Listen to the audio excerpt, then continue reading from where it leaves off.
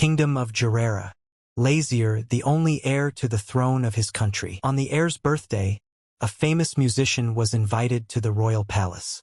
Looking at the Lazier, he called the birth of the boy the second coming of the holy angel and sang songs. All the servants and subjects beamed with happiness and instantly fell in love with the child, who had all the qualities necessary for a prince, ideal in appearance and origin. However, they did not yet know how deeply they were mistaken.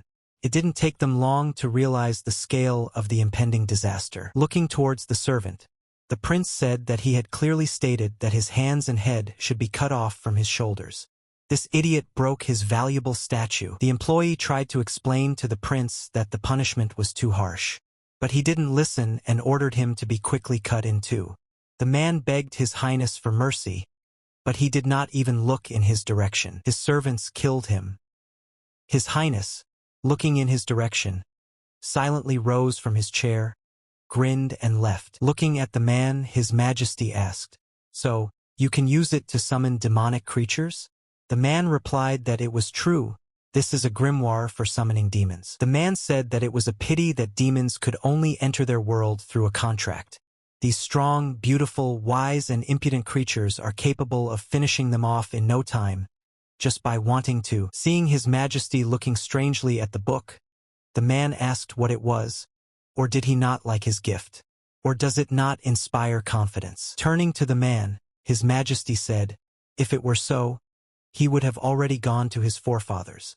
The man said that the book should be opened when he is alone. If extraneous energies are mixed, it will be difficult to make a call. To summon demonic creatures, you need the energy of a pure soul and a truthful heart. His Majesty asked if they would kill him. The man replied that he could be sure that the demons summoned with the help of this grimoire would never harm him. The grimoire is considered a forbidden book. He risked his life to present it to His Majesty as a gift. His Majesty himself knows that the owner of the grimoire will be severely punished, as required by state law. If life is dear to him, then let him keep his mouth shut until the end of his days, and if the truth comes out, His Majesty will personally deal with him. The man said that he would not dare to do this to His Majesty. His secret will go with him to the grave. Did he say that he works as an archaeologist at the Temple of the Sea Goddess? His Majesty asked the man what his name was. He replied that his name was Soul Halter. His Highness said that when he makes a contract with the demon, he will give him an even greater reward. In the meantime, he can return to the temple and wait. Enter into an agreement with demonic creatures, take possession of a powerful force, and with your own hands write the events of an unprecedented war into history. He hears a glass breaking behind him. It turns out that the maid was standing behind him all this time. Turning around, His Highness asked if she heard everything. Falling to her knees, she began to lament that she had committed a mortal sin and asked for mercy. Looking at her, His Highness said that this is precisely a mortal sin. That's why she needs to die. Taking hold of the ball, His Majesty still killed the girl. The bloody body was left lying on the floor. Throwing the sword away from his hands, he rubbed his hand on his white jacket. Looking in her direction, he walked up to the body and kicked her. How dare she come here at such an important moment? Turning around and walking away, he thought that it would be better to engage in the call. Having opened the book, he could not believe his eyes, because it was empty inside. Absolutely white pages. How dare a man mock him? He himself did not understand how both his hands ended up on the pages of the book. At that moment, something incredible began to happen. The book seemed to come to life. Rising above the table, the book began to spin in the air. Reaching out to the book, he began to ask her to give him the greatest power. He demanded that the book make him the ruler of this world. But at some point, blood poured out of his nose. He didn't understand why the hell this was happening. He fell to the floor unconscious, and the book still remained floating in the air. When he woke up, he couldn't figure out where he was. There is only viscous darkness around. Perhaps this is a summoning circle? He only remembers how a person dared to summon him, the Demon King. And he, tired of the tedious everyday life, responded out of curiosity. What happened next? Did the contract fail? What? Sweat? The Demon King shed sweat? Whose pig hands are these? He became the executor of the contract. Lazier Lu Guerrera gave birth and died at the time of the conclusion of the contract. His body and soul were transferred to the demon. Is this the transmigration of souls about which the demons are making noise among themselves? Where we couldn't understand why he died immediately after signing the contract. The vessel made from it was initially worthless. The situation couldn't be worse. The demon couldn't understand how the call even came true. Maybe the fact is that his summoner is the only prince of the kingdom of Guerrera, under the protection of the goddess of the sea. If so, then, no matter how much of a sucker he was, he could have been summoned. He carried out the call, but could not withstand the power of the purest magic, and eventually died from asphyxia. Since the summoner died, he, as the performer, is obliged to remain in his body until he fulfills the terms of the contract. Like 2 fingers on the asphalt, he believes that he has stopped for tourists in the world of people. Let him say thank you that he, King Imbilden, is such a sweetheart. So what was he punishing there? First, endow him with powerful power. Second, make him the ruler of the world. How did he manage to beg as many as 2 wishes in such a short time? After wandering around the room, the demon decided to sit down. This is shameless pork. At this moment he hears a crash and falls to the ground with a roar. For starters, I would like to lose weight. Looking at the large number of dishes at the table, His Majesty asked the employee if this was all for him alone. The man answered yes. His Majesty, wishing him a speedy recovery, ordered the large table to be set. Everyone seems to think that that maid tried to poison him, but it even plays into his hands. The king definitely cares about the health of his offspring, and is not fattening him for slaughter. The employee asked His Highness whether the dishes he came with were not to his taste, and he offered to order more to be cooked. But the man ordered everything to be removed. The employee did not hear His Highness and decided to ask again. But the emperor said that he was not a parrot and did not like to repeat things, and asked to remove everything. The employee agreed and quickly ordered the maids to clear the food from the table. His Majesty said that he plans to go in for sports from tomorrow, so let them prepare everything he needs. Prince Lazier, who was not only too lazy to walk, but was even too lazy to breathe, decided to become an athlete. This is how the employee thought the news. Having gone to his room, His Highness lay down on the bed and wondered how this pig fat infuriates him. He, of course, could lose weight with the help of magic, but a contract is a contract. Once the contract is concluded, he must use his power only for the purposes of the summoner. And this is also a kind of challenge to himself. If he used magic, he lost. If his true identity was revealed by using magical power, he would not be able to return to his world, and would become the first demon king to end his life under a coffin in a human body. He thought that he needed to fulfill the contract as quickly as possible. It would be difficult for him alone, so he thought that he should call a servant. True, he's still a blabbermouth. Sometimes your hands are itching to shut him up, but you have no choice. Summon demon servant. A portal opened and His Highness summoned his dragon. From the big and evil dragon, Tay turned into a little dragon and crawled under the blanket. Turning to him, His Highness told him to quickly get out of there. Not recognizing his master, Tay said, how could a worthless little man dare to summon him? A demonic dragon? Looking at him and smiling sweetly, the demon in the body of His Highness asked him if he did not recognize his master. Are you tired of living? Tay asked to repeat the words he said. Why did the man become his master? Tay realized that the look and grin were quite familiar. It was the king who called him. The dragon was glad that he was alive. He can't even imagine how many nerves were spent searching for him. And then a lot of questions started pouring in. Is the king comfortable in a pig's body? What actually happened? How is his health? Did he eat? Isn't anyone bothering him? Did the king miss him? He asked the king to give orders. He, a lower being, will fulfill any order. The king knew that calling him was a bad idea. Looking at his master in surprise, he asked, so he became the executor of the contract. The king asked if he knew about this, and he replied that he was his servant. He asked his master what wish did that stupid man order. His Highness asked his subject to watch his language. He may be worthless, but he is still his summoner. Having asked for forgiveness, he asked what the Lord Summoner wished from his king. The king replied that he asked to be made stronger than everyone else. The dragon said that His Majesty had already dealt with this, But why is he still a contractor in this body? The king sadly said that this impudent man managed to make 2 wishes. He wanted to make sure that the island state of Jarera, which is the size of a gulkin's nose, would rule the whole world. The dragon was surprised. 2 wishes?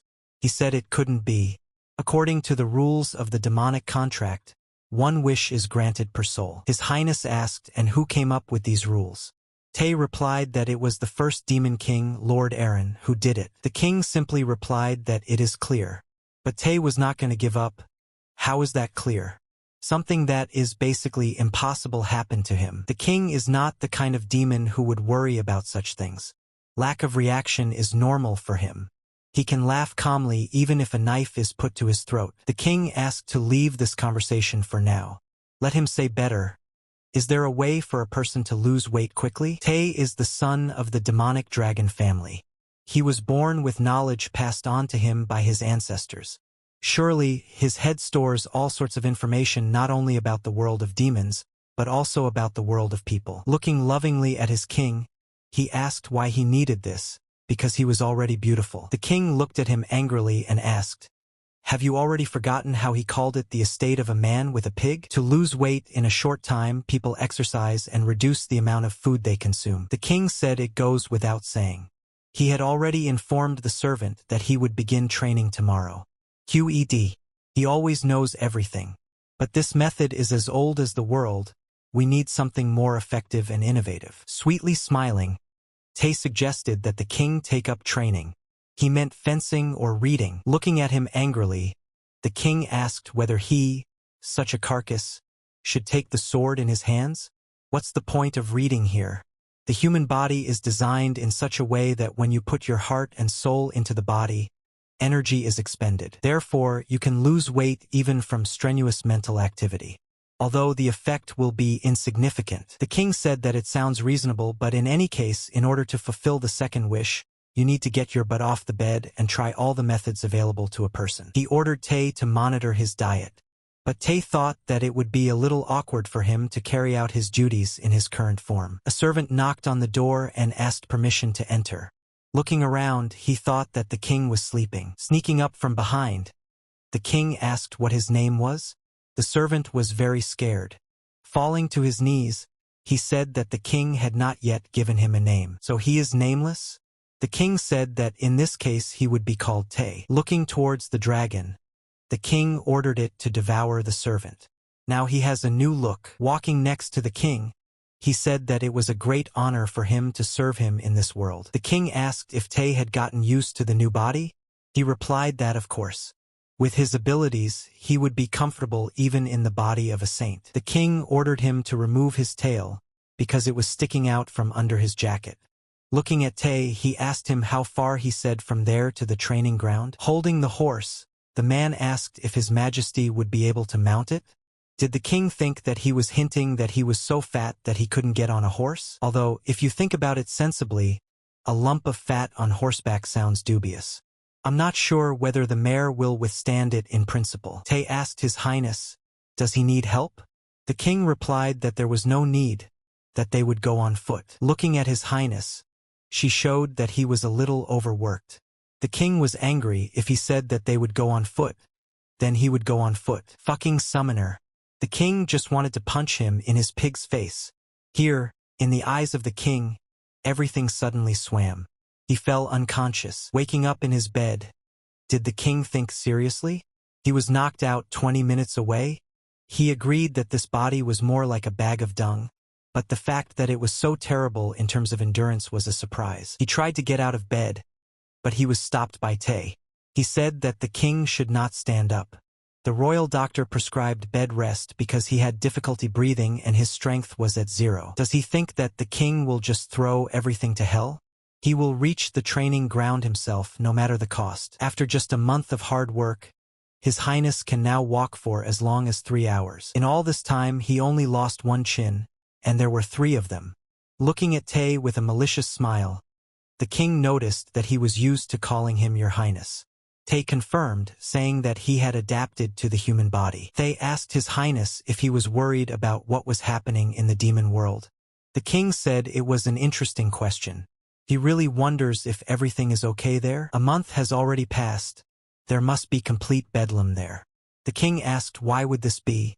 Tae replied that since his disappearance, the situation in the demon world has become much worse. Well, that was before the king called Tai here. The king was surprised, because only a month had passed. A month, a short period, but let the king not forget that in the world of demons time flows 10 times faster. That dimension is completely different. The worlds of humans and demons are very far from each other. Much further than the stars in the sky. A day in the human world is equal to 10 days or even a month in the demon world. Because of the dam contract, the king will be absent for a long time.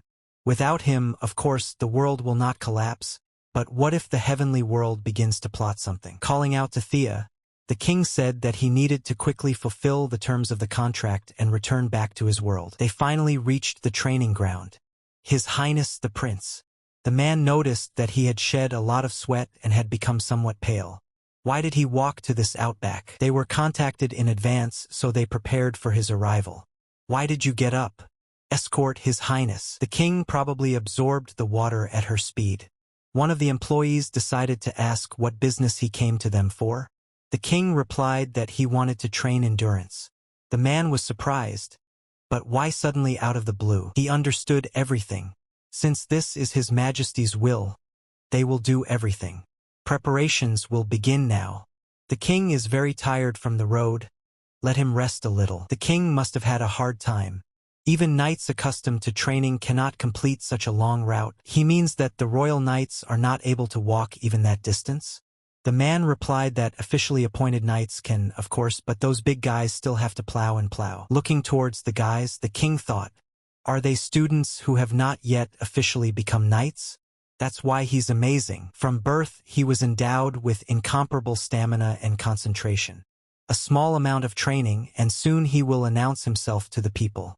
Well, yes, of course he will announce it. There is not an ounce of truth in the words of this sly fox. Remembering, the man asked to wait a little. They will bring the king a bun and energizing tea. Rising from the bench, His Majesty said that the man looked like his ears were blocked. He came here to train his endurance, not to drink tea and buns. And the sight of his mustache lost all my appetite. Passing by the young men, the king looked at their training process. Seeing His Majesty, everyone bowed before him. The king's gaze was drawn to one of the swords. It belonged to a fair-haired young man. His sword is not double-edged like others.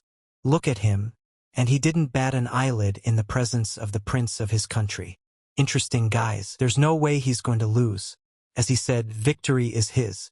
He noticed the king's red eyes, but before he could blink, they immediately changed to blue. The young man bowed to the king, but the employee called him impudent and ordered him to quickly get on his knees. The man asked His Majesty for forgiveness for this fool. He is a commoner and does not know the rules of decency. The king asked what a commoner was doing with him in the same space. As far as he knows, this training ground is reserved for honorable persons who have received the favor of the royal family. The employee said his name was Wyan Vale. He won the Royal Martial Arts Tournament that was held last winter. He is a commoner by birth, but is currently an aristocrat training to become a knight. An aristocrat from the common people? So this is where this ferocity in his gaze comes from. The king liked the boy. Looking at the boy, the king, without thinking twice, said that he wanted this boy to become his teacher. Is he the same prince that there are rumors about? What does he mean? The king said that he had a sword with him. This is an heirloom of the royal family of Gerar. Taking out his sword, the king asked the boy if he was familiar with the name Kava. He used to wear it as decoration, but recently a very unpleasant situation happened to him. If this sword had not been next to him then, things would not have ended well. Therefore, he wants to learn how to properly operate his toy. However, as the guy could see, the king has problems. It has become too spherical. His goal will be to help the king lose weight. The guy said that someone like him has neither the right nor the talent to teach fencing lessons to the great principal. The king clarified that he was refusing. The guy wished him to really find a worthy teacher. The principal that flew into a rage when things didn't go according to plan and just gave up. The king said that he understood. The guy wouldn't give a damn if the only prince of his country died from blocked blood vessels, swelling even more, or if someone made an attempt on his life again, right? It would be better if that maid managed to poison him. Then he wouldn't have to do dreary work. The guy said that not at all. The king asked him to be honest with him. With his gut, he wanted the king to go to the next world. The guy asked, how is this possible? He only believes that his level is not enough to train such a noble person as His Highness. What's wrong with him? The boy said that the fact is that he is a commoner. The king proposed a duel. He did not expect such an offer. The king said that he wanted to see if he had enough skills to become his teacher. But didn't the king say that he was not familiar with the art of fencing? His Highness replied that he did not propose a duel with himself. The guy asked with whom then? The king replied that it was his servant. Tay did not expect such a turn. I'm sorry, what? With him? The king replied that's right, with him. What was the king up to? Out of the blue he said to take part in the duel. Looking at Tay, the guy said that from his movements it was clear that he had held a sword in his hands many times. Tay asked that he understood this just by looking at him. A person not accustomed to weapons could not even hold a wooden sword with such ease and without a drop of fear. Tay replied that, in the whole wide world, he is afraid of only one person. The guy asked, is he talking about his owner? Tay replied that of course. He is His Majesty's most devoted servant. It feels like he's talking about some other person, and she feels as if he is asking about another owner. Tay suggested moving on to a duel, but asked the guy to give him a small head start. The duel has begun. Tay noticed that the guy was fighting with one hand. He said he was joking about the handicap. Was the guy really going to fight with one hand? The young man replied that it was not in his principles to fight at full strength with someone who was not a knight. Tay himself would not have gone out of his way to fight a human. An equal duel began. Just because he can't fight at full strength doesn't mean he can relax. Tay agreed. He said that he would take their fight seriously because his master wanted it. The guys fought with dignity until the knight surpassed Tay. Tay fell to the ground while managing to grab a handful of sand. Turning around, he managed to throw it in the knight's face and at the same moment attack him. The knight exceeded all expectations. In the end, Tay lost and Hwan Vale won. Tay whined that his shoulder hurt. Since the emperor was angry, he shouted at the girl to shut him up. He thought that the king was probably furious that he would also have to walk to the palace. He turned to His Highness with a question. Is it true that the skills of that young man are parasitic? For the first time in a long time, he sees a person who can handle a sword so skillfully. When he snatched his sword with his bare hands, Tay even doubted whether he was really a man. Turning to it, the king shouted for it to finally slam shut. Steam is coming out of it now like a teapot, so let this lizard shut up. Falling to the ground, the king said that he could no longer walk. Tay got scared and asked if he was okay. Looking at him, His Highness said that he was more interested in him. What was it like to lose to a knight's apprentice? Why does he glow after a loss? Tay said with a smile on his face that he made him use his second hand once. The guy lost to the knight, as His Highness asked. He, a servant, was not allowed to win. Looking into His Highness's eyes, he realized that he seemed to like the boy. The king said that yes, this is indeed so. Hwan Vale is, of course, quite strong for a human, but will he make a suitable candidate for the role of a teacher? The king asked his assistant if he thought the knight was bad. Tay said that his instincts are good, but his skills are not that outstanding due to his young age. Although against the backdrop of the rabble there, he would have been more useful. Hwan is now like an untreated gemstone, and the king will have to process it himself, which is quite tedious. In other words, there is no point in using it at the moment. The king agreed with Tay's thoughts. The king thought that if only he were nearby, he would not have to waste his nerves on such things. His weapon and his faithful demon dog. Surely he is still doing an excellent job of leading the demon world, just as the king ordered. According to ranks in the demonic world, Ray is in 4th place and Tay is in 3rd place. And on the second, sinner Lucifer. The king is considered to be quite suitable for the role of a weapon for the Prince of Lazier. The king told the girl that the knight was left-handed. Tay was furious. What a cheeky little man, you dare to play with him. Looking up at the sky, the king saw a beautiful sunset. Seeing such a landscape, he truly feels that he is in the human world. The sun, as if shedding blood, breaks through the split clouds. The king asked him if he had changed his mind.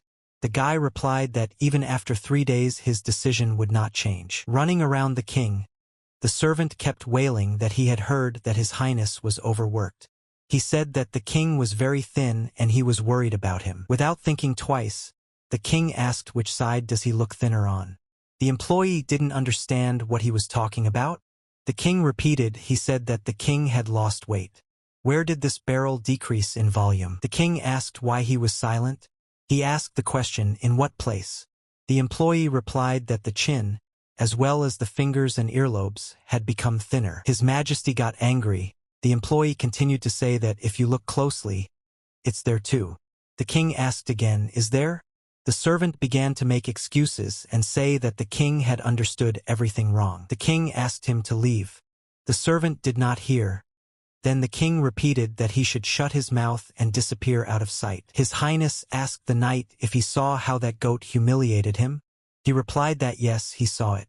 The king continued to talk about the knight becoming his teacher, helping him lose fat quickly. Wyan asked the king was this his goal in the first place. He replied that in his free time he would like to twirl a sword. The guy thought that he would have said that right away. The king asked, is he suggesting that he not talk nonsense about the teacher but tell it like it is? The knight didn't quite put it that way. His Highness said that he is a descendant of the royal family, and he always needs some kind of excuse. Wyan asked again, an excuse? The king said that yes, all eyes and ears are focused on the one who stands at the top. He is the prince of this country. There is no one who could prevent him from doing anything as a high-ranking official. But despite this, there is one thing that is beyond his control. There is no one who follows him out of his own convictions. The knight asked if it turns out that he behaves this way towards him because of that very pretext. The king said that partly yes. Looking sarcastically at the knight, the king asked him again, so will he become his teacher or not? A little while later, looking at himself in the mirror, the king thought that this was the result of 5 months of his labors. How perfect he is. Terribly beautiful. The king did not stop admiring himself in the mirror. Then, at some point, Tay appeared behind him. He asked the king, what is he doing here? Not expecting his appearance, the king asked when did he arrive. Was the king really admiring himself in the mirror? Tay remembered that he had come to give jewelry for His Majesty's clothing, but he said that he did not need such a trinket. Tay ran after the king. Why doesn't he want to wear jewelry? Today is such an important day. The king asked the Wyan if his suit was good enough. Today is a significant day for him. The knight replied that his outfit suited him completely. Looking at the knight, the king remembered his words that he did not plan to remain only his servant. The king asked the Wyan, why does he think that being the prince's fencing teacher is not a great position? Does he want to reach great heights among the aristocrats? Wyan said that, as the king remembers, he was a simple commoner, but winning a martial arts tournament allowed him to rise to his current position. However, this was not what he was striving for, and being the prince's assistant was not his goal either. He is a man with much greater ambitions. The king sat and listened attentively. At the same time, he asked how high he wants to rise. The guy replied that to a position where he could fight with opponents standing in the vanguard to the commander-in-chief. The king cannot imagine how such an ambitious young man could not have any interest in his current place. It's a strange shot. Wyan didn't really want to hear something like that from the gentleman. The king asked that the protests have already begun. He is his master, so let him be kind enough to listen to everything he says. The guy replied that he understood. Commander-in-chief? This is definitely a high position. The knight asked for forgiveness if he crossed the line. The king said that a man cannot be blamed for his aspirations. However, the position of commander-in-chief has long since disappeared. Unfortunately, war cannot break out in Jarrera. But still, the knight wants exactly this position. Therefore, even if he fails to achieve what he wants here, he will leave the country, cross the sea and become commander-in-chief in another place. He says he wants to. It seems that the king does not consider the king to be a member of the royal family at all. The knight's words only made him laugh, not angered him. He heard that the prince is a very selfish man. It turns out that this is not entirely true. The king told the Wyan he hopes that in fact escaping the country is not part of his plans. After all, if they fail, then without the opportunity to fulfill his dream, he will have no choice but to put his head on the chopping block. Why on earth did he allow himself to be familiar with his future king? Insolent face. If the king had been the same, he would have taken his head off his shoulders, since he is so stubborn about it. However, unfortunately, he is ideal for the king. Wyan saw the king's eyes turn red again for a moment. He asked the Wyan if he knew what the king wanted, and the king just wants to conquer this whole world. And nothing more, that's all he needs. An ideal day to celebrate the Sea Goddess Festival. Starts today. Tay said it was held once a year, right? He said that yes, this is a large-scale event for the entire kingdom. It is organized in the fall during the harvest period. The festival is a kind of gratitude to the goddess of the sea, who protects their kingdom. For 5 whole days they will bring her offerings in the form of the selected harvest collected during the year. At noon on the first day, the offerings would be loaded onto a huge ship and sent to her. There is a law according to which a member of the royal family must board the ship first. Will I need to climb this year? As far as Tay knows, the prince is afraid to sail on ships. He refused each time in tears and never took part in this ritual. Now the king wants to meet the goddess even more. Tay said that he wants it too. According to rumors, she is very beautiful. Is Tay interested? The assistant said that he just wanted to see if the rumors about her beauty were true. To gather troops, it is necessary to obtain permission from the goddess of the sea who surrounds the island state of Jarrera. Therefore, the festival will serve as a great opportunity for him. There is nothing wrong with showing your good side to the goddess. This will only benefit the knight, but if it fails, then she must at least secure her favor so that she will allow the troops to cross the sea. The submitted one approached His Majesty, greeted him and said that the carriage had been delivered. It would take him to the sea pier. The king said that he did not need a carriage and asked to bring him a kana. The servant obeyed and brought him a wonderful white horse. His name is Kan. He is so simple-minded, but he has no love for people. Tay handed His Majesty the cloak. Having put it on, the king climbed onto his horse and rode off. Preparations for the holiday were in full swing. Almost everything was ready. While loading the boxes, the men discussed that the prince would not appear again this year, because he is afraid of water. Because of that incident that happened 10 years ago. This is about the case when the nanny did not notice, and the prince fell into the pond. The men thought it was an excuse and nothing more. Many years have passed since then. The man ordered his friend to be quiet, in case someone heard him. Did he tell a lie? Everyone in Jerry knows about what happened. It seems to be starting. On the horizon of the lands, waters and skies of the honorable kingdom of Jarrera, there is a guardian who gives them all freedom. They, the people of Jarrera, together with the descendants of noble blood, thank the goddess of the sea for her blessing. The time has come. Let us say the name of the noble lord who will enter the ship and begin the ritual of offering to protect the honor of their kingdom. The prince himself rode up to the celebration. Not recognizing him, all the employees pulled out their swords. One of them asked who he was to interfere with the sacred rite. Without thinking twice, the king answered that's who, and took off his cloak. Everyone couldn't believe their eyes. He is exactly like His Majesty in his younger years. Wasn't Prince Lazier a fat man? But this gentleman also has white hair, a symbol of the royal family, bestowed by the goddess. Everyone thought, was His Majesty hiding another child? Poor queen. She turned pale from fright. The queen said that Lazier asked not to look for him before the festival. She couldn't believe that their boy had lost so much weight. If she knew that this would happen, she would come to him every day and look after him, even if he was against it. Lazier walked towards his father and mother. The father ordered the assistant to continue reading. The assistant continued, "Let us pronounce the name of the noble gentleman who will step on the ship and begin the ritual of offering to the goddess of the sea, who protects the honor of our kingdom." Lazier Lu Guerrera gave birth. People couldn't believe their eyes. It was Prince Lazier. The fat prince lost weight. The queen asked His Majesty to come to his senses. How could this happen to him in an instant? The queen asked His Majesty to cancel the order. He said that the speech to the goddess of the sea had already been made. They can't undo anything. Prince Lazier will lead the offering party. The king told his subjects to rejoice and beat their drums. The day has come when the prince will open the sea goddess festival for the first time. Looking at everything that was happening around him, the prince said that they were a handful of clueless idiots. The drums began to beat, the music began to play even louder, and the ships set off. Tay turned to His Highness with a question. Doesn't it seem to him that that creature over there is somewhat similar to Ray? The king replied that never. Ray is much nicer. The king is sure that Rainy is creating problems in the demonic world and is keeping an excellent eye on everything. Looking at His Highness with an angelic face, he asked, "But he's nicer, right?" The king asked to protect him from the pretense of the girl. He got goosebumps. Tay was upset, thinking that His Highness was the only one who hated him. The knight turned to His Highness with a request not to stand too close to the edge, because it is dangerous. The waves in the sea are fierce. Wyan asked the king who is Ray they were talking about.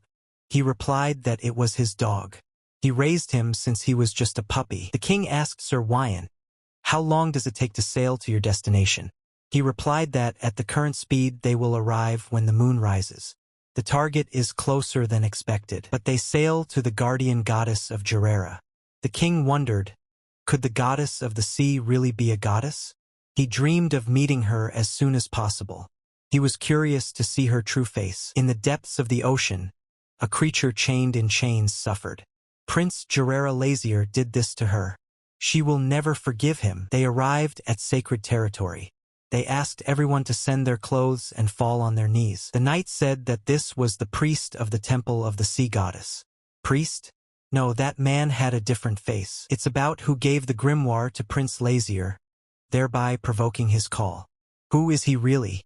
His goal was only to transfer demonic power to the prince. He asked Tay to find that priest, but to no avail. Is there any other way to find him other than combing every temple in the country? He asked if he remembered their conversation. When they returned, the king asked to resume the search he had stopped. In order to summon the sleeping goddess of the sea, the blood of a member of the royal family is required. The girl asked to admit the noble bloody tongue. His Highness said that he allows. Taking his sword in his hands, His Highness put it to his palm and ran the tip along it. He clearly overdid it. A couple of drops from his finger would have been enough. Stretching his hand out over the water, drops of blood flew down. The water began to boil. The goddess of the sea awakened. She's coming towards them. Bright red eyes suddenly appeared in the water. The goddess emerged from the water. So he is a descendant of the royal family of Gerera, a child who had not come to her for 15 years. She grabbed the king. Everyone suddenly fell to their knees and began to pray to the goddess of the sea not to be angry. The king only managed to silently say with his eyes that they should wait. The king just thought that the water was cool. How long will he have to sort out the prince's mistakes? The more he thinks about it, the angrier he gets. "Are you afraid, baby?" asked the goddess. "Baby? Fair enough, the prince is only 15 and still very green." She said that she had been living in this place for 2,000 years. All previous members of the royal family always came to her, but in 15 years he never bothered to visit her in this dark and cold place.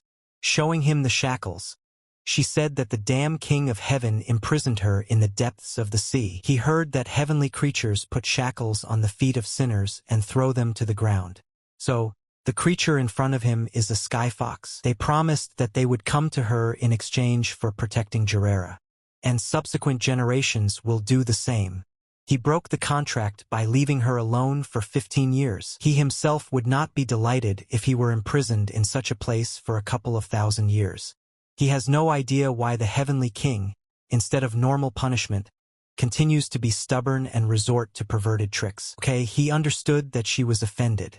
However, is it right to grab a noble person out of the blue? The sky fox didn't expect this. Is the person talking to her telepathically? He knows the king of heaven and called her milady? King asked her why she did this. She pouted because she was forgotten here alone.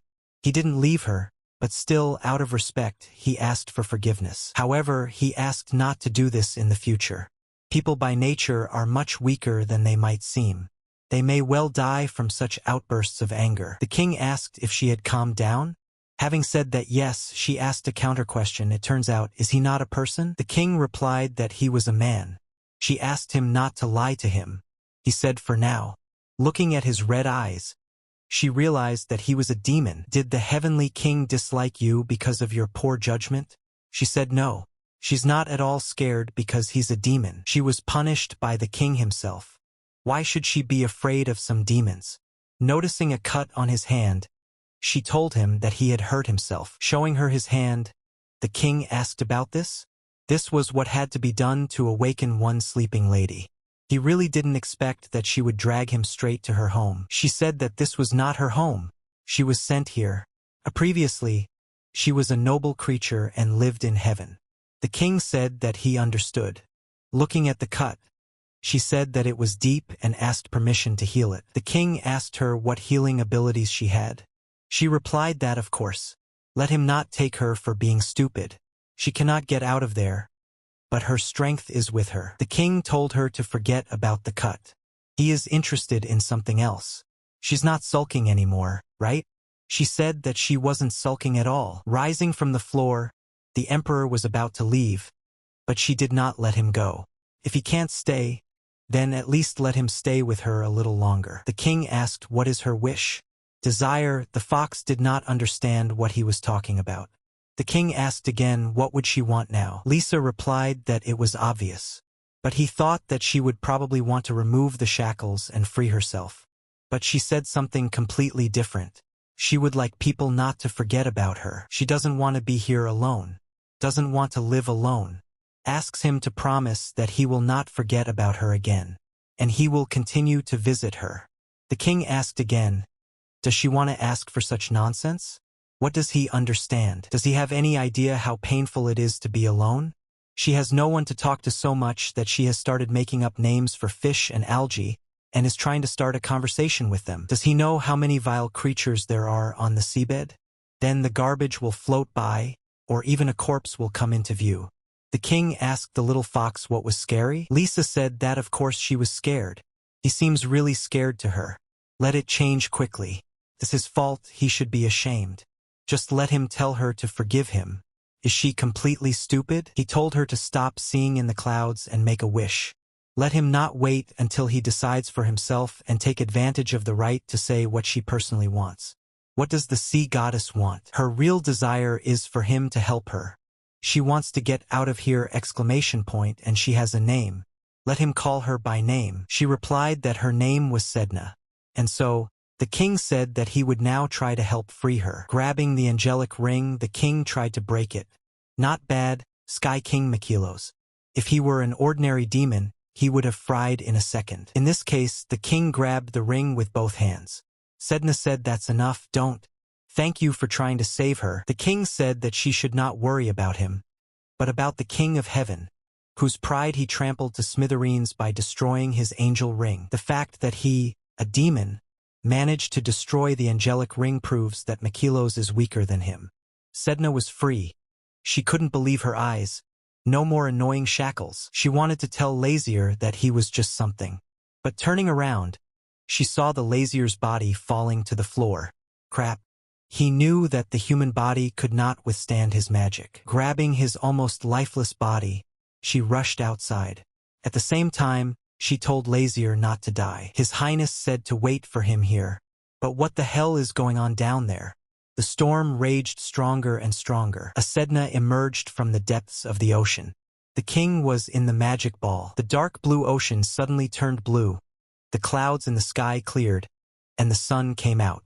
Approaching him, she immediately saw that he was a demonic dragon. The subjects bowed before her and begged the goddess of the sea not to be angry with them.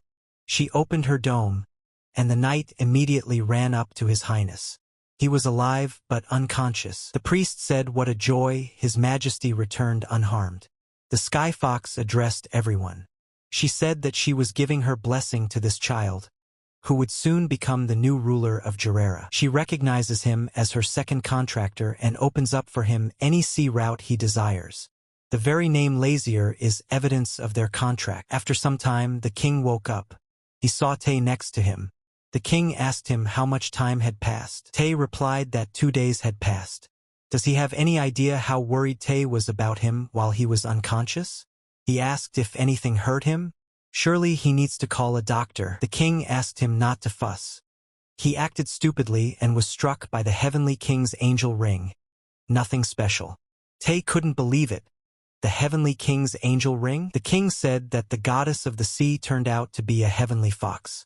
For some sin, the king chained her with an angel ring. Tae asked, what did he do? If the goddess was wearing an angel ring, then she committed a monstrous crime, for which she was chosen from the heavenly world. The king asked, so what? Tae answered like this, so what? I should have consulted him first. He almost died. Let the king not forget that he is in a human body. Can you imagine what will happen if you are a demon executing a contract and die in a human body? Asked Tae. The king asked to surprise him. Tae said that such cases are rare, so he is not sure, but in the worst case, for failure to fulfill the contract, the performer simply disappears. In other words, if this happened to him, his soul may not return to the demonic world. He understood this even without them. The guy asked then, why did he do this? Since he knew everything? The king replied that he did not want to lose to some heavenly king. Tae asked the king to be careful. He replied that he understood everything. That is why the king called him, so that he would help him properly. The will of the king is the law for they. The king asked him if he would like to remove his wings and tail.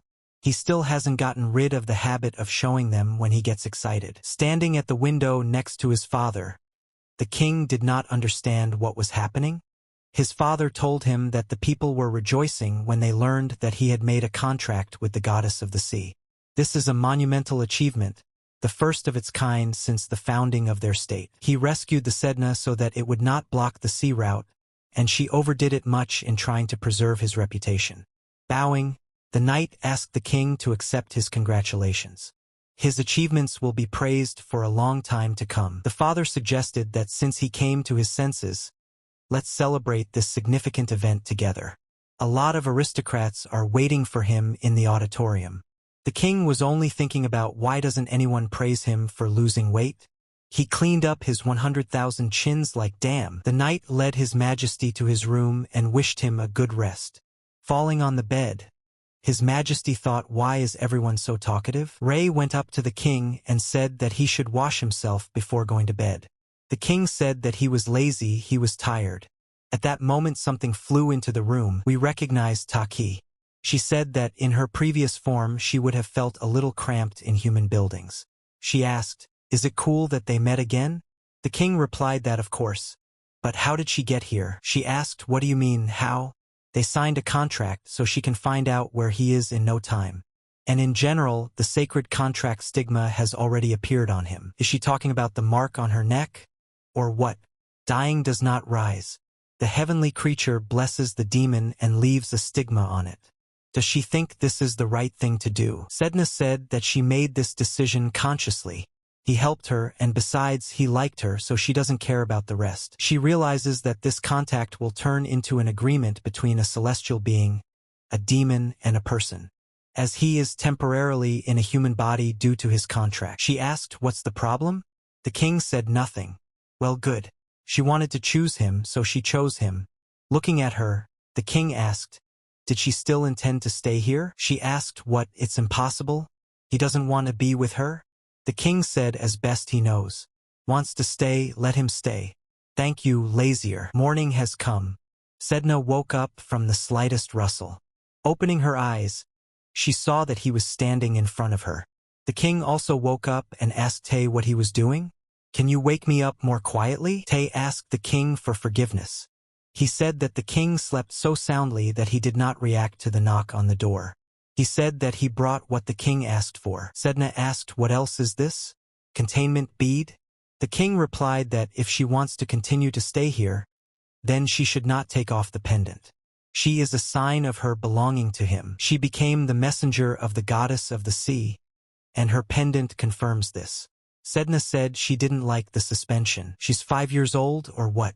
She wants the whole neighborhood to know that she is a goddess?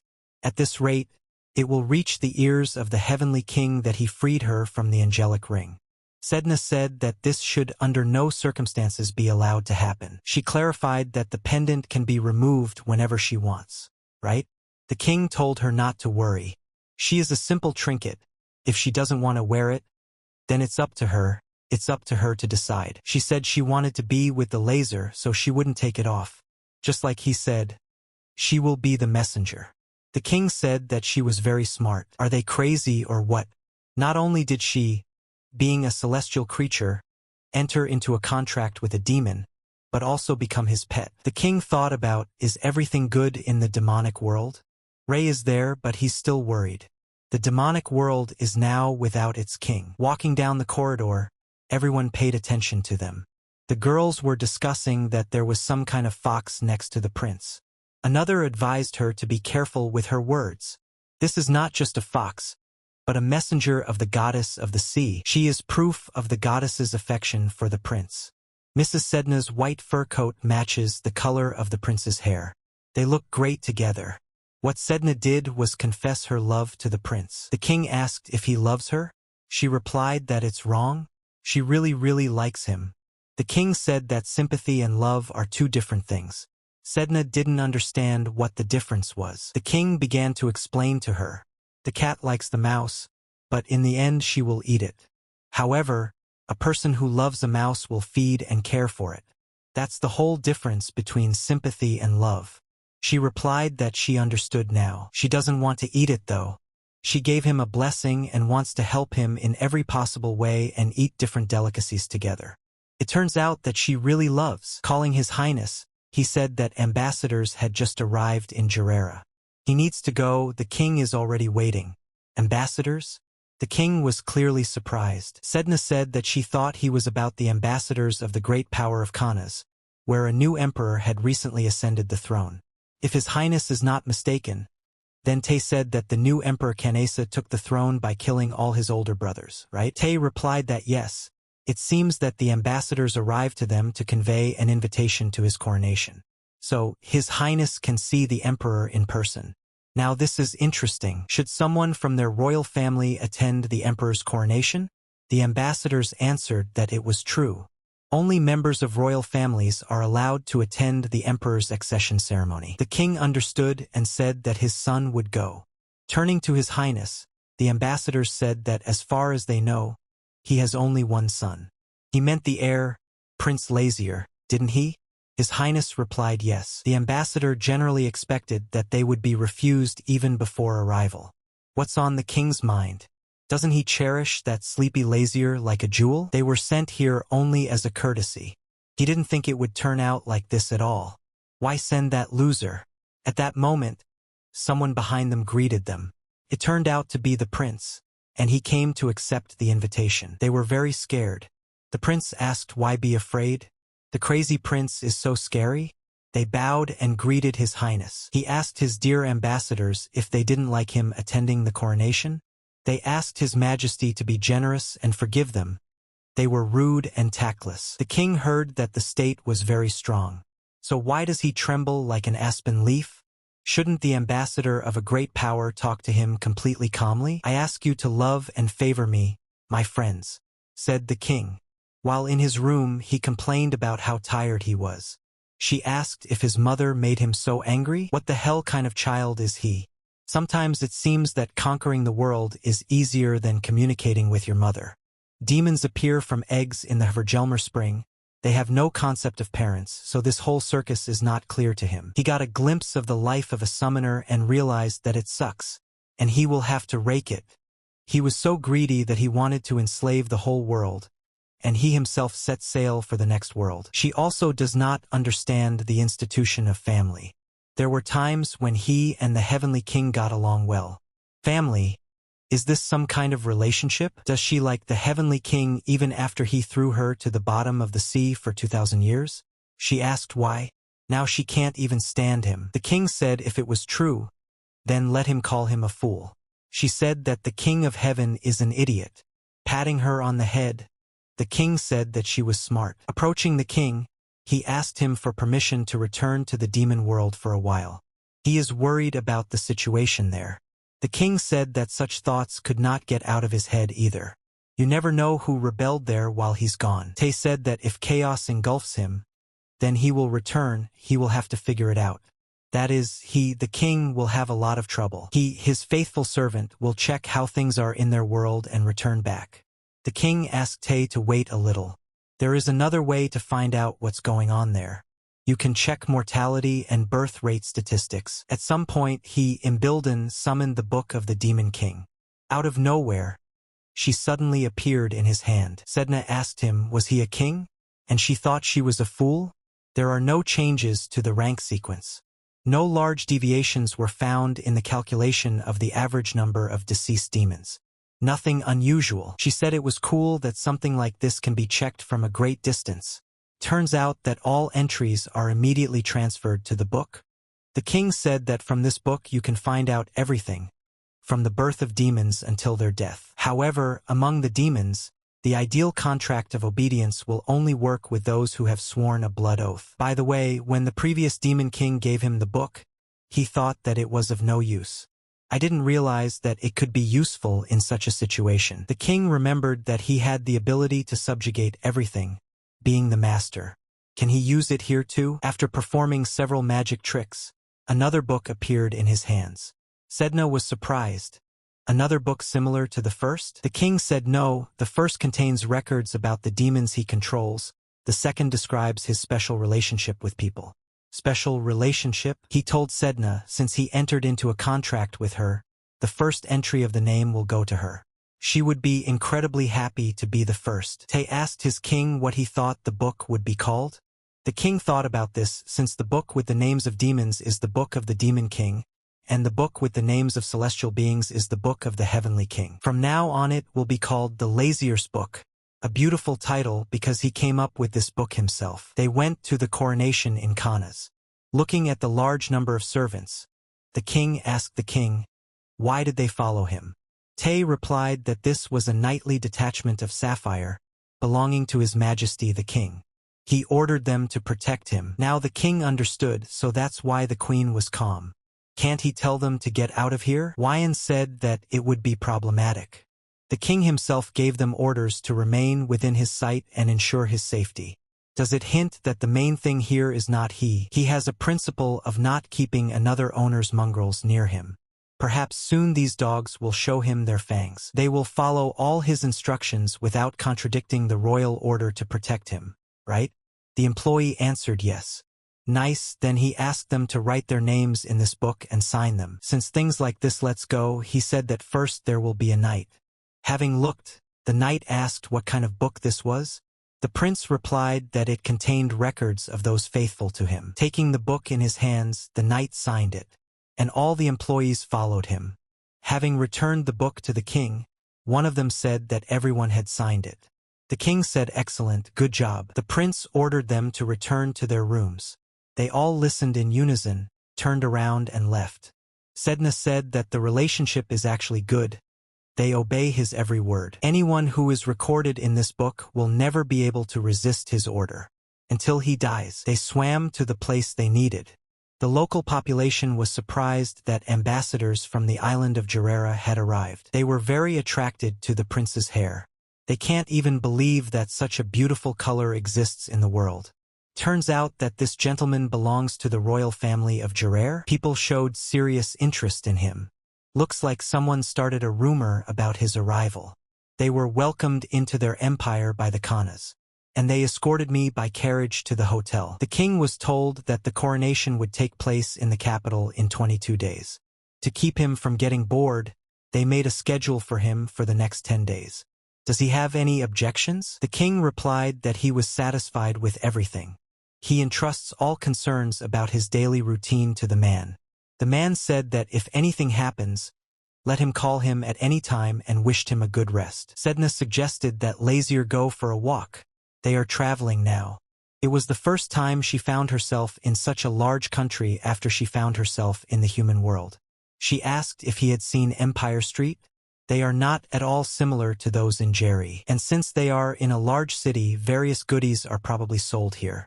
There are also many beautiful buildings and squares here.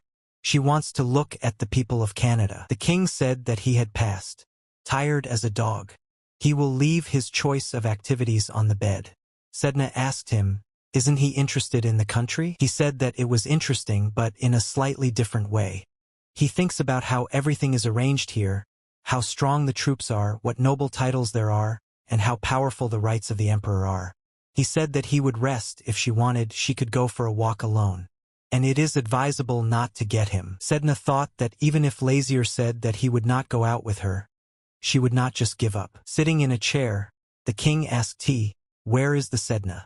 He replied that he did not know. He said that he had not seen her for a long time. If he is talking about Mrs. Sedna, then she went to the village early in the morning. Said the knight. The lady said that he ordered her to walk alone. The knight asked for forgiveness. He should have asked him what to do. He said that he would immediately go for Mrs. Sedna. The king said that it was not necessary. He assumed that this could happen. Thanks to her, they will be able to have fun on this trip. Going to the servants, the king asked for forgiveness for distracting them from the meal. He said that it seems that the fox that he brought with him got lost in the city. She would have to be found. Did the employees not understand what he meant? The king said that he would arrive for the coronation. So that they go to the capital first, he will find his little fox and catch up with them. The employees began to be indignant and said that they would go with him. The king repeats for the deaf. He will sort out his affairs himself. We will see each other in the imperial palace. The employees agreed with him, and what should they do? What can they do? I'll have to go without him. But if someone has no guts, then let him go and try to dissuade him. I'm walking around the city. Sedna thought that walking alone is actually fun too. All people paid attention to her. Someone wanted to take it for themselves, someone wanted to stroke it. Someone was trying to persuade her to go play at their house. She asked for an apology and said that she already has a close friend with whom she plays. Children asked, "Is this another fox?" She replied that no, it was not a fox. The boy invited her to be friends with him as well. Jumping over the boy, she told him to back off.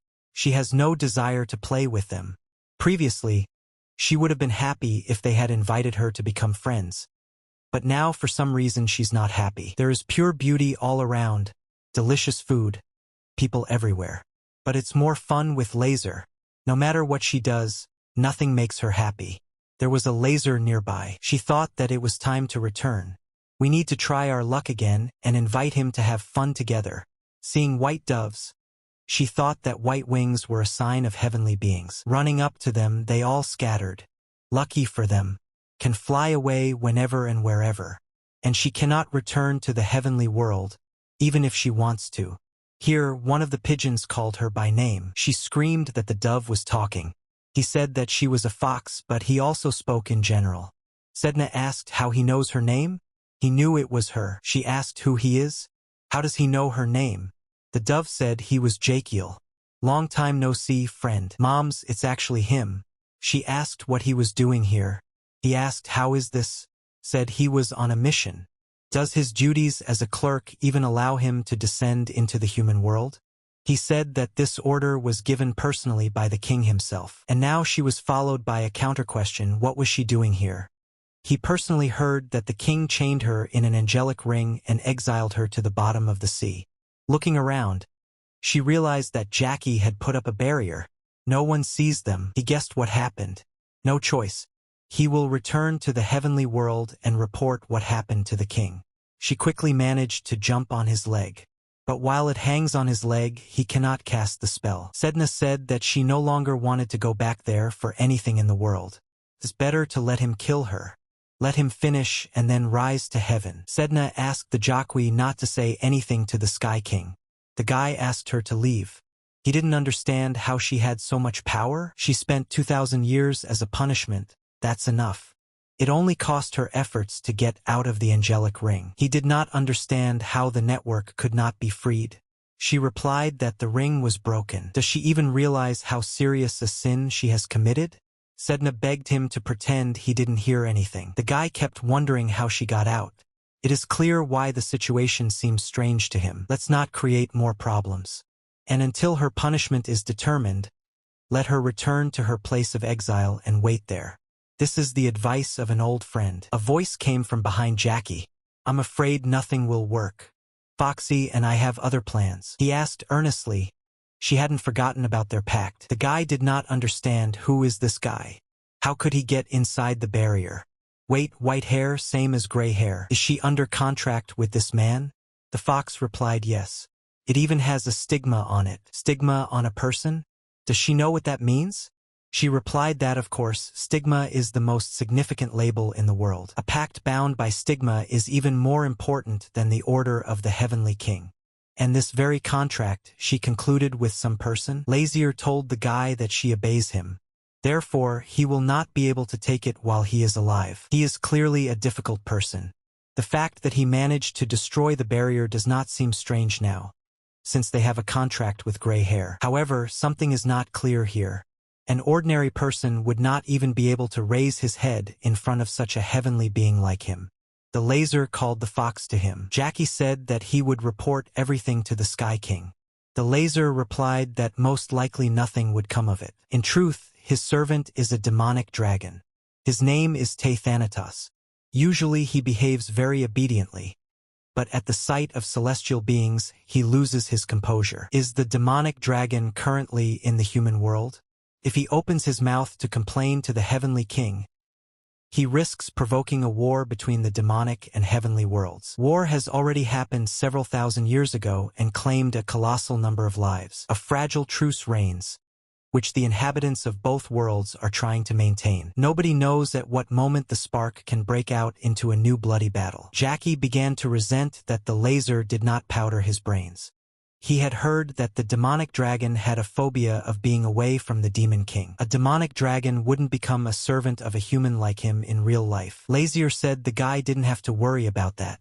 He is the demon king. Running up to Jackie, Sedna asked how he was.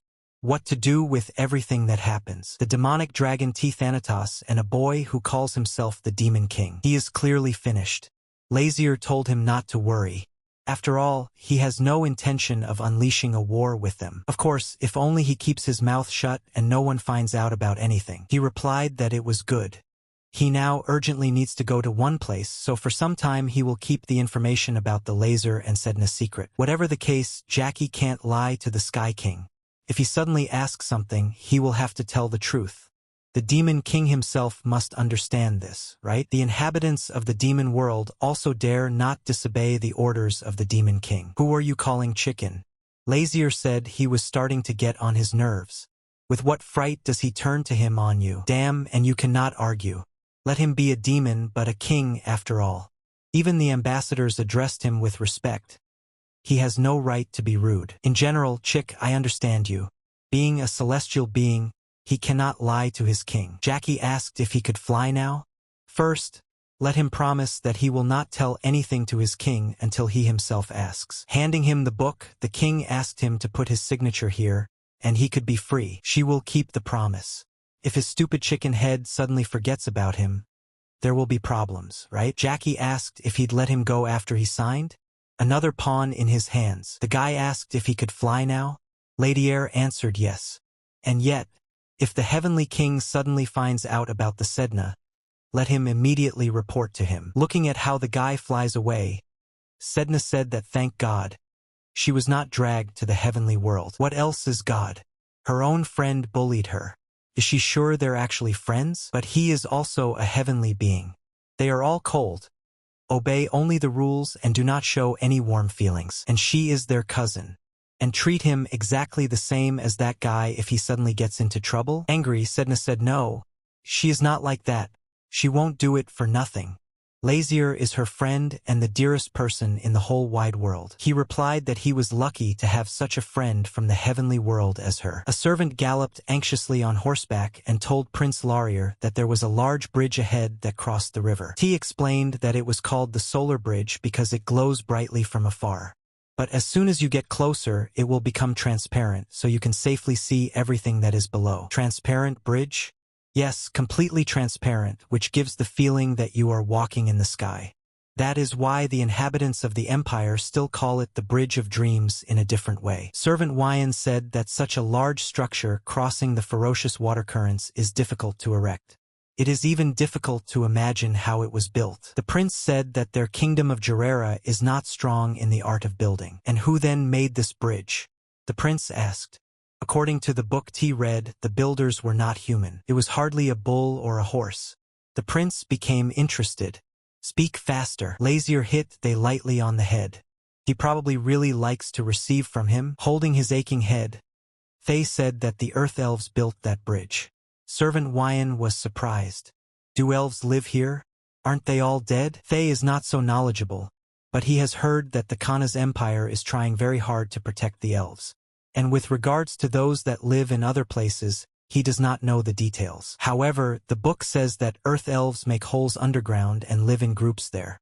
These very holes sometimes stretch so far that they can look like a real castle. It seems that it was thanks to this approach to building that the elves developed their skills. And what do they look like? Had T ever seen them? No. But they say that they look like a cross between a butterfly and a cat, and in size they are close to human. Lazier found this very strange. Entrust the construction of some butterfly cat. This bridge is actually transparent. It's like you're walking on clouds. I would like to master the same building skill. Earth elves are incredible creatures. The servant said that carriages were not allowed to enter the other end of the place. He asks to understand and accept such inconveniences. Emperor Lazier asked Wyan if he was afraid of heights or that the bridge was transparent. Yes, he is a bit unused to such elevations. His Majesty suggested that if he was afraid to walk on an invisible bridge, he should simply walk looking at the back of the person in front of him. Since there is someone ahead, it means that there is a road under your feet. The servant thanked him and said that he would remember his words. Birds flew in the sky. Those heavenly creatures again. They didn't come for me, did they? Sedna asked anxiously. Lazar, thinking, said that they were flying in a hurry, which means they were looking not for her, but for something else. Alas, Sedna is restless. After all, if she catches their eye, they will definitely seize her. Everyone in the heavenly world hates her. The emperor asked if she could be reincarnated as a human. Unfortunately not, it can only change itself in size. Lazier ordered they to find out by any means where the Earth Elves live. Since they built this bridge, they must live somewhere nearby.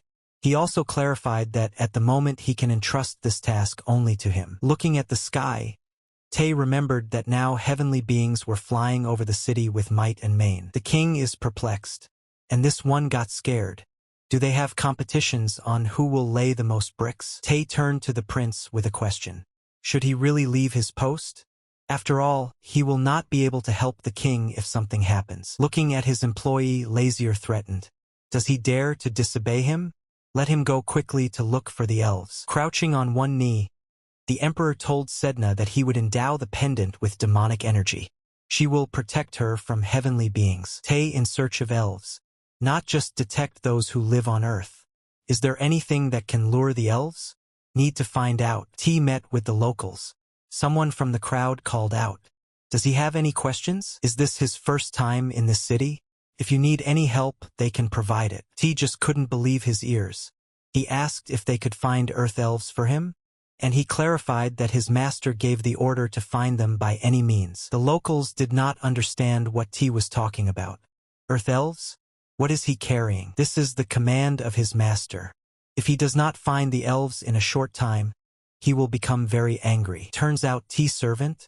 Why does he walk around here alone without his master? Since we are talking about his owner, I must say that he is simply incredible. He can do whatever he wants. Very respectful and majestic person. No matter how much he bothers him, the owner always forgives nobly. But when it comes to work, he is extremely strict. If he does not fulfill the order as it should, he will be severely beaten. However, he beats the owner only to such an extent that the beatings do not interfere with the further performance of the work. It is a great honor for him, Thea, to be a servant of such a charismatic and caring master. If they know something, where are the Earth Elves, then please let them tell. One of the townspeople said what to tell, they will tell anything. But first they would like to solve the money issue. He was waiting for this. It would be better if they said so. How much do you want for information? Someone from the crowd hit Tay in the head with a stick. Picking up the bag of jewels, they opened it. Here is the catch. Are they all real? Where does a servant get such values? The guys decided to send these stones to the master, to check for authenticity, and a rich life will begin. But not everything is so simple. Someone behind him coughed. Turning around, the bandit saw that T had woken up and was slowly getting up. Now this body is in a terrible state. It will take a lot of blood to restore it. People do not understand who he is, a monster or what. Theus will have to take their life force to heal his wounds. He covered his face with blood. Hearing a rustle and looking around, he shouted loudly. Did the Earth Elves enjoy the show? Showing themselves, they asked how did Tay know that they were here? He kindly replied to them that he wanted to first find something that would attract their attention. But in the end, I decided to dance from the opposite. I heard they don't like blood very much. No one would like it if their house was a mess. Therefore, he thought that they would smell the blood and be sure to come to clean up the mess. He had to play along with those people, although he intended to kill them from the very beginning. Did they like it? He asked. Yes, they liked it. Perfect. That's very beautiful. T suggested that they take the gems. But one of them thought it was strange. Does he just give them without conditions? Nothing in the world is free. Yes, Tay said that his master was looking for them.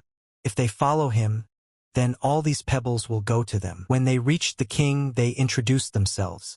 One is named Long Xiao Xiao and the other is Ling Xiao Xiao. Lazier also introduced himself. And don't forget to thank Thea. Thanked His Highness and asked permission to go and change for a second. Lazier wondered what Earth Elves really looked like. Turns out they really do look like humans. There are wings on their backs and mustaches on their faces.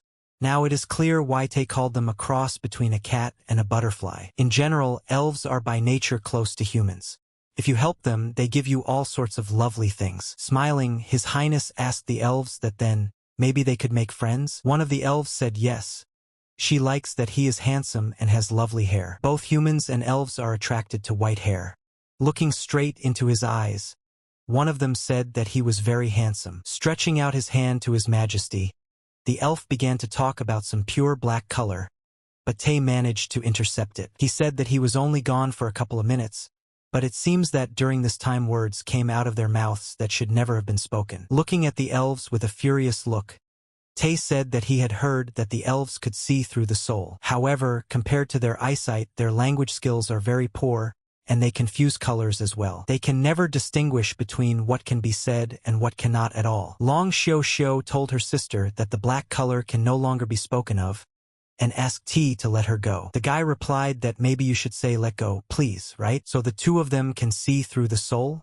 Enraging ability, who even invented it? Lazier can't stand this. Is it possible to give a damn about construction and let them go? Sedna entered the room. What's the noise?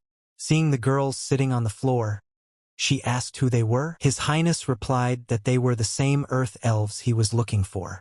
She said hello and said her name was Sedna. They approached her so close, she did not understand what had happened. The elves hugged her and said that she was very similar to their queen. His Majesty did not know what to do now. I decided that it was better to go to sleep, because the morning is wiser than the evening. Lazier and the elves were asleep. T guarded the dream of His Majesty and the girls so that they would not run away anywhere. But suddenly the girls' eyes opened. They looked at each other and shouted at once that the queen was calling them. She and their home are in danger. The elves flew towards the exit, but Tay stood in their way. Apologizing, he said that unfortunately nothing would work. Without the permission of the king, they cannot step out of here. But then, something strange began to happen to the girls. Hell, these guys are usually quieter than water. But in anger they are terrible. Turns out that something bad really happened to their queen. Then His Majesty suddenly woke up and said that since this is the case, they can go together. And it wouldn't hurt to meet their queen. She's in danger, right? So it's time to go. If something very bad happened, then T will help them. But the guy clearly did not expect such a turn. Why is he surprised? The king is a fragile and weak man. If it suddenly turns out that they disturbed his sleep because of some nonsense, then their so-called queen will also fly into the first number. Friendly company, they set off. Turning to His Majesty, Wyan said that for no reason at all, going to the lair of the Earth Elves is a dangerous undertaking. The king replied to the employee that he had been a little sad lately. Perhaps nostalgia had come. He constantly thinks about his mother. These guys were crying and saying that they wanted to go home. They wanted to see their queen. Did he have a choice? The king has a weak heart. Tears welled up at that moment. Even though he is a prince, he is still a child.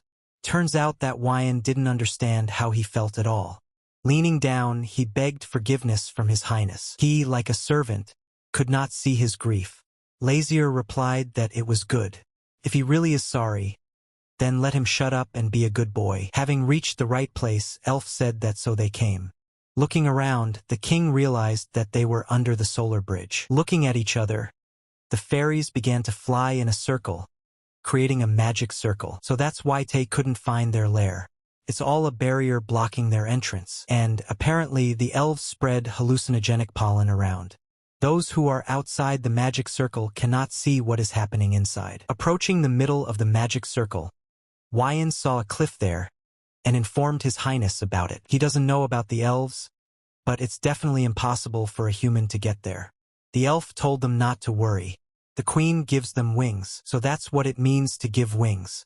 Knowing the king that he would have to go down there in such an unsightly state, he would simply jump down. Wyan agreed with his highness and said that he didn't want to show himself like that in front of others either. Tay replied that thanks to them they would safely get to the lair.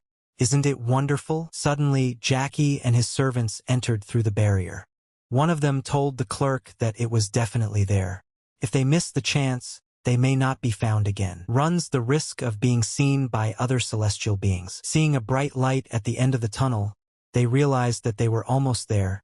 The elves confirmed this. Having flown to the right place, the earth elves released everyone to the ground. Looking around, they saw bronze statues. The bronze statues are very skillfully made. It would be difficult for elves to make them so accurate without knowing what celestial and demonic creatures look like. From the side, words were heard about what a lovely white hair color his highness has. Lazier saw an elf sitting on one of the bronze statues. Greetings, dear guests. Without thinking twice, his highness asked if she was the queen. Right point, her name is Hyun, and she is the queen of the elves. The king introduced himself and said that his name was Lazier, a noble lord, chosen by God himself. The elf queen replied that she knew that was not his full name, but Lazier will suffice. She really is the queen of the earth elves, since she was able to find out that he was the demon king. The queen replied that she should thank. She always wanted to meet him. Glorious, after all, his highness himself had an interest in her. She asked about what interest there is speech. There are many rumors on the surface that the earth elves have outstanding building skills. Arriving at their lair, the king was personally convinced of their authenticity.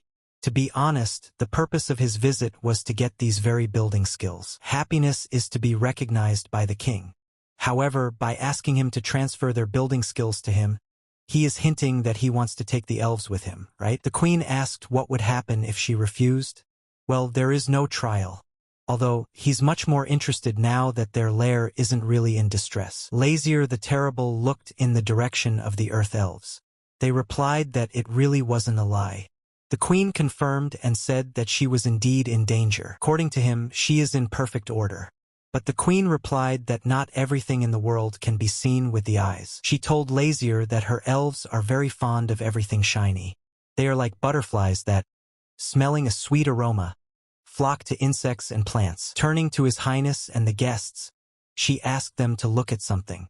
A gem appeared in front of their eyes. His highness replied that no, it was not him. Sedna didn't understand how it got here at all. The queen replied that the elves picked him up on earth. Sedna was at a loss. What does she want to say that they found on the road? He was thrown, puts without protection. If they left it there, it would either collapse or fall into the hands of people. She could not believe it, saying that this could not be, that it was a lie. Lazier tried to calm her down. His highness said that he knew perfectly well what it was, and that there should not be the fruit of the next heavenly king, the fruit that is revealed on the tree of the heavenly world Yggdrasil, and from which heavenly creatures are born. It is the birthplace of the next generation of the heavenly king. The egg is still small, but the king clearly feels the energy pulsations. Unable to stand it, the king asked the queen of the earth elves, did they really pick him up on the road? She answered yes, he just didn't have the words. Do they know how dangerous the bomb they brought to themselves? The queen replied that of course. His highness inquired why was the egg shown to him at all. She said that the heavenly beings had misunderstood everything. They believe that the elves have stolen their child. What fool would believe they just picked him up? Turning to the king, she asked him to take the fruit for himself. Lazier was very surprised. She replied that if the king agreed, he would lend him elves with better construction skills. Her character is much worse than he imagined. Former, the king said in confidence that he does not tell everyone that he has a disgusting character. So she should be ashamed. He did not understand. Why did you have to pick up something for which you cannot be held responsible? Suddenly he destroys the fetus. What will they do then? Wyan couldn't figure out what the sinister energy and pressure was. It's even hard for him to breathe. His Highness was clearly angry. The queen said that she knew he would not harm this child. Lazier asked why did she get it? The Earth Elf Queen replied that she saw it that way. If he refuses, then there is no choice. Since the fetus came to them, it means that it is destined to become part of their family. There are no other options. They cannot throw away the egg, just as they cannot prove their innocence. The king said he didn't care. Let them do what they want. Sedna begged them to return the fetus, otherwise there would be big trouble. She turned to the laser and asked him to at least say something. He knows what kind of egg it is. Is he just going to leave? The king replied that at this rate he would soon go crazy.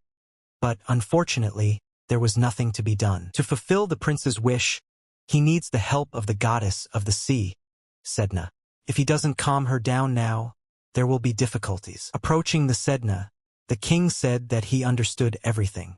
He offered to think again a little what and how. T addressed His Highness with the words that this is a very popular dish here. The king replied that he did not eat jukuf. T said that they are much tastier than they look. There are fried hornets, caterpillars, and others. Turning to the dragon, His Highness asked how he could eat this rubbish and call it tasty. T replied that all felt-tip pens are different in taste and color. Therefore, it is better to respect other people's preferences. The Earth Elf Queen doesn't know what to do. Turn off stubbornness and return the egg as soon as possible. If Heavenly King Mikilos gets really angry, even His Highness will have to sweat. The Queen asked if he was worried about her. Lazier replied that he only needed her abilities. If he refuses, he is not sure what he will do. But if they are all exterminated, there will be a problem. Moreover, they now live in the territory of the Kana's empire. The queen replied that yes, they made an alliance with them. If the celestial beings suddenly decide to attack them, the king does not think that the empire itself will remain unscathed. As long as he's here, he'll probably refrain from turning the human world inside out. He actually said seriously. The queen said he was more amiable than she thought. Is she bullying him? The queen said no, she really thinks so, and thanked Lazier. He asked her if she cares that the Demon King is in front of her. She is the queen here. Even if she is scared, others should not know about it. He understands that very well. His Highness replied that no, there was no reason to feel responsible for her picking up the fetus. Even with a queen or a king, a situation can happen that will scare you because of the responsibility for your family. Of course, he is an exception. He is not afraid of anything, absolutely. Smiling, the queen answered him that he, as always, was in his repertoire. After descending to His Highness, the queen said that it was good that she would return the fruit of the next heavenly king back to the heavenly world. The king replied that this was the most sensible decision. By the way, that's what he was interested in, her eyes. At some point, the stones began to crumble right at them. His Highness asked what the hell is going on. The Earth Elf Queen yelled at them to be careful. The heavenly world has come to take the egg. Looking at everything that was happening, the Queen of the Earth Elves asked how to understand this. The guy replied that they had come to pick him up. Looking at everything that was happening, Sedna realized what kind of task was entrusted to Jakiel. Looking at Lazier's smirk, Wyan realized that at this rate, he would expire much sooner than he could fulfill his cherished wish. Jakiel warned once more to bring him back at once. The queen said that it was unpleasant for her to hear such words. They looked after the child they had thrown away, and now they have come and dare to warn them? Are heavenly beings always paying for mercy this way? One of the heavenly beings asked what kind of grace she was talking about. They stole the fruit and now they are talking nonsense. The queen replied that they did not steal it. Since they claim they did not steal, then how did it come into their hands when it should be kept on the tree of life? Being by their obscene nature greedy for everything shiny, stole the fruit and fled, and now they do not want to return, based on their greed. The queen asked not to insult them anymore. This child was thrown on the ground, confusing an egg with a precious stone. her elves brought it underground. Her earth elf does not know how to get to the heavenly world. They were going to return the child immediately, but they simply didn't know how to do it. But in the end, everything ended well. Since they arrived in person, the queen asked to be allowed to return it to them. She asked them not to take them for thieves anymore and not to humiliate them. Jekyll said that he should report everything to the Sky King. The queen asked if they were retreating. The guy replied that they should not relax too much. He does not know what order the heavenly king will give. All heavenly creatures obey only the instructions of their king. Looking at the egg, the queen said that now it was time for him to return home. The queen handed over the heavenly fruit into Jekyll's hands. Suddenly, the name Imbilden and the words that only His Highness heard were heard from him. Let's definitely meet again, Imbilden. Is this even possible? Before being born, does the next generation heavenly king already know his name? Embracing the heavenly fruit, Jekyll and Sedna looked into each other's eyes, after which they flew away. It all ended well, it's true, Sedna asked. She saw that Lazier was looking thoughtfully up and thought that something hurt him. She said that she could cure if that. His Highness replied that it was all right. If she carelessly used the sacred power, the bell containing the demonic energy would simply break. Sedna said that there is no face on him. How can he be okay? And she still tried to use force. Lazier said no. T approached His Highness and said that he had indeed turned a little pale, and he asked if he was okay. Lazier turned to they and asked if he had heard that the eggs of demonic creatures and the fruits of heavenly creatures could talk of their own accord. He replied that no, from what he taught before his birth, demons and heavenly creatures were just bundles of energy. If this energy is destroyed before the egg splits, no one will be born. With heavenly beings the same song, His Highness himself knows this. T asked if His Highness felt something from the fruit of the heavenly king. Lazier replied that to the point he was talking to him. T laughed and said that it couldn't be. The king said that he offered to meet him, and what's more, he knew his name. He told the king that it was impossible. He, too, would like it to simply seem to him, heavenly king of the next generation. Perhaps he will be born into such a stunning being that Machilos can't handle. The Earth Elf Queen asked His Highness to leave already. He replied that yes, it was time for him to go to the coronation of Emperor Kanas. She thanked His Highness. He replied that he did nothing special. Even though she's embarrassed to admit it, he helped her realize one thing. To protect everyone, she, the queen, should learn to be afraid. Calling Long Xiao Xiao and Ling Xiao Xiao, the queen said that Lazier could take them with her. Haven't their negotiations been covered with a copper basin? The queen said she would send them on a tour. They made an alliance with the empire and now they can live in peace and harmony. However, when it comes to the development of technology, staying away is beyond their power. Therefore, the queen would like them to show these little ones the lands of the Gerera. Lazier replied that this was a good excuse. Since they receive support from Kanas, they will not be allowed to go to another state so easily.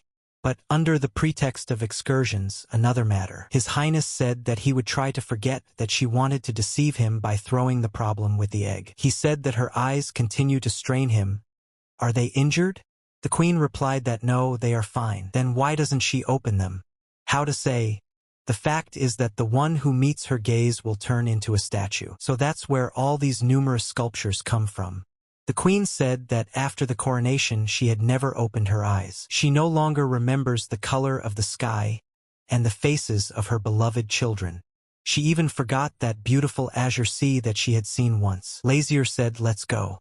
The queen did not immediately understand what he meant, so she asked again. She wants to see the sea, so go ahead, what's the problem? But if she opens her eyes, innocent people will turn into statues. His Highness told her to stop bullshitting herself. When is she going to live for herself? For myself? But is it possible for her, the queen, to live for herself? Lazier replied that, of course, he allowed it. Holding out his hand, he invited her to go with them. He said he allowed it. Doesn't she want to see the world around? Doesn't he want to see the sea? His Highness yelled out if there were any who objected to the queen coming to the surface. His Highness will nail it so that mom does not grieve. Well, how? It's enough? The queen said he was very strange. His Highness asked if the queen was ready. She answered yes, but even glad that she just left her shelter. Her desire was not just to be on the surface. For the sake of her kind, she lived for 500 years with her eyes closed. Therefore, he has every right to make his dream come true. His Highness said to slowly open your eyes. He asked how she was. Is she glad that she listened to him? The queen answered yes. Falling to the ground, the queen screamed, no, what is he doing? His Highness asked if she could hear him. The queen did not understand how this was even possible. She thought he would turn to stone. He's protected by the goddess of the sea herself, so that won't work. Did her wish come true? The queen replied that yes, she would appreciate his help. He doesn't even know how to thank him. Her words are not empty words. Elves never forget the favor shown to them. Aren't they even already? She gave him those elves. The queen replied that this had nothing to do with her wish. She told His Highness that if they ever needed help, she would always help. Lazier replied that excellent, if so, then let him put his signature there. However, he is not sure that she can do anything to help him, the Demon King. Looking at the book, the queen asked, what is it? A book with the names of those who are bound to him by an oath. He's used to doing things for sure. But, of course, the book forces him to fulfill his requests. The queen will not interfere in the conflict between him and the heavenly creatures. A signature signifies a promise between two parties. Her eyes and the truth show that Lazier is not lying. Lazier told the queen that if help was suddenly needed, report through the twins and he would respond. That was their agreement. The capital of Kanas is Kanancia. The salesman at the market told Dora that a great product arrived yesterday. The girl asked what exactly. Imperial Palace of Canossa. Sedna looked at it all with admiration and said how huge it was. She never ceased to admire the surrounding beauty, telling Lazier how great it is. Ling Xiao looked at the people around her and said that it was her first time in a place like this. Tay told the elves that it is easy to get lost here.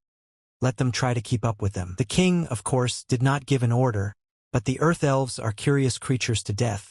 It is not known what they are capable of. T turned to His Highness and said that they needed to go there. The king said that he himself knew, but if they take a shortcut, they'll get there faster. The guy refused and said they'd better take the safe route. But the king insisted on his own.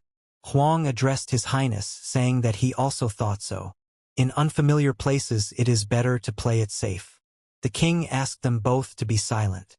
If a carriage tries to knock him down, then there will be no chips left of it. The elves stared at the showcase with gold jewelry, but when they saw that the guys were moving away, they shouted to wait for them. Despite the sides, they flew across the road, when suddenly a carriage appeared on their way, which was rapidly approaching them at high speed. The carriage stopped and a man looked out of it, indignant about what was happening here. What are they doing here?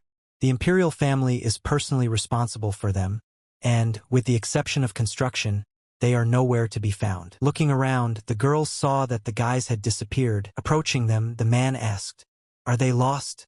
He, saying that his name is Nak Buckman.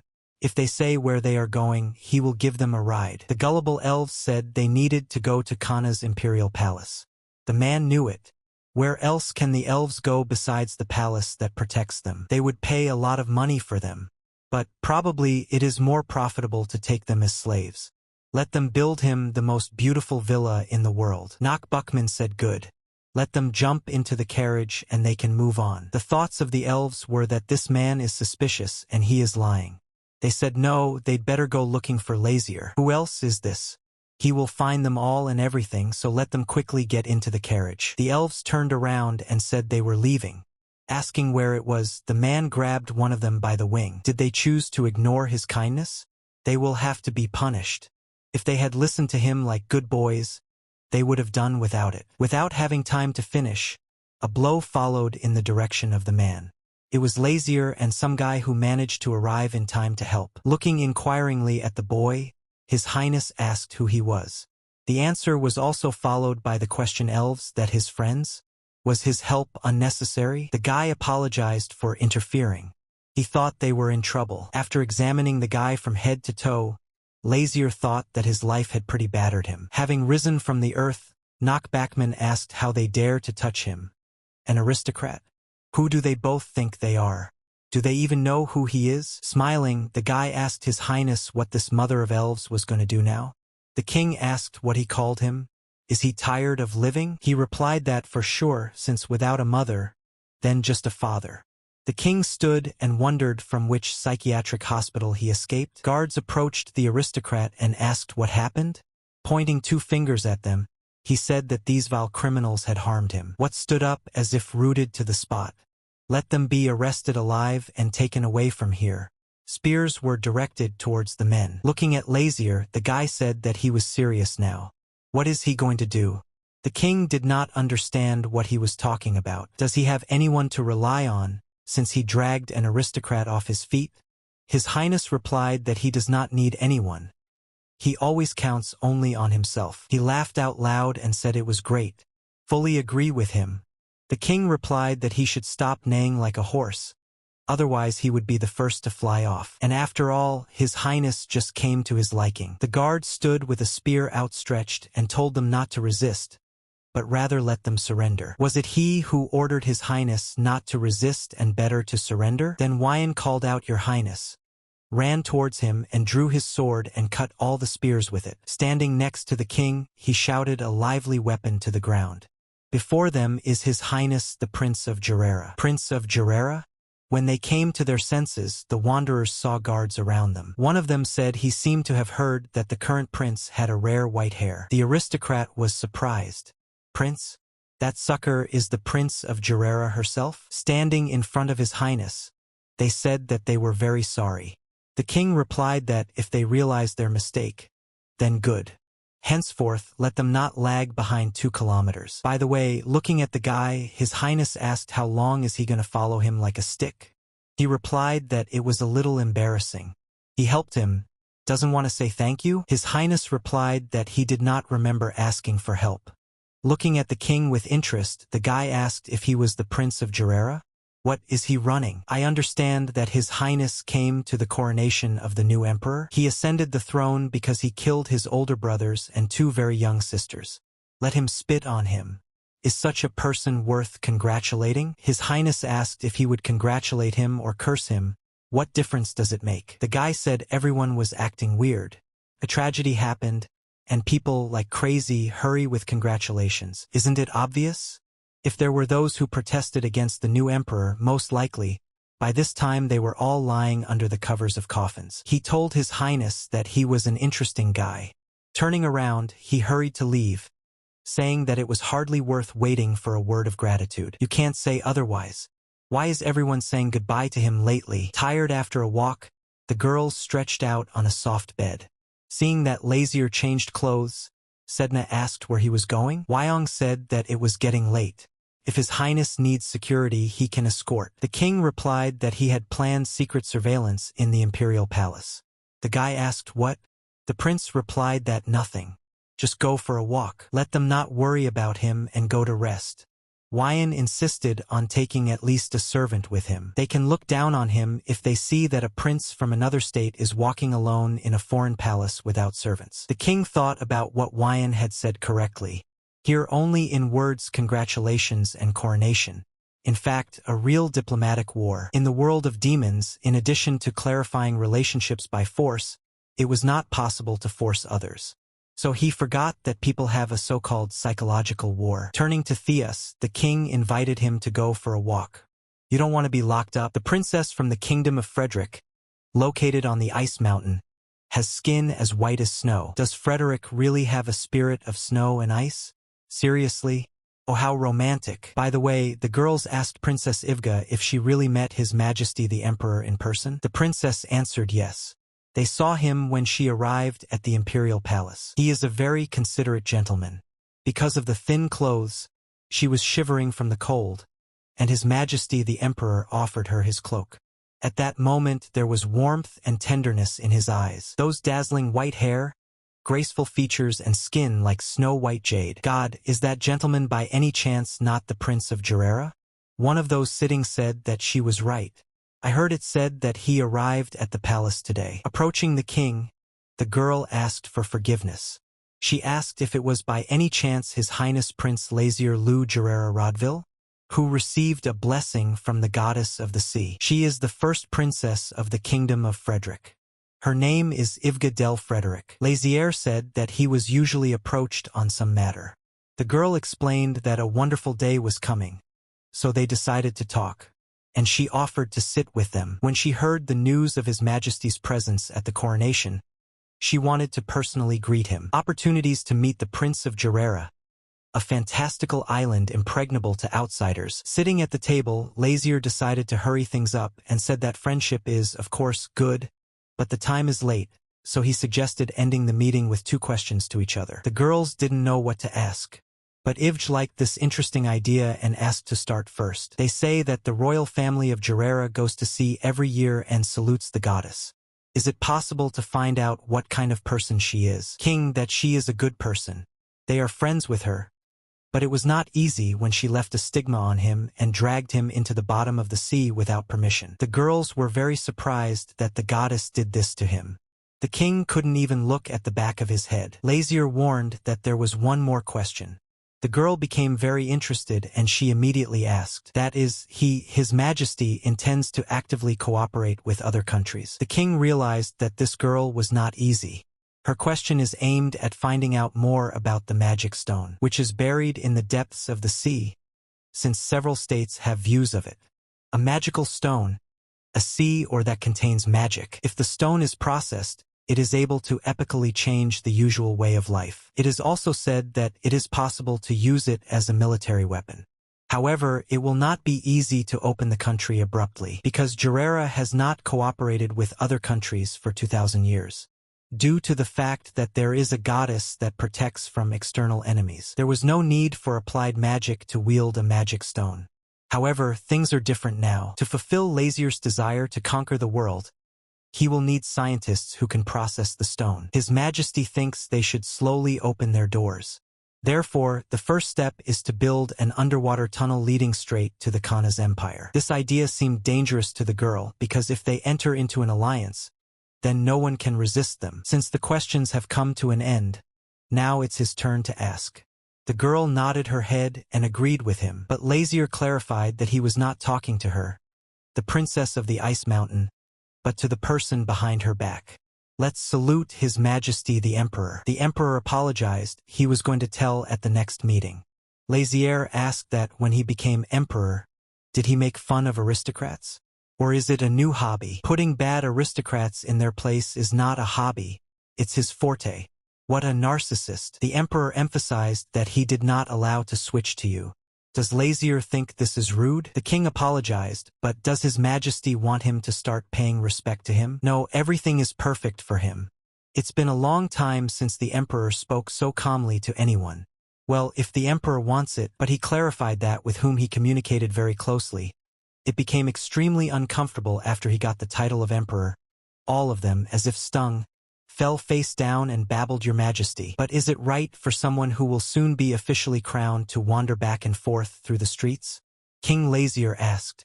The Emperor replied that if he stayed even for a day in the stuffy place, he would go crazy. But why, then, did he help those 2 earth elves? They are nothing to him. The Emperor said that they reminded him of his younger sister and brother. If they were alive, they would have grown up like those elves. Brother, sister, and mother are the only family that supported him. He didn't want any more, so he didn't want power. The decay of the palace did not leave him or even his family alone. The throne was not needed, since strength and power only lead to moral decay. But, having lost dear people due to his stupidity, he understood one thing.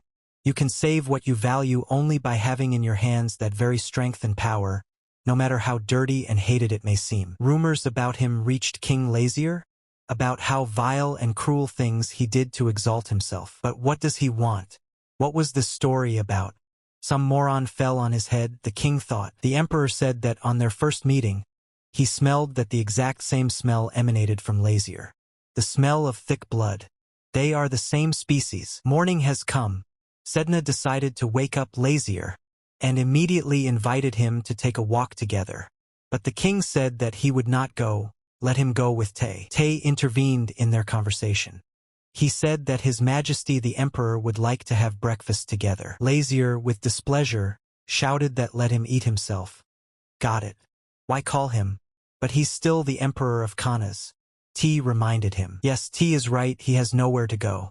He said that he would go to wash, and they should prepare for the exit. After washing and dressing, the king nevertheless decided to have breakfast with the Emperor. The servants remained outside. When he saw what was happening around him, he was a little shocked. After all, this moron offered to have breakfast only together. As he passed tables, he noticed an aristocrat whom he kicked. He fell off his chair when he saw him. The emperor appeared. Everyone got up from their seats. He wished everyone good morning and bon appetit. It seemed to the emperor that everyone was somehow drooping. Didn't like the hospitality of their empire? Those sitting in chorus shouted that no, everything was fine. They admire the imperial care and are stunned by the beauty and nobility of the Khan's empire. Suddenly, the victim turned to the emperor.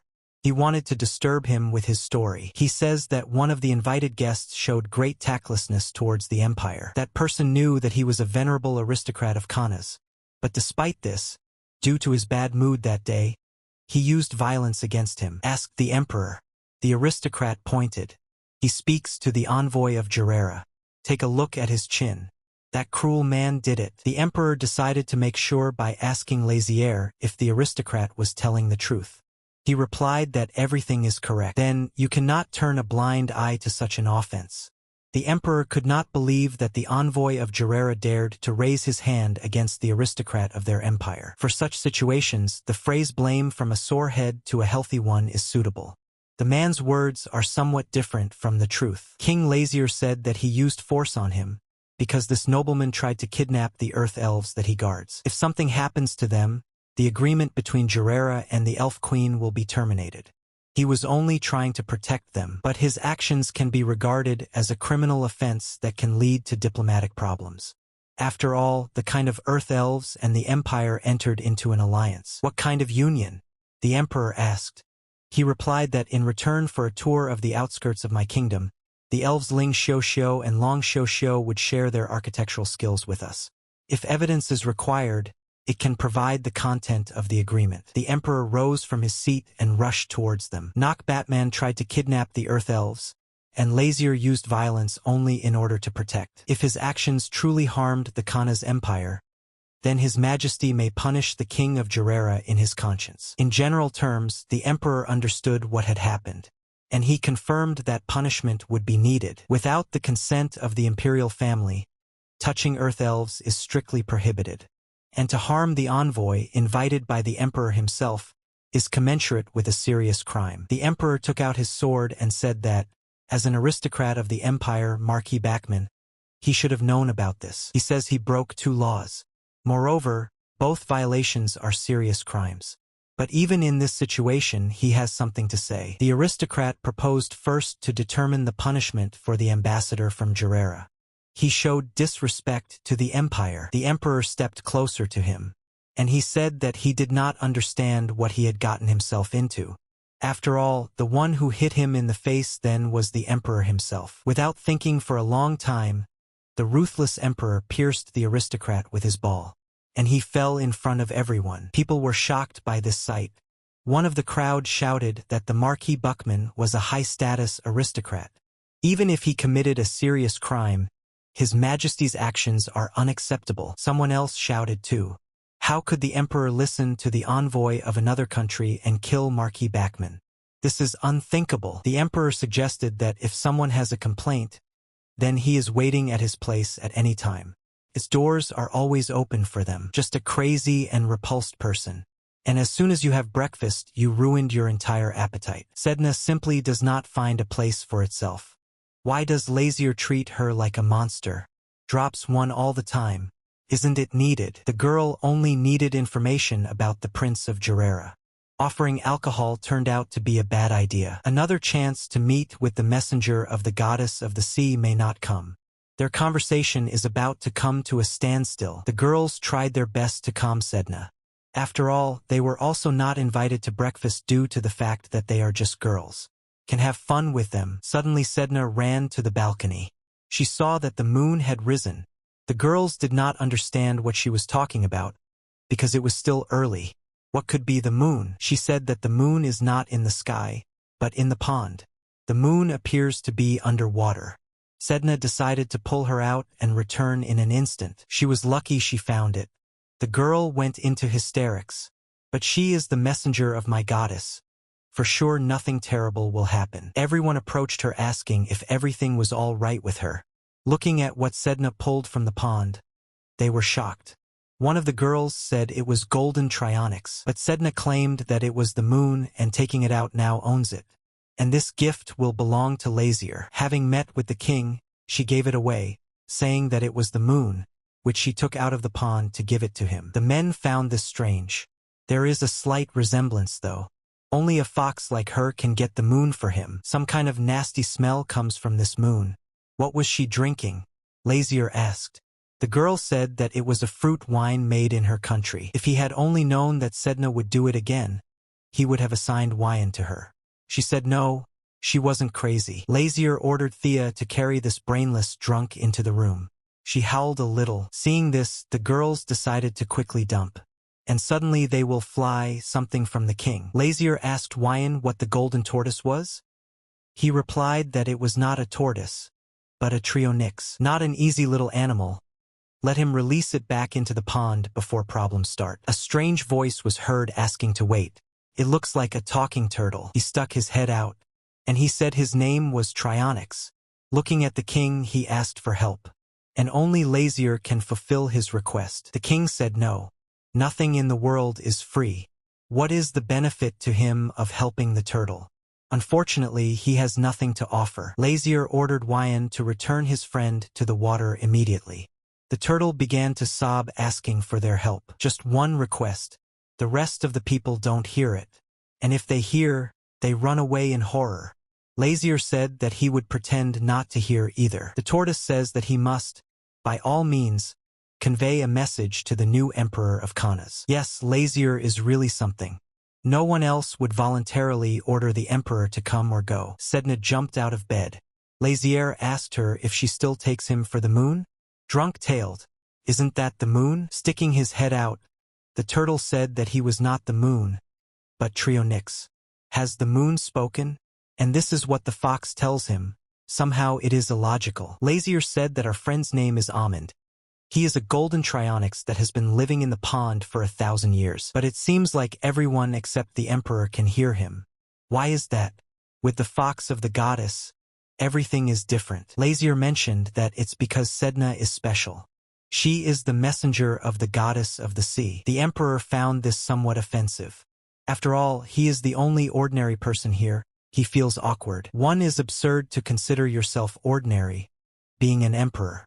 Is he really the emperor of Kanas? Sedna asked.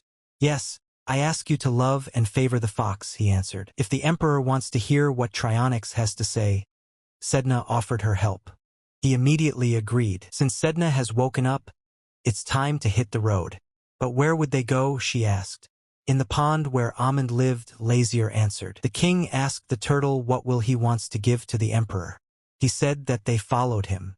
There is a sealed gate at the bottom of the pond. Inside is a legacy left by its owner.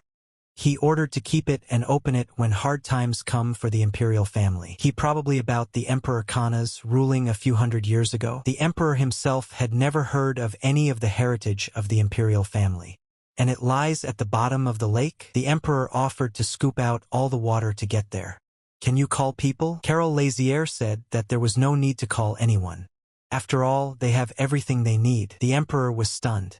Is this really the initial appearance of the messenger of the goddess of the sea? Lazier asked Sedna to remove all the water so that they could pass. She understood his highness. The amazing ability surprised Huayan. But there is nothing to be surprised at. She is the messenger of the goddess. Come to the center, the turtle said. This is the emblem of the imperial family. He needs to stand on the emblem. Then the seal will be removed and the gate will open. The emperor has some doubts. But this place somehow doesn't look like a fake either. If he had not told him that there were gates at the bottom, he would never have known. It is obscene to step on the coat of arms of the imperial family, but unfortunately he has no choice as such. Somehow a magic circle appeared. The emperor sensed something bad. Everyone rushed to the center of the circle. Lazier shouted and grabbed the emperor's hand. Have they fallen into a trap? Our main characters woke up in some dark place. Where are they? It's as dark as a tomb. Tay took out a magic stone from his pocket. Lazier asked if he could use magic. He replied that it was only practical and then only a little. The emperor suggested that this place looked like an underground water canal. He once heard that this station had been closed for a long time. How did they even get here? Lazier says they teleported.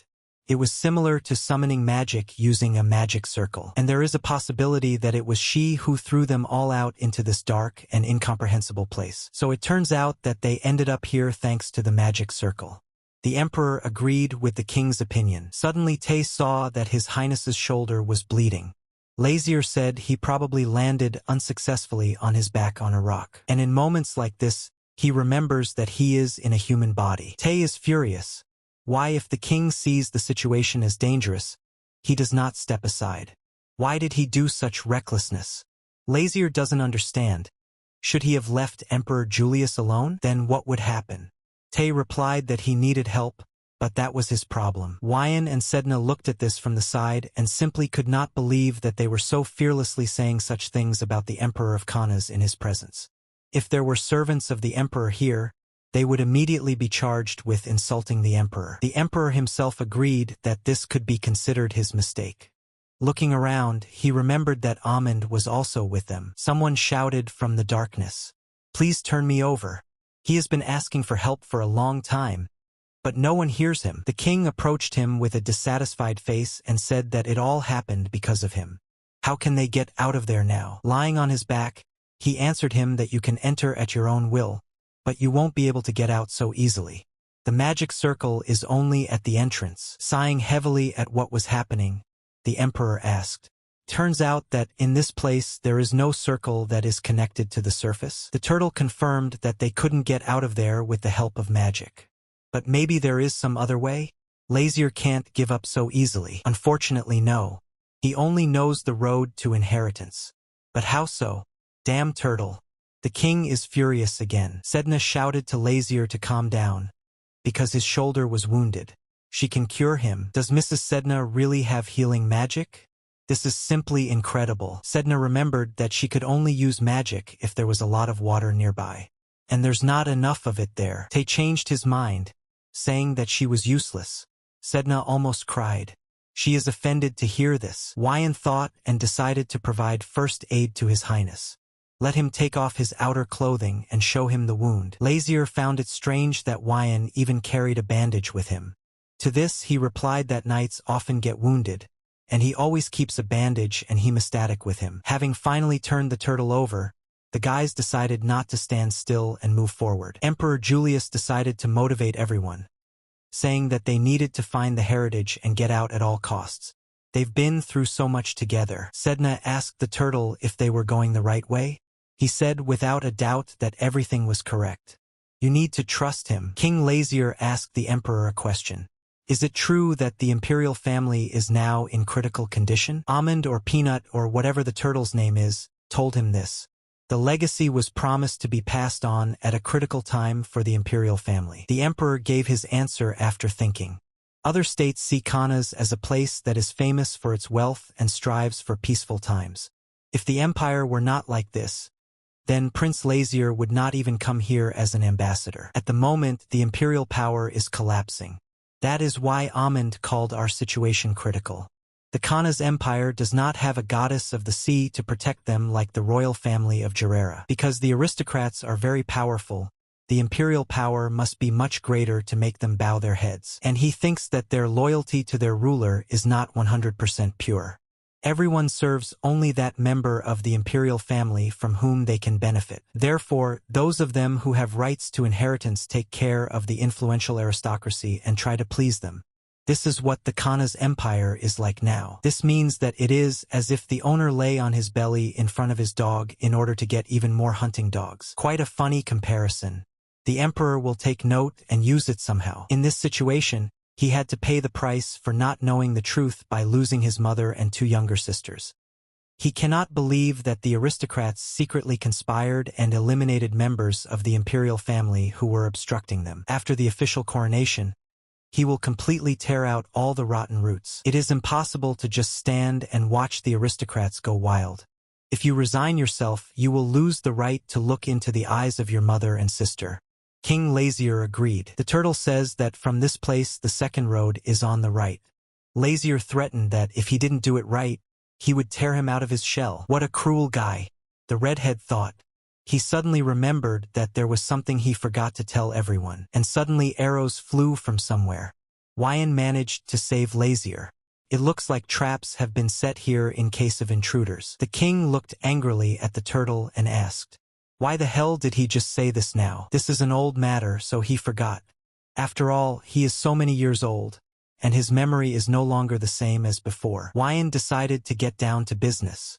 He warned King Lazier and the emperor to stand behind him. Arrows flew everywhere.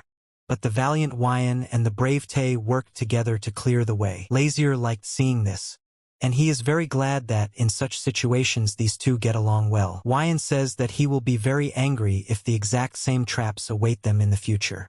The turtle replied, "No. There will be no traps in the legacy room. Let him not worry." They saw a large number of red eyes in front of them. Lazier thought maybe the rescue squad had arrived. The emperor mentioned that this could not be the case.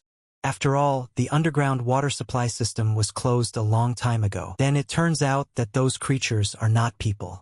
They are monsters. Fierce creatures who rose straight from hell. However, it doesn't matter who it is. Wyan told them to rely on him and stick together.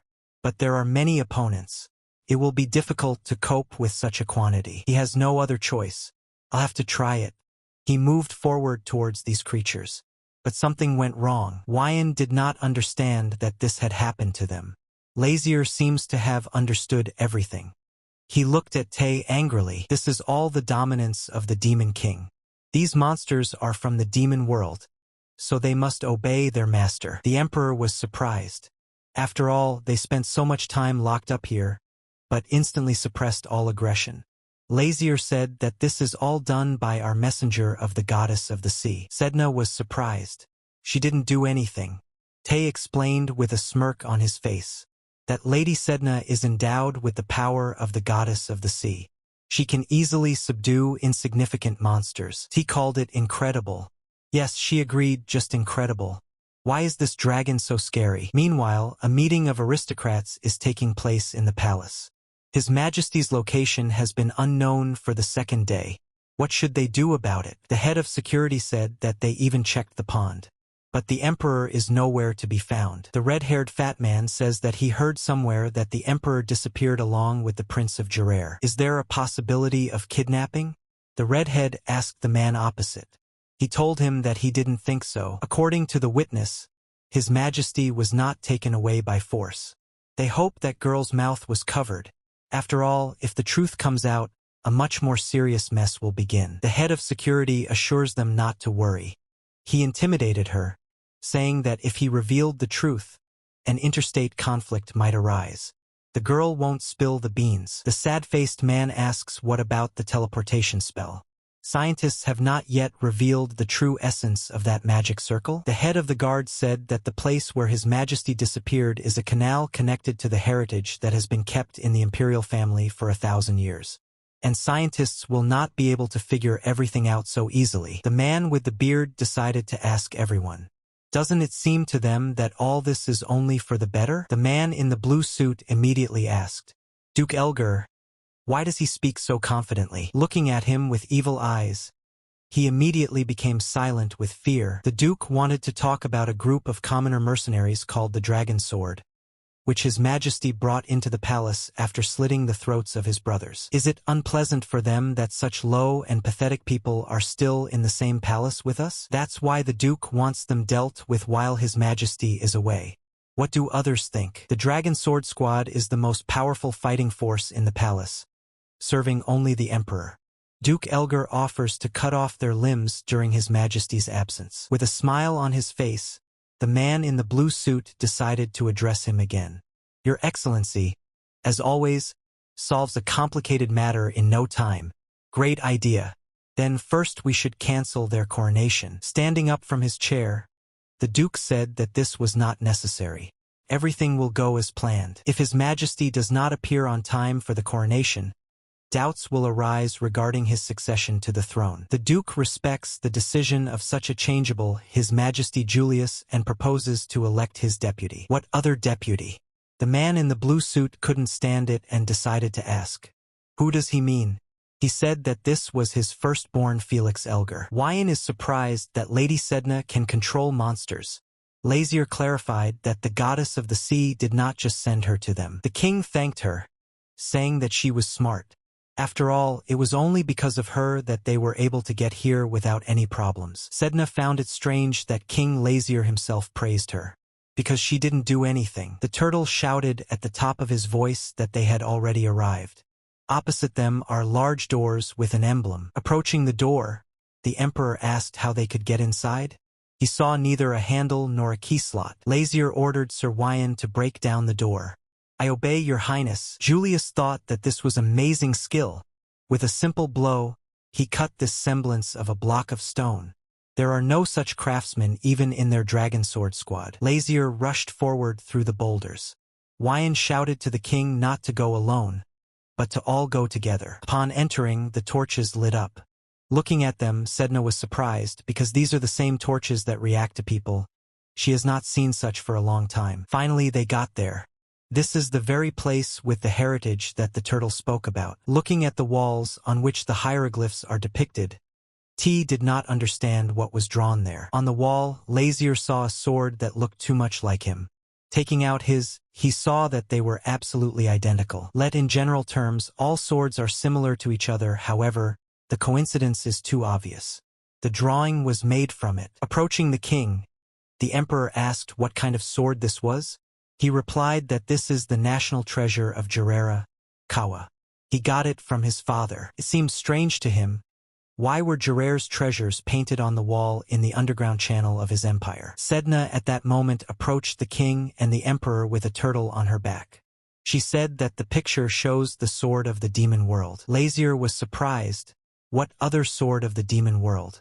Amund was sure that this was what his owner called him 1,000 years ago. Then what is this pipe next to him? The turtle replied that this was the pipe of the heavenly world. Pipe of the heavenly world. Why are the sword of the demonic world and the pipe of the heavenly world drawn together? As far as the king knows, humans have virtually no knowledge of celestial and demonic beings. The turtle replied that the heritage hidden here is the pipe of the heavenly world. It's in that box over there. Amund turned to Julius Rincanas. If he really belongs to the Khanas imperial family, he will be able to open the box. Is his family's legacy inside? Approaching the box, he opened it and saw the very instrument of the heavenly world. Is this the pipe of heavenly peace? The legacy his ancestor left 1,000 years ago? Julius said that it looked like nothing special. An ordinary pipe. Turning to him, the king asked him to blow into it. Who knows, maybe if he says my name is master, something will appear. The emperor replied that he did not know how to play instruments. And who asks him to play? Let it make any sound. The king does not think that this is a pipe. It was created to be used to perform serenades. Having blown into it a couple of times, Lazier said that he was a doubtful player. But he warned me that he doesn't know how to play. The almond that was in Tay's arms rose into the air. He thanked the emperor for his excellent performance. Thanks to him, he was called up. Amund, all this time he carefully guarded the legacy. Bursting into tears, he realized that he had succeeded. He had coped with the task assigned to him. Now that the imperial family's connection has been destroyed, her descendant who is in trouble will be helped by the pipe of the heavenly world, the inheritance she received from the angel. The woman now trusts her to the emperor. He stood in bewilderment and did not understand what she was talking about. She, with Amund in her arms, simply disappeared without saying another word, leaving the men alone with many questions in their heads. Meanwhile, the coronation ceremony began in the palace. Preparations were in full swing. While styling the hair of the princess, the maid asked if she liked it, or would it be better to change the style. The girl said that it's not worth it. She's good at it too. She asked, by the way, has His Majesty Emperor Julia returned safely? The maid replied that of course. Otherwise the coronation ceremony would have been cancelled. She shouldn't be worried. Ivga continued to say that it was somehow strange. She definitely heard that the Prince of Jirera, Lazier, disappeared along with the Emperor. Since His Majesty is back, why doesn't the prince show himself in public? She has a feeling that something bad has happened to her. The people in the palace were ready for the appearance of the emperor. There were only a few minutes left before his coronation. The girl turned to the aristocrat with the words that it seemed to him that today there were too many nights. The man replied that there would be a coronation of the emperor, a major event. Is it possible otherwise? Be that as it may, their intimidating weaponry seems a little unnecessary. It would be possible to abstain. The chief servant approached Duke Elgar, bowed and said that he must immediately report something. The Duke allowed it. He began to talk about how the members of the Imperial Dragon Sword Squad had not been seen since yesterday evening. Did they find out about their plan and run away? They were going to get rid of them immediately after the coronation. That's what it is, but they don't lack ingenuity. The Duke ordered people to be sent to their location.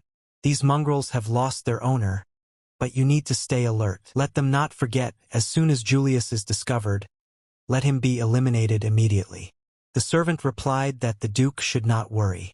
A lot of time has passed, and Julius still has not returned. According to the scholars of the demonic path, there is a high probability that he is already dead. Most likely from hunger, buried under the rubble of old ruins. All knights had already been given orders to punish him. Even if he returns, he is still not a tenant. Julius Rincanus, the Duke, of course, is sorry to lose his inclinations as a ruler, but he himself is to blame for resisting the aristocrats.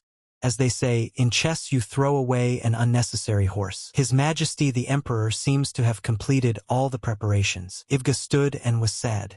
Her heart was not in the right place. Did the Emperor really return safe and sound? Then the door opened. The butler said that His Majesty the Emperor is coming out. Everyone keep their manners. People stood in bewilderment. Who is this? This thing is not His Majesty Julius.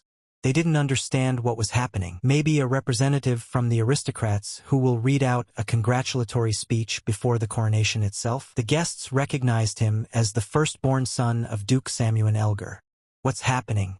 Why did the coronation begin without Emperor Julius? We received the blessing of heaven and expected a holy ruler to rule this land with a 1,000-year history. However, the one who inherited this brilliant power is not present at today's ceremony, which means he renounces his rights. In this regard, we present a person who will replace him. Ivga del Frederick asked to stop. She asked where His Majesty Julius is now. Wasn't this assembly organized to congratulate him on his coronation? For this she came a long way from Frederica. Here the voice of Duke Elgar was heard from the crowd that the emperor had refused the coronation, rejecting the blessing. People began to whisper that it was His Excellency Simeon Elgar. Clearly smells like something serious. Duke Simeon Elgar, the leader of the party of aristocrats, Khanas, who holds the entire political sphere in his hands. The person replacing the emperor is the son of Duke Simeon Elgar. The Duke planned to take as an excuse the disappearance of His Majesty Julius and make his son ruler of Khanas. Ivna said she heard that His Majesty Yulia was missing. If he has not returned yet, wouldn't it be more correct to cancel the coronation and make every effort to search? His Majesty Julius? People didn't believe their ears. Did he disappear before his own coronation? Then what should they do? It seems that Princess Ivga and the rest of the guests are in no particular hurry to offer congratulations. He talks about his son Felicia Elgar, who will become the new emperor of Khanas. Ivga stood in bewilderment. She did not understand what was happening. On what rights do they crown his son emperor? Even though his son belongs to a collateral line of kinship, he received imperial blood from his grandmother. Therefore, he has enough rights. The Duke said that he would no longer forgive those who show tactlessness. It doesn't matter whether you are aristocrats or guests from other countries. Everyone without exception will be considered enemies of our empire. They will have to pay the appropriate price. Turning to Princess Ivga, he asked not to complicate the situation. Doesn't the princess of the small state of Frederick, who is located on the outskirts, want to become the Empress of Khanas? He told her if she kept quiet, they would think about her place in the harem. The princess stood looking down at the floor. Felicius Elgar, come forward. Deputy who has inherited the blessing of the God of heaven. Ivga stood and thought about His Majesty. Where is he? Will he have time to arrive for his own coronation? And is everything okay with him? Willingness to inherit shining authority. The one who will take on this will. Then the door to the palace opened. Sorry, I'm a little late. He, His Majesty Emperor Julius, appeared in front of everyone, safe and sound. Walking along the red carpet, he cut it with his sword. The Duke clearly did not expect to see Emperor Julius alive. With a grin, he asked Duke Elgar what was wrong with his face. It was as if he had seen a ghost. His Highness said that he was ready to listen to all his excuses and apologies. However, this does not mean that in the end his head will remain on his shoulders. The Duke began to shout at the employees. Why did they stand like a pillar? They immediately pointed their spears towards Emperor Julius. And he is fearless, since he bares his teeth in front of the emperor. Yulia did not expect that there was a much more crazy person in the palace than him. He couldn't believe that the servant who was supposed to help him, who would have stood at the origins of governing the country, was so openly committing treason. He only thinks about his empire. Isn't the fact that he decided to put his stepson on the throne a betrayal? The Duke shouted that the emperor himself was to blame. Hid until the day of the coronation, which was promised in the name of the God of heaven himself. Is he now blaming the emperor for everything? They broke the law that the previous emperor respected. They also cut the throats of both their brothers and countless subjects. With the sword that is now on his shoulder, he waved away the imperial power and stained the palace with blood. They can no longer acknowledge him to their overlords. Since his words are completely true, he will not reject them. However, he thanked Duke Elgar for blowing himself up. Otherwise, he kept wondering how to deal with the rotten aristocrats. The emperor shouted to the guys. Did they hear everything? He ordered the execution of the dirty traitors gathered here. One of the servants asked His Majesty if they should tear everyone to shreds. The emperor replied that if they resist or do not want to surrender, finish them off anyway. One of the employees swung the ball and asked do they think what will happen to them? But suddenly his sword became unusable. Looking up, the Duke saw Earth Elves. What are they doing here? They never get involved in human conflicts. Then Lazier appeared. He said that they are keeping their promise to him. For the will of the Elven Queen is their will too. He had heard that people were very prudent with elves. Aren't they much better than a person like him, who could easily betray in just a few days? I would be ashamed. The Duke shouted to the employees to kill him. The instigator of all this is the Prince of Gerera. But it was not to be. Wyan appeared in front of them. With a smile on his face, King Lazier asked were they going to do something to him? Well, they can try. Pretends to be noble and powerful. But before death he is pitiful, Samuel Elgar. He shouted that they couldn't do this. How can they commit such atrocities in a sacred place? Is it true that he is talking about holiness which his aristocrats like? Okay. Then the emperor will show him the holiness that they all loved so much. The emperor took the pipe in his hands and began to play it. From the emanating music, a golden mendal appeared, the sword of the demonic world and the pipe of the heavenly world. The king knew that playing instruments is a special ability of members of the heavenly world. But it was impossible to imagine that the pipe contained a sacred power capable of turning a 1,000-year-old spiritual animal into a sacred one. The emperor has received a sacred animal. Everyone fell to their knees before him, even the Duke himself. Sacred animal? Where is it here from? This means that Julius was recognized as the true ruler. Princess Ivga again greeted His Majesty Emperor Kanas. He replied that he was glad to see her again, Princess Ivga del Frederick. The incident with the rebellion of Samuel Elgar, who tried to place his son Felix on the throne, was completely exhausted. Under the pretext of this incident, after his accession to the imperial throne, bloody repressions continued for several more days. Thanks to this, it turned out to root out all the opposing forces that were hiding and waiting for the right moment to attack. Having gained the protection of a sacred animal named Amund, he was able to receive the full calling of himself as emperor from the aristocrats. Trying to calm down the resulting noise and confusion, several more hectic days passed. Arriving at the emperor, Lazier and Wyan greeted him. He said that he wanted to see the king. Where have you been wearing it all this time? The emperor replied to the king that he actually had a rebellion. He thinks order is a simple matter, so I decided to take a breath and at the same time look at him. Julius looked around and asked what happened to his room, and he got soaked to the skin. The king said not to ask him but to ask that crazy fox. What is she? She did it for him. Why is she sulking again? Why was the messenger of the sea goddess so angry? Lazier replied that she saw him applying medicine to the wound, and staged a booth for no reason, declaring that she herself would cure him. In the end, nothing worked out for her, and she went crazy with anger, said that thanks to their beloved Lady Sedna, he now has his hands full. Has the wound gone yet?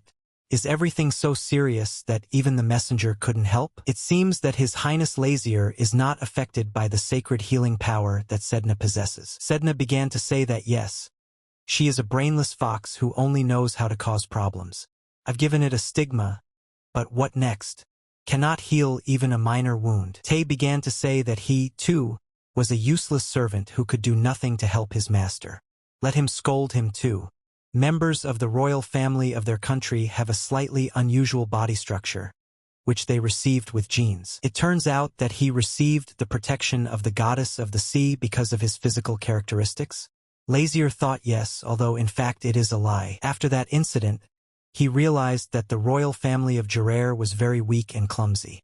Since even the sacred power does not affect him, without the protection of the goddess he can die at any moment. If something had gone wrong in the underground Vaticanal, then perhaps he would not be able to stand here alive and lament now. Julius was surprised. Despite all this, he still helped him? Decided to take a risk that could have cost you your own life? Lazier replied yes. For such a good deed, Emperor Canesa might give him some kind of reward. He doesn't think he can get away with a simple thank you, right? The emperor told the king that he was very funny. Can his excessive honesty be called arrogance? Does he want the emperor to do something for him? Let him speak. He will try to do everything in his power. Lazier replied that he had not yet thought everything through in detail. I asked Tay what he thought they should ask in return. The guy replied that this was a good question. He raised the topic himself, but he doesn't even know what he wants. He himself is not averse to thanking him, so he can be a little impudent. The king replied that he need not worry. He will rip off as much blood as he has shed. Julius said that after listening to the king, it seems that he helped him not because from the very beginning he wanted to get something in return. So why did you save him? The king replied that he just wanted it that way. Do you really need a reason to save someone? Looking at Lazier, His Highness invited him to become his younger brother. The king clearly did not expect such a proposal. What's wrong with that? Julius will be the older brother, and he will be the younger. He wants what Lazier did? Julius replied that he wanted him to become his younger brother, and he would be the elder. The king stood and thought, what is this crazy bastard talking about? Julius replied that let him think about it. This is a great opportunity. If the king becomes his brother, Gerard will become the brother nation of the great Khan's empire. Is this the reward he was thinking about? Julius laughed and said that this is a bonus point. He just wants to get closer to him. He will take good care of him. Well, what will he say? This is certainly not a bad offer, since it is not considered just an ordinary union if they form a brotherhood. 100% better than an alliance formed by a stronger nation forcing a weaker nation into submission. Khan's and Gerard are like brotherly nations. They should be more or less different and maintain excellent relations. Lazier hope he doesn't expect any special treatment just because he's older? Julius said not in the slightest. He is more comfortable maintaining their relationship as it is now. But does he really want to create the brotherhood after what he went through with his own brothers? It's not like he only had those he wanted to kill. He also had brothers and sisters for whom he would give his life. But he risked his life for him. So Yuli decided that becoming his brother would be a good idea. What if Lazier refuses? Then he would simply find ways to help Gerard. If he wants to maintain a graceful image, shouldn't he at least pay Lazier to save his life? Julius said that they should take an oath, making a toast to their brotherhood. But he is 15 and Julia is 17. They cannot drink yet. What if Amund and Sedna act as their witnesses? By the way, Lazier no longer sees this turtle. Doesn't he travel with them? He was with him the whole time. Turtle bastard. Why did he get so small? Even when he is small, he remains a Trionyx, not a turtle. It's tiresome to point this out to him every time. Since he became a sacred animal, he can change his size and shape. When he is small, it is much more convenient to travel with him. He has even developed divine defensive powers that fend off physical and magical attacks. So when he is with him, he hardly needs the help of the Dragon Ball Knights. Hell, he needs that ability too. This human body is too weak. This stupid Kava is absolutely useless. The sword dares to choose its own owner? Turning to Sedna, Julius said that they were going to create a brotherhood so she would become a witness. Lazier stated that he has one condition in this book. Taking it in his hands, Julius asked what kind of book this was. The king replied that this book contains the names of people with whom he had a special relationship. Looking into the book, the emperor saw that it even contained the signature of the Earth Elf Queen. The king replied that oral oaths are only remembered in their heads, so he likes to write down all his promises. They say kings shouldn't sign without due consideration, but since it's his younger brother's request, he can't refuse. Having signed the book, the emperor gave it to the king. He asked, "So, are they brothers now?" The king replied that of course. "I, Julius Rincanus, swear before the sacred animal Almond and the messenger of the ocean goddess Sedna, to accept Lazier Lou Gerard Rodville as my brother and take an oath of allegiance. Although they are not related by blood, in the future the two nations of Kanas and Gerera will be bound by brotherhood, and they will never betray each other." Lazier came to say goodbye to Julius. Leaving so soon? The king answered yes. All the other guests had already left, and he was the only one who was being held back. His wound is almost healed, so he returns to Gerera. By the way, the king heard that Julius was getting married. Should he congratulate them in advance? Ivga thanked His Majesty Prince Lazier. As a sign of congratulations, could he invite them to Gerera sometime? The king laughed and said that everything depended on the behavior of her husband. The girl said that she would look forward to this. She approached Sedna with a proposal to drink tea together next time. She replied that it was good, and again she wanted to drink the wine from the snowflower, which they drank last time. Lazier said she was not allowed to drink. If she drinks again, she will go back to sea. He will return to their wedding, right? The king replied that maybe. Actually, his only brother is getting married. What is he pretending to be? Julius asked him to return home safe and sound. How annoying he is. Since he wrote his name in his book, if anything goes wrong, he will stop this brotherhood nonsense. Julius touched his hair. Does he want to die? He looked so cute there that he couldn't help it. Lazier threatened, if he touches his hair again, then he is a dead man. Asking each other to take care of themselves because during this time they really became family. Wyan asked His Highness should they go straight to their hotel at the port. Tay was glad that they were finally going home. Lazier said that when they return, they will develop another plan for world domination. Lazier told Tay that he would have a lot of work to do when he arrived, so he should be prepared. He replied that if it was for His Highness, he would be only too glad. And Sedna shouted that she would try too. Yes, and offered to rest in this estate, and tomorrow with renewed vigor to go to Gerera. After all, driving late at night is dangerous. The elves looked through the window and saw the sea there. It was as if they were seeing him for the first time. It seemed huge and scary to them. Lazier decided to console them, saying that they should not worry, because tomorrow they will look at him as much as they want. And he asked if the prince was hungry. Lazier agreed and they went to dinner. An employee came up to them from a table. He asked the king if he liked his chambers. He said that it was not a palace, of course, but not bad. He will immediately bring food to everyone and hopes that they will like it. The king is already tired of everything. They will not let him eat peace. At that moment, a man was performing on stage. Dear guests, you have been waiting for this for a long time. Very soon the performance of the mage's student from the magic tower, Lilisa, will begin. Meet the magic show of the Mage of Souls. Suddenly a man appeared from the thick smoke. Lazier had heard of them once. Using their voice, they can create the elements of water and fire. With angels and demons cannot be compared. But for people this is the closest title to magic. They don't have mage engineers? Asked King Wyan. He replied that there are, but they are not very suitable for such places. Collecting a magical mechanism in front of everyone would be strange. Does the king need to find a mage engineer? Yes, he thinks that it would be nice to have both earth fairies and the mage engineer on the team. Wyan got an idea. He thinks it would be better to look for him in the magic tower then. The soul mage is also from there.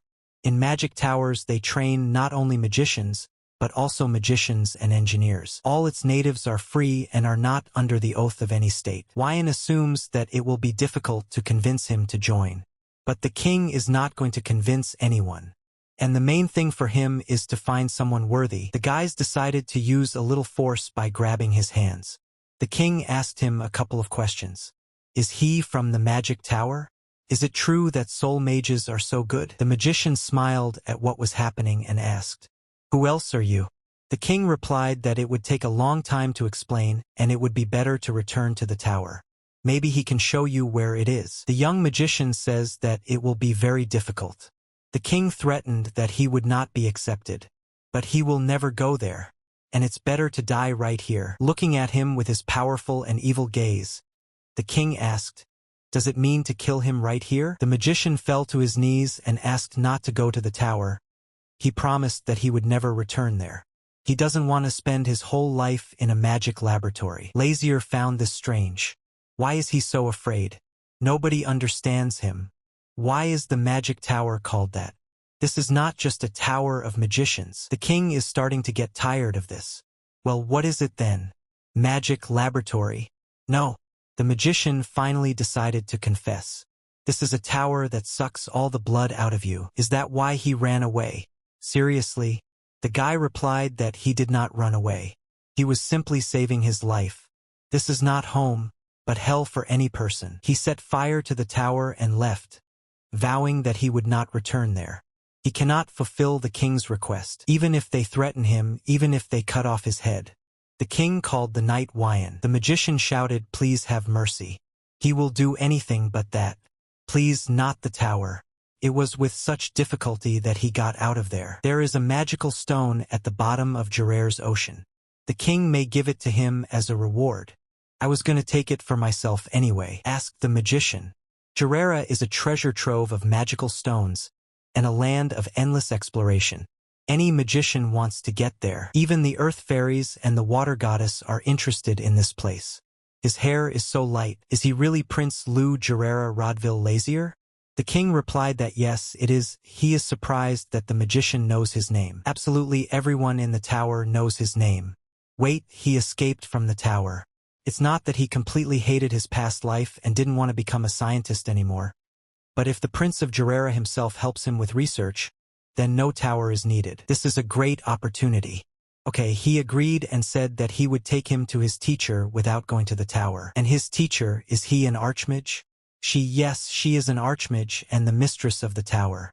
The king then asked, Shouldn't she be in the tower? The magician said that they escaped from there together.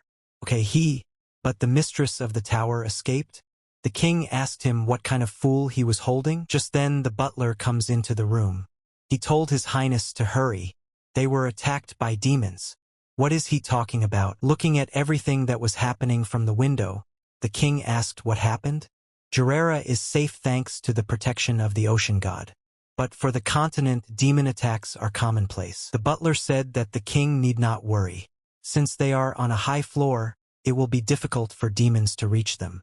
Please let him move to a safer place. These demons walk around the human world so calmly. The magician said that then he would go to kill demons. The butler told the magician that he need not worry. Even if he doesn't go, there is a safety room in the village. Arstide hinted that demon corpses actually cost money, so he went to collect them. Having looked at the departure of the magician, Tay asked the king if it was okay to let him go just like that. The king asked to be left alone. Let him close the door, it's cool in here. Tay told his highness that he should also leave. Lazier replied that he too could fail and not disturb his peace. They want to see how good the soul mage is at work. Sedna clarified. Can the king see all the way from here? Darkness is an ordinary trifle. Arstide ran and thought. Just think, the nation is wasting its time by burning such precious test subjects as demons. So which one should he start with? Looking to the side, he saw the same one. Okay, it just looks light enough. The wind that follows him in reality, promise. I Aristide, control you here and now. The magician ordered the enemy's legs to be chained. Summoning a windy axe, he pointed it towards the demon. He hit it and fell to the ground. The knights rejoiced with happiness. This is a wizard from a magic tower. With him, victory will definitely be on their side. He realized that if he attacked them at the moment when their strength was almost exhausted, it would be easier than ever. The knights thanked the magician. If it weren't for him, they would be in danger. Let them make sure that they receive their reward. Arstide told them not to worry and to leave everything to him. Looking at all this from the window, The king said that he was better than he thought. Apparently, he doesn't just talk much. So, is this the last one? The guy thought that he needed to collect all the corpses and move to another place. One of the knights called the magician. He told him not to worry, because he would finish soon. Before he could finish speaking, he saw him. What is this creature? He had never seen anything like it. Before he could come to his senses, the dragon immediately grabbed him and rushed up. He asked to be released, but the dragon flew higher and higher. At some point, his grip weakened and the magician flew down. The king said that he was a stupid magician, what an amateur. Turning to Tae, the king asked if he had seen. Let him go with Sedna and check whether this fool is alive or not. If he is still alive, then let him be brought here. Not having heard the entire conversation, Sedna asked the wizard, "Is he dead?" The king replied that he was not sure, but he would definitely die if they left him there, so he said to go after him. Lazier thought that this idiot's teacher would appear if he was in danger. But she's nowhere to be found. Tae asked what about his majesty. He replied that he was going to look at a place with Wyan. The guy said that he also wanted to go with his majesty.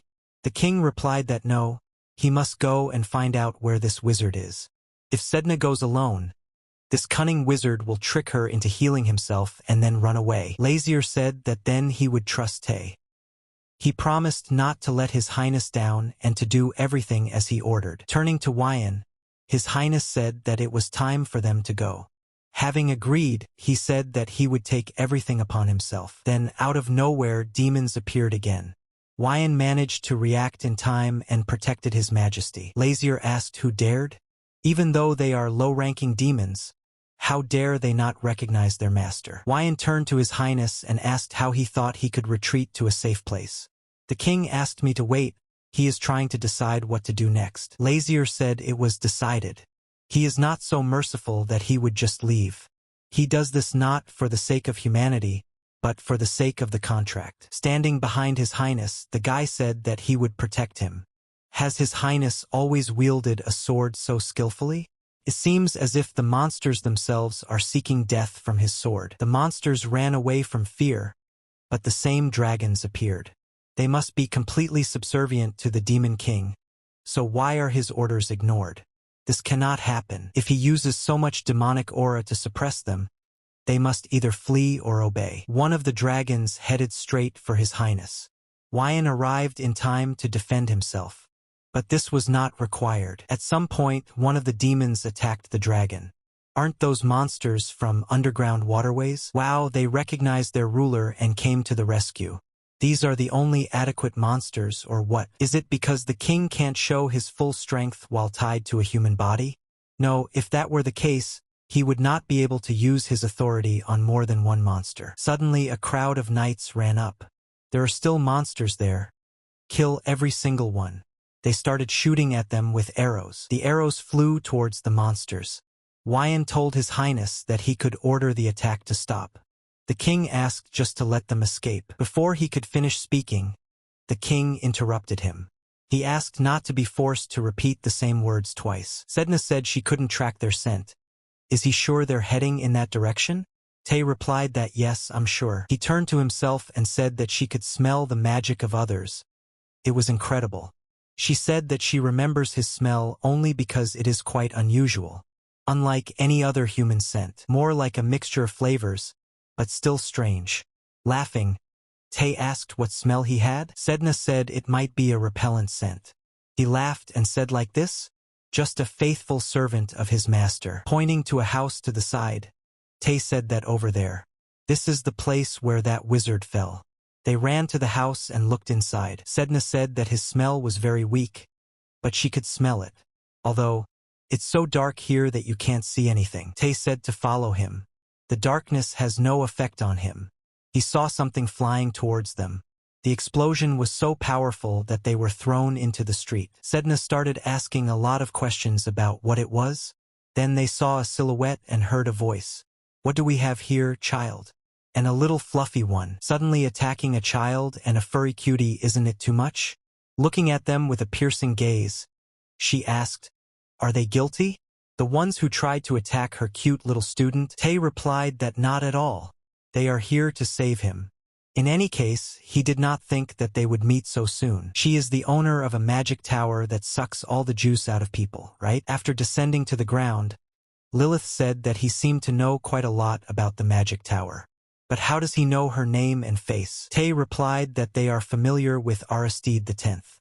The girl asked that perhaps they were his friends. It was her mistake. After greeting, Sedna introduced herself and Thea. She said that Aristide fought with demons and fell somewhere. They are here to save him. Lilith said that this child was probably greedy and made a lot of mistakes. Sedna asked if he was okay. She couldn't smell him. The girl clarified that they were worried about her heiress. He made such good friends. She was very happy about it. Tay turned to Miss Lilith and said that something was bothering him. She asked what it was. She doesn't seem human at all. Does he mean she's not human? The aura emanating from her clearly belongs to a demon. Tay said that this was something unusual. He had never seen anything like this in the demon world before. He is one of the managers of the Demon Kingdom's name list, so he remembers every face from the moment he checked them all personally. Having her name listed in the list of names of the demon world means that she has sworn allegiance to the Demon King. Hence, the absence of her name on the list means that she is not loyal to the Demon King. What is her personality? Is she one of those who challenged the king's authority? She couldn't believe that this little child was running a list of demonic names. So, he's a demon? She tried to attack Tay, but he quickly reacted and struck back. He was clearly ready for anything. She asked him to wait and just listen, but there was no stopping him. He said that he would do it later, after he had torn her to pieces. He hit her with incredible force. She simply flew to the side. She asked him to listen to what she had to say. Tay asked, is she still pretending to be human while being a demon? Don't worry, he will finish her painlessly. Sedna intervened in the showdown. Tay asked her to step aside, because he must eliminate everyone who betrayed the king. But she insisted on her own, saying that they had come to help Aristide. What if he was nearby and suffered from their attack and died? She's sure Lazier will be angry. Tay said that it's good. He will give Lilith the opportunity to justify herself. Relaxing, she said that finally they could talk. The girl said that yes, she did wrong by saying that she was a demon, because she's half demon. Lilith said that yes, she was born from the union of a human and a demon, so there was no way she could be on the list of demons, right? After all, she had never been to the demon world. She is a human who is not accepted by the human world and a demon, which cannot be part of the list of demon names. Unfortunately, she has no place in any of the worlds. She knew it would happen sooner or later. Then Lazier appeared out of nowhere. He told Tay that he actually sent him on an errand and he was playing here. Sedna was delighted and jumped into his arms. After asking His Highness for forgiveness, she said that they had encountered a small problem. Approaching the girl, the king asked if she was Lilith 10 from the magic tower. Looking at him, she only thought about how beautiful his silver hair and eyes were. Is this guy Prince Gerard? The king said that now he understood everything. She is one of those who explores the soul of a demon. The one who made the assumption about the human soul must be Aristides X. Lilith said it was incredible. I understood this the moment I saw her. But he doesn't look like an ordinary prince. Sedna did not understand what Lazier was talking about. He replied that especially standing right in front of them was the one they were looking for, Aristides X. Everyone stood in bewilderment. This woman is the same wizard they have been looking for so long. Nobody clearly expected this. The girl said that it's true, there are two personalities in this case. The man is Eris, and the demon is Lilith. When one loses consciousness, the other awakens. Therefore, they share their life together. Lazier clarified, which means they know about each other's existence. Were they born this way? Lilith answered no. Not much time had passed since Eris woke up. He will turn 25 this year. She has lived for 125 years. When she turned 60, she realized that she had not changed at all over the years. It was then that she discovered that she was not an ordinary person. One day people almost killed her, considering her a witch who received power from a demon. Her head was broken and her body was torn into pieces, leaving her to die in the Valley of Death. It was the demonic abilities that were responsible for everything that allowed her to survive. Then Eris appeared when she was 100 years old. Lazier said that he had seen many personalities, but he could not have imagined that her race and gender could change so much. Sedna was surprised. She also hears about something like this for the first time. Does this mean that not only the mind switches but also the body changes between feminine and masculine? Eris said that he set fire to the magic tower and escaped. Why didn't she stop him? Is the owner? She said that Eris loves learning and research more than anyone else. He says he's sick of the magic tower, but he treasures it more than anyone in this world. She replied that if he had not set fire to the tower to get rid of her once and for all, he would have wanted to return. Lazier said okay, he wanted to live there, but what about her? She's not sure. They're just wandering around aimlessly. Does he know that life doesn't always give them what they want? The king asked. It turns out they both simply have nowhere else to go. His Majesty proposed to make a deal. She, the mistress of the magic tower, provides him with a good and responsible engineer for Gerera. In exchange, he provides her with the required amount of magic stones. Asking for forgiveness, Lilith said that the Alliance magic tower was exclusively for wizards. They will not help a particular nation for personal or social gain. Then the king will create a personal place of residence for them. Just let her decide whether she wants to live the life of a human or a demon. She does not like his proposal?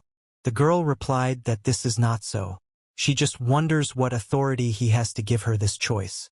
A half-demon can't just pick one side because it prefers that. His Majesty said that his middle name is Imbilden.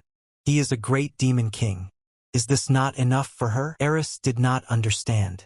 What is the reason that he is going with them? What about his free will? Lazier asked him to be silent. The teacher sold it. The guy shouted that he didn't like it. He will never agree to this. He infuriated everyone around him. The king even suggested throwing him into the ocean. Sedna didn't understand how these guys invaded the village. They looked seriously wounded.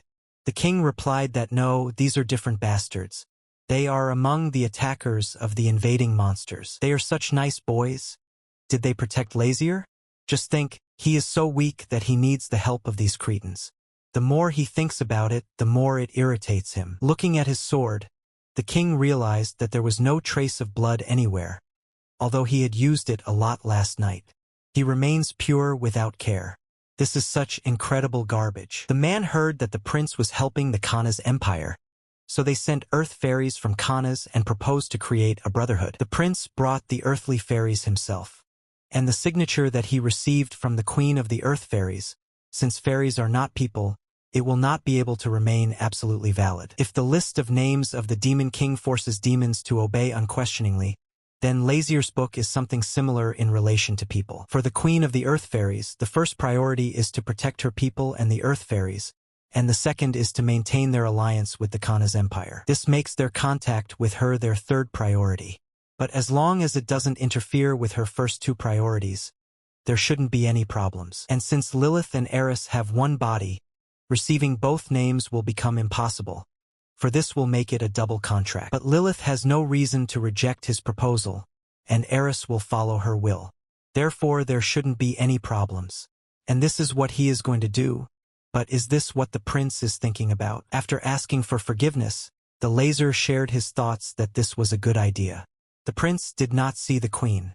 She is one of those who will come in any form if they hear about the return of her son. Yes, the king also thought that Lazier would be happy. Now all that remains is to share this good news with other citizens. The prince didn't understand. Maybe something happened while he was away? Approaching him, his father hugged him. The king said that he was very proud of his son. His future little brother or sister will be proud of him too. Will he have a younger brother or sister? So the queen is pregnant? He certainly did not expect such a surprise upon returning home. Lazier decided to meet with his mother. She thought that he would be jealous when he learned that he would soon have a younger brother or sister. And she is grateful that he responded to it with dignity. She hugged him tightly and said, "Let Lazier not worry. Mommy will always love him." But he simply congratulated her. But she cried much more than usual. The king was tired of this. He should no longer go to her. Tay asked if he was okay. He said no. He feels left out, so don't talk to him. Maybe he has indigestion? Should I bring some medicine? Since Sedna's healing powers don't work on him, can he call human doctors? And by the way, there is nothing good about wandering around when it's cold winter days outside. Should they return home if it is exhausted? Looks pretty tired. How does this Tay infuriates him? The king has already said that he should shut up. How long should he repeat this? Walking in the garden on this snowy day, Lazier reached out his hand to catch a snowflake. So this is what the snow phenomenon is. Looking at this, all one decided to ask. What happened to him? Is he seeing snow for the first time? There is no snow in the demonic world. It's exciting. Isn't it pretty? Sedna heard that there are spirits in this world that cannot be seen with the naked eye. Perhaps these spirits are raining snow from the sky. The king agreed it really could be the spirit of snow. I thought of everything, that the laser would be annoyed, having learned what is difficult to see. The prince replied, there is no rule that says that something does not exist just because it is invisible. Along the way they met demons. Tay knows that they lied when they said that Sedna cleansed them, but monsters are monsters. And it seems they went a little too far, leaving them to the coachman. How his chatter irritates the king. It's called white lies. So he made him write his name in the book. The coachman will be able to take good care of the monsters. What they really should be worrying about right now is the worthless bastards who don't obey the king. It was very strange. Because monsters are born from the powers of the demon king left over from the creation of the demons. And he does not understand when demons challenge the king. After all, they have minimal rights to do so. However, this should be impossible for monsters. Yes, he needs the royal book of names for them. They must obey absolutely all his orders. But the bastards, obliged to obey him, suddenly attack. But what if the problem is not the monsters? The king suddenly remembered one person. His name was Soulharder. He asked Theus, that suspicious researcher from the temple who had delivered the order to summon the demon for his contract. Where is he? What happened to this bastard? Tay replied that he was still looking for him. But the real problem is the temple. He doesn't know the reason, but they continue to deny the existence of such a person. First of all, they asked why he was looking for him. But does the king know that he cannot say this? Calling the demon is prohibited by law. If they found out that the prince had summoned the demon, it would have caused a big explosion. The image he has created for himself will be destroyed in an instant. The king began to have headaches. He knew something was wrong with that body. Lazier turned to Tay to think about it. He mentioned this before. These monsters must obey the orders of the demon king without question. But did they attack him? Yes, that's true, Tay agreed. This only means that the demon king must be someone other than himself. It was ridiculous when a man called him. But that makes less sense than the fact that he was forced to fulfill a contract on someone else's behalf. What if it's planned and there's a mismatch? If that were the case, they wouldn't just be wreaking havoc on the human world. The king ordered Tay to visit the demon world. He is sure that this scum has left a mark on the demonic world. Tay said he was obeying the king's orders. He will bring all the news he finds out to satisfy his highness. The king was met in the palace by the magician Arstide. He said that he had just woken up. The teacher stayed up all night drawing plans for an underwater tunnel and just passed out. The king decided to clarify that he meant the tunnel connected to Kana's. Lazier believes that they will soon see the result as she works hard with the earth fairies. He is right. Yes, that's right, said the magician. They can rely on her. But the king does not understand. Why does he wander around and play instead of working? A little embarrassing. Arstide explained that he was researching magical tools right now. He doesn't need magic just for the magic tunnel. If Gerera becomes a strong nation, the prince will need new sets of magic items. Proving this will be quite difficult, starting with the elders not allowing their borders to be opened for the sake of diplomacy and culture. This could demonstrate the usefulness of developing magical items in becoming a stronger nation. But to continue his research, one problem needs to be solved, for which he was looking for his highness. Arstide shouted that Gerera's systems were crap. The king is shocked. He is not lying. But to hear this from his lips, the prince feels as hurt as crap. The magician asked for forgiveness. The king was tired and asked him to stop wagging his head and let him speak honestly. What is the problem? In general, the research base is very inferior to them. How can there not be a mystical engineer in the kingdom? In addition, he had heard rumors that the king was importing all magical items from abroad. The prince confirmed that this was so. Do you know His Highness on the magic phone with magic stones? The king said that this was the first time he had heard of this. Is this the Stone Age? Having received a blow to the head, the magician began to tell. This is a magical communication device that allows you to communicate over long distances. If you own it, you can communicate with any nation, including Kanas. How did they communicate with other countries without this subject? If they used magic stones, they would achieve a better effect. Even the magic items that are imported are household items. He doesn't even know where to start. Arstide said that he would make a request to the Magic Tower for essential products for this country, and will indicate all expenses in a separate document, so don't worry about it. It seemed strange to him why the prince was looking at him like that all this time.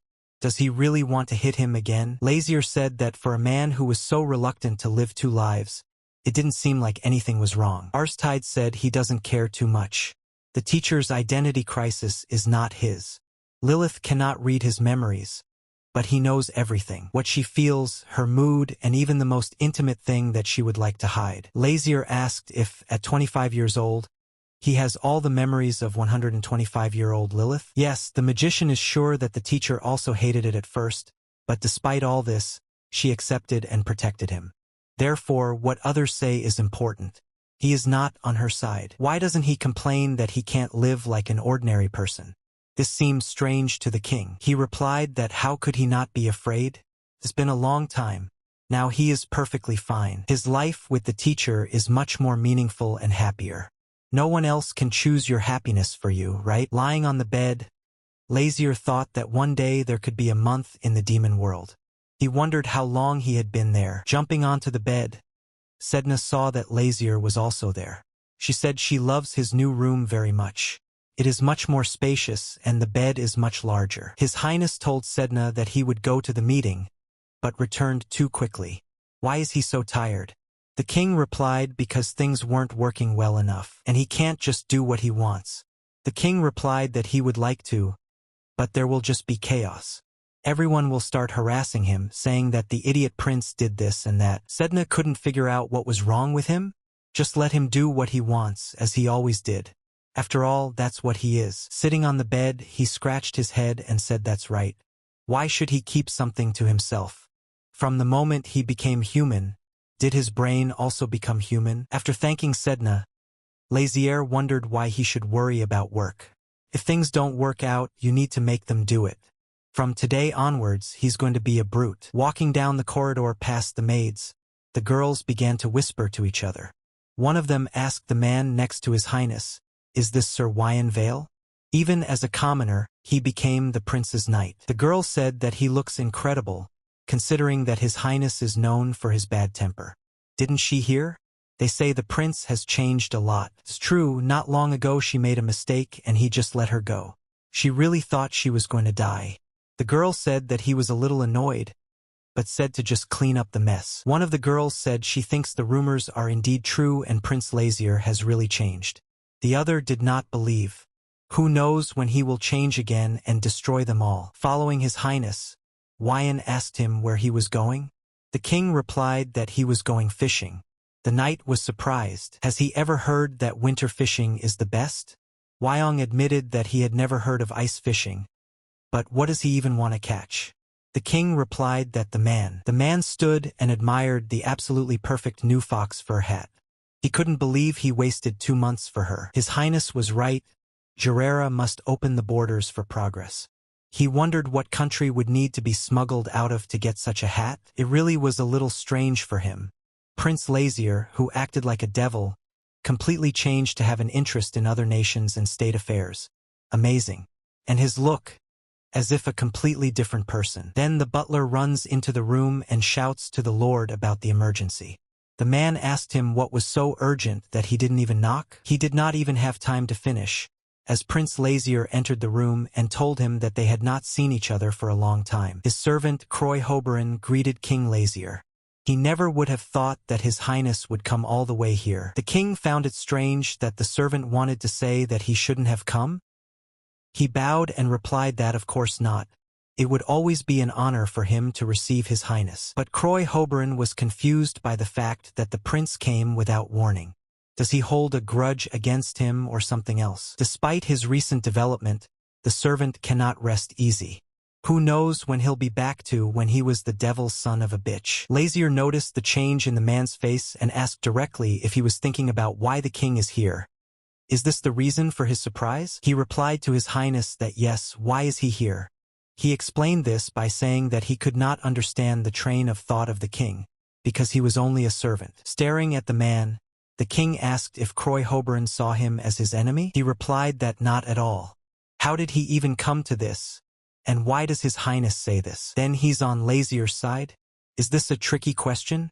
So he serves his father, the king of Jarrera. The man replied that this was the degree of loyalty that His Highness would gain when he sat on the throne, and asked him not to be upset. Lazier asked, is loyalty something hereditary? To pass it on like this by inheritance? The servant began to say that everything was not as His Highness thought. But he did not listen, and ordered the man to just close his mouth and listen to him. The king realized that he looked down on him as a prince of scum, but His Highness had no time to argue with him. So he will just say briefly and to the point at the next meeting with the monarchs, he must agree with the policy of Lazier, Jarrera's open door, whatever happens. The servant told His Highness that if he lifted something like this, why is he playing a pointless game of tug-of-war against the elders? How did the king understand that the man refused to provide such a service? Then he would have to make a storm so that not a single ship would land on the shores of Jarrera. Since people don't want to open borders, it means they need to be closed completely. After all, the servant knows that Lazier is the contractor of the god of the ocean. He will ask him to completely close their country. The king is sure he won't find a way to smuggle in the hats he likes so much. He wanted to raise this issue in front of everyone at the meeting, but he restrained himself because of his father. But he can't help if the nobles want to bring disaster to their country, right? If this is what the servant wants, then let him continue to refuse His Majesty. This is not a warning, this is real blackmail. They say the prince has changed, but the servant doesn't think so. The king handed him an envelope with an invitation to a winter hunting competition that would soon take place. He remembers the annual competitions, right? All nobles receive invitations at such a time. His Highness Lazier said that he would also take part in this competition. The servant was clearly surprised by this. This is a significant event where the nobles hunt animals and share meat and furs with the citizens. Will it be a problem for the prince of this state to participate in this? The man replied no. The king asked if he himself would participate. His answer was of course. How can he not participate when His Highness is there? Handing him his book, the king asked him to sign it. Croy asked, what is it? Let him think of it like a list of participants. Just let him sign up. He asked if he could ask why the generation wants to open the borders of their country. His Highness replied that for the development and peace of their country. Besides, he just wants Jarrera to rule the world. Walking down the corridor with His Highness, Wyong decided to ask him if it was true that he also decided to compete this winter. The king replied yes, but it's too dangerous. Does he even know how harsh winters are in Jarrera? Even the royal knights are afraid of the cruelty and ferocity of the beasts that wake up in winter. The king asked Wyong if he was going to dissuade him. The guy replied that this was not a ritual of calling the god of the ocean. He doesn't have to attend this event. His Highness replied that it was, but he should show something to the overly conservative nobles. Then if, as with Hoberon, he simply mentioned the god of the ocean, that would be more than enough. The king replied that it was just a threat, it meant nothing to them. Even if it were effective, it is only against some. It will only cause hatred and hostility if you try to control them with threats. He needs to show that he deserves their trust as a prince. Since Wyong chose him as his master, the king will not succumb to danger, as he said. After all, Wyong will do everything dangerous to help His Highness. The guy replied that he understood. But let the king promise that he will not put himself in danger. He replied that of course. Especially for this hunt, they have unusual hunting dogs. And so it begins. They should be grateful that all the nobles are participating in this. The hunt has begun. Looking to the side, the man saw His Highness Prince Lazier. Everyone was obviously surprised by his appearance. They were also surprised by the appearance of black monsters. One of the girls said that the god of the ocean had cleansed them. It must be true. Wyong's bodyguard turned out to be cool too. If she keeps saying that, she's clearly in trouble. Sedna did not stop. She said that their children are so popular. Did Lazier see how shocked people were? He replied that this was expected, because Jarrera is a country without a single monster. Hwayan warned His Highness that they would soon reach the sleeping forest. Is this the same forest with seasonal changes whose names he spoke of? The guy replied that yes, it is, a forest of whispering trees. In summer, a forest of singing trees. Autumn, forest of lazy trees. And in winter, a forest of sleeping trees. The local bears begin to sleep in the summer, waking up at such a time. That is why it is designated as a closed area in winter. Hwayan turned to His Highness, saying that he should be near him. The place they are going to is extremely dangerous. Hwayan asked to be allowed to explain the rules to His Majesty for the last time, the rules of the competition. Hunting is limited only to winter animals with icy energy. These monsters must be caught alive or dead, and the king must return to the main camp for the hunt to be credited. What matters? Why should the king listen to all this if he doesn't even hunt? Hwayan replied that it was dangerously easy to let your guard down. It's relatively safe there, but they don't know when the animals will appear. The king noticed that the knight was constantly talking about danger. Lazier was so annoyed by this. Hunting or not, he just wants to go to bed and sleep. He suggested that she take the little blacklings. She told him not to worry and go to rest, deciding to go hunting with these guys. This is his Sedna. She is the only fox who understands his fatigue. I shouted to the children to run. They ran into the forest. Looking at all this, Hwayan asked His Highness if Sedna was not the only fox he knew. The king replied, this does not mean that he lied earlier. The knight asked Lazier if it was okay to send Sedna alone. He replied that she herself said to leave everything to her, and all that remains for them is to while away the time until her return. Hwayan replied that he didn't mean it at all. His Highness asked if he could rest with him. The guy replied that no, he would stand guard. Yes, no one can stop him. Lazier asked him how he became a knight. Hwayan replied that everything was exactly as he had heard. Is that when he won the martial arts tournament? No, the king was interested in the reason why he became a knight. When you become a knight, you instantly gain power and the ability to fight within the law. Did he become a knight because he wanted to fight? Hwayan replied yes. Well, as a royal knight, he wouldn't be punished for beating someone to a pulp. Then why does he want to fight and legally kill someone? While Hwayan was thinking about the answer, Lazier threw a stone and hit it right into the tree. The guy said the reason was to pay the price. At some point the tree began to move. Its branches turned into arms and eyes. A nose and a mouth appeared on the trunk. Forest of sleeping trees. They momentarily forgot the name of this place. So crazy. One by one, other trees began to awaken. It was His Highness who woke him up, because he discovered a small amount of magic from the stone. Shouting to Sir Hwayan, His Highness told him to run. Having climbed onto the horses, Lazier shouted that this was not a forest of sleeping trees, but of awakening ones. The knight shouted that he would lead. There was a small obstacle ahead of Lazier, but the horse named Khan handled it perfectly. The roots of the trees were very fast and dexterous. Without having time to react, His Majesty was on the ground. Hwayan asked if the king was okay. He replied yes, more or less. His head ached just from the fact that he had used demonic energy for just a moment. The knight did not think that it would be enough to simply run away. Since it had come to this, he would simply destroy every one of them. Lazier said they were just trees. Will there be any effect if you just pierce him with a sword?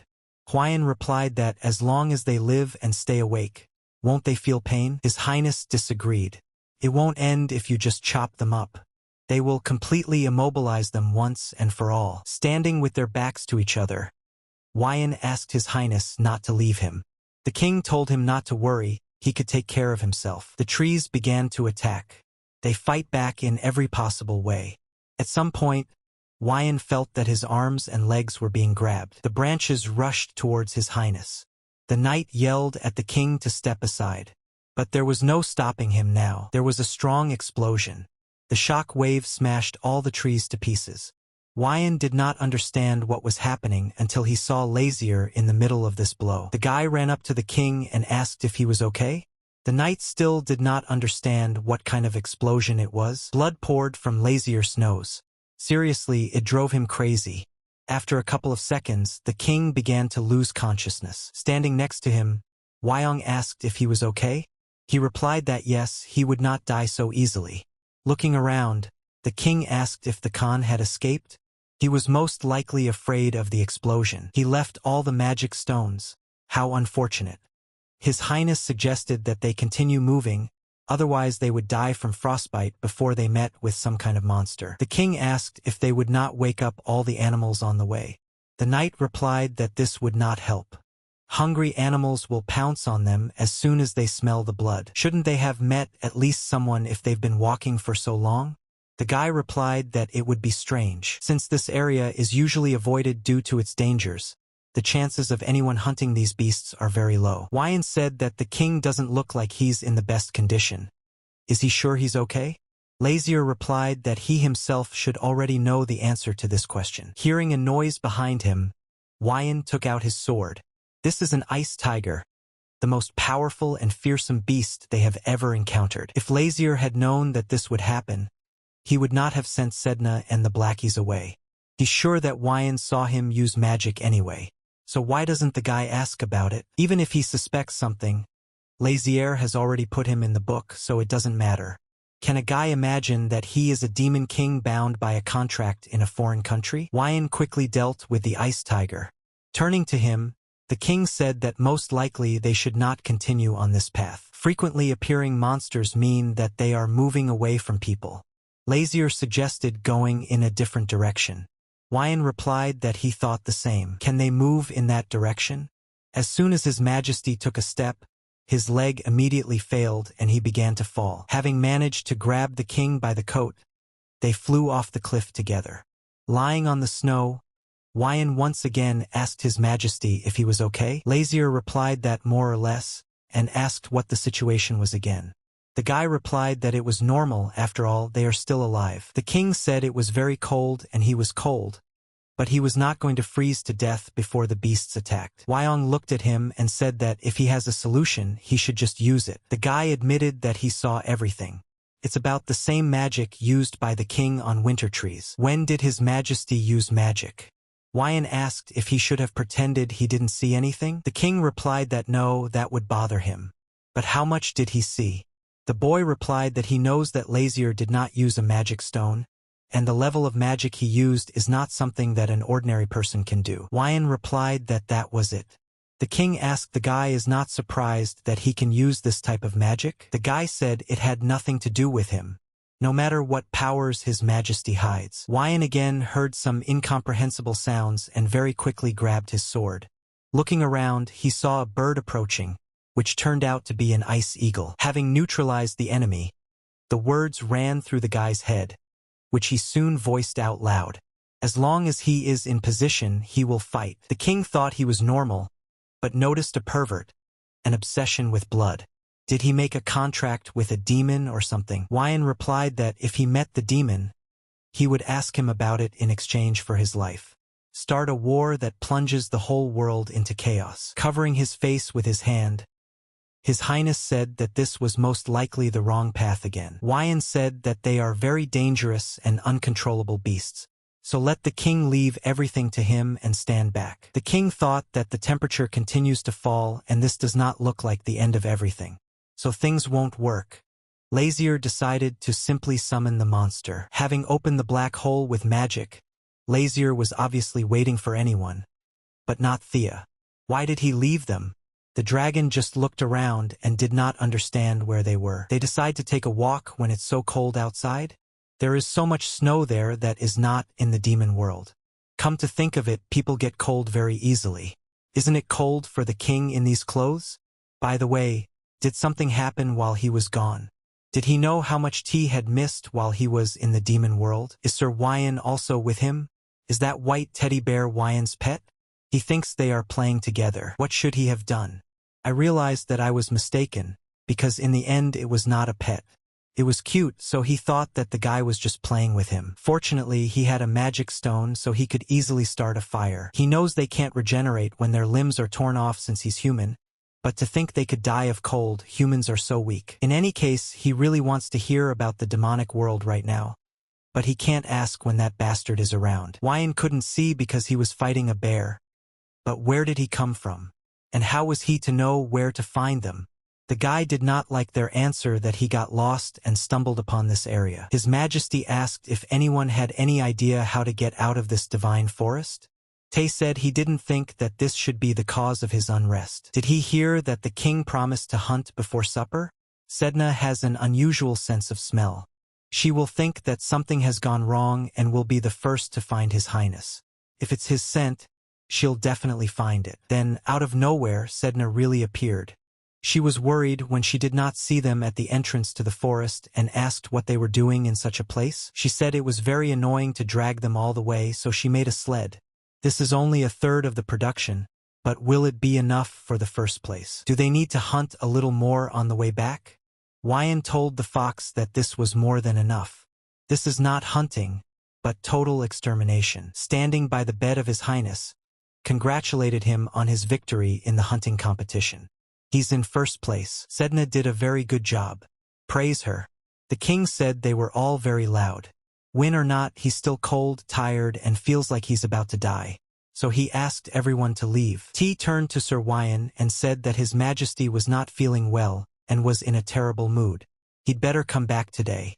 He bowed and wished the king a good rest. And now Lazier can quietly, and without prying ears, hear the report on the demonic world that he has been looking forward to for so long. The king asked what was going on in the demon world since it took him so long to return. T asked if the king remembered what he had said to him last time, that the demon realm without a king would be absolute chaos. The demon kingdom is currently divided into two factions vying for power. But the inhabitants of the demon world are only loyal to the demon king. Now, as long as the king away from the demon realm, no one has the authority to take control. Even his officials. Did Tay think the king didn't know? The guy went on to say that other problems suddenly arose. Would he like to hear about an external or internal problem first? The king replied that it was external. Tay told that the criminal Lucifer disappeared from the ever-boiling pond. Did he take the opportunity to escape while the king was away and his powers weakened? What a lousy situation. Sedna did not understand why he reacted so indifferently. It seemed to her that he would be furious. She immediately remembered that if the heavenly king found out that she had run away. T asked permission to continue. The king said he couldn't wait to finally hear how horribly things had turned out inside. Saying very well, T began to undress. The king asked what he was doing. The guy replied that he himself told him to continue. He can only tell him when he is free. T thought it would be easier for the king to see it for himself. They found him in the demon realm near the boiling pond from which Lucifer escaped. T gave him first aid while he was mortally wounded. But it was the best option at the time. Wow, a rank 4 demon can be injured to the point where it threatens his life. If it's Ray, then he can just heal himself, be it a normal wound. Did Lucifer do it? Or one of the high-ranking officials divided into two functions? If Ray died like this, there would be someone who would benefit from his death. Then the culprit will reveal himself as soon as he dies. But the king can't just leave him to die. That's not going to happen. Sedna stopped the king. She doesn't think he needs to use his powers right now. His body weakened. Lazier told her not to worry. He will use enough not to hurt himself. Sedna stood and looked at everything that was happening. He really is the demon king. The demonic energy is so terrible and cold that she thinks she can die just by touching it. The king said that he did everything that he depended on. The rest will depend on Ray and his regeneration. Sedna asked if he was close to the king. He replied that they could definitely be close enough. The demonic dragon T, demon dog Ray, his close subordinates.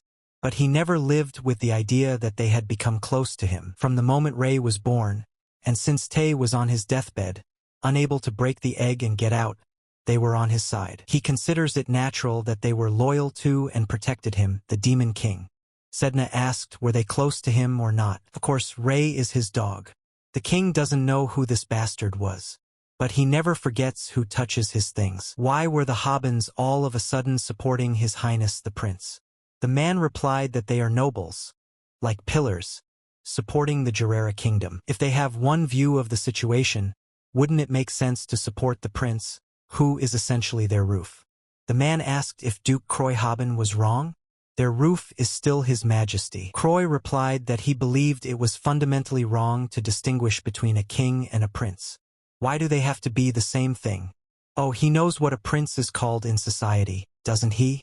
The guy replied that he was not entirely sure. What does society call a prince? Haven't they seen the prince, winner of the annual hunting competition? He is completely different from his former self. How can they call it a huge change just because of the change in his appearance and winning the hunting competition? Croy said that's not all. He made a contract with the god of the ocean. He also formed a diplomatic alliance with Kanas. What else can you call this if not a big change? The man asked if it was possible to change so easily. Doesn't he remember his cruelty earlier? Is he going to trust the future of the kingdom to this prince? At the very least, they should watch His Highness until he comes of age. And what changes his age? Didn't the prince show himself by his actions? The guy said that no matter what the prince decides in the future, the Haben family will fully support His Highness. The man hit the table with his fist and said that they still could not accept this offer. Then His Highness entered the room, saying what he thinks. They will agree. The man clearly did not expect to see him here. The prince said that now, while the subject of discussion is here, please tell him everything. Why were the two of them suddenly silent? He tried to tell His Highness that it was not what he thought. If their loyalty to the kingdom weighs on him even a little. The prince asked him that now he is talking to him like a loser. Does he know what happens when someone's sound disturbs the lion? One of the interfering dies. Lazier knows that this gathering was not postponed by his father, but of the 7 elders, not even half are here. So let them give them a message. If this happens again when he calls the meeting, his generosity will no longer be like that. Dick said he understood and would pass on the prince's message. Lazier handed them that very book and said if they agree, then let them sign it. Surprisingly, not a single question came up. The prince doesn't have time to play with those stupid aristocrats. He needed to fulfill that foolish prince's wish and return to the demon world as soon as possible. Is Lucifer really the one who hurt Ray? No, even the fact that he escaped from the ever-boiling mana-burning pool to disable his powers means that Lucifer has an accomplice. Perhaps this is the same bastard who outlined the next king on the fruit and lowered him to the ground. Could it be a force targeting both the demonic and heavenly realms? Is it possible that the follower who placed him in this body could be part of the same power? His Highness cannot just sit on the sidelines. He must come up with a strategy together with T. At some point, his eyes clouded over. Lazier fell to the floor. Fortunately, at that moment, Tay and Sedna entered the room. The prince said it was just a cold, so don't worry too much. The prince said it's too much. Why do people get sick so easily? T2 was quite surprised. To think that he would suddenly lose consciousness like that. Now is not the time for all this. Because of this stupid human body, His Majesty cannot do anything. Tay said that his king did not need to rush. So far, nothing serious has happened in the demon world. He left ravens in every region of the kingdom so they could instantly know what was going on. So if something strange happens, they will get a report about it immediately. The king realized that he was losing strength. He said that he trusted the guy and would sleep. His body trembles and he falls asleep. Tay entered the room to check on His Majesty's well-being. Seeing his king, the guy was very surprised. What happened to his face? Did he die or revive? Is that really him? The king is confused. What's going on? What a look on Tay's face. Is there something wrong with him? What about his head? Lazier asked. Looks like his migraine is finally gone. Looking at himself in the mirror, the king saw his black hair. He is in shock. How did it happen? This is his original hair color, but apart from that, nothing has changed in the human body. Is it the influence of a large number of angels and demons that surrounds me now? Or is it because he has been using demonic energy a lot lately? Turning to the king, T said that this could be a temporary phenomenon. But how long can this temporary phenomenon last? Lazier asked. T doesn't know, but he senses a lot of demonic energy. Perhaps the previously sealed demonic energy is leaking out. Once they find the cause, his demonic energy will stabilize and his hair will turn silver again. But where is this demonic energy coming from? Feeling himself anxiously, Lazier asked. T said it was his hand. T recalled that it was a wound from a hunting competition. The king says yes, he needed blood to summon the demons. Or is it Kava amplifying his demonic energy? Tay suggests that he would not have done this if His Majesty had simply held him. The problem came when he cut himself. So does this mean that if he cuts himself and dies, he can return to the life of a demon king without having to fulfill this wish? Hearing such terrible thoughts of the king, he said he was sure. It's possible, but it's too dangerous. Then Lazier decided that he should focus on getting better. Because of this wound and a cold, seeing how Sedna was fast asleep, he was surprised that even during such turmoil, this fox sleeps so well. Should he wake her up? T thinks it's better not. After all, if she wakes up, she herself will cause confusion. The king decided to take a bath. He's too wet. Okay, Tay said. He will prepare a simple meal along with medicines. While taking a bath and looking at his hair, Lazier thought, which would be a huge problem if anyone saw him right now. From the moment the silver hair that he called Ocean God's blessing turned completely black, they will probably think that he is cursed and will be overthrown like a prince. Suddenly Lilith entered the room. Seeing the prince, she was surprised. Is he seducing her? The king said that it was not even in his thoughts. Better shut up and close your eyes. Lazier thought she had lived for 100 years. Where exactly did her manners disappear? How can you enter other people's rooms without permission? She apologized and said that she had heard that he was unwell and went inside without thinking. Lilith prepared a magical scented candle for him as a gift. She's worth a try. He will sleep well. The king said that he would not use it. He does not want to become dependent on her. And he does not need extra items that can cause a fire. The magician saw that his hair had become a beautiful black hue. Lazier said that this is his real hair color as the Demon King Embledon. It's a special situation, so let's pretend you didn't see anything. Lilith understood everything and asked, should she keep her eyes closed?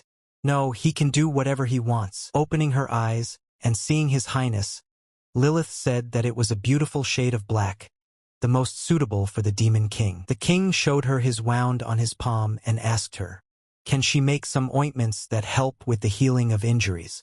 He wants to do it quickly, but without side effects. Looking at the wound, she remembered that she had recently created a healing potion. This magical potion enhances regeneration for those who do not need divine healing. Lilith said that she tested it on herself as a half-demon, so it should be effective on an ultimate demon like him. The king asked if he could do it quickly for him. She always keeps one with her just in case. Lazier thought that since this potion should not be drunk, but applied to the wound, then it won't help him with his cold. The girl said that she was in the process of developing a drinkable potion, so she would make one for him. Suddenly Sedna woke up.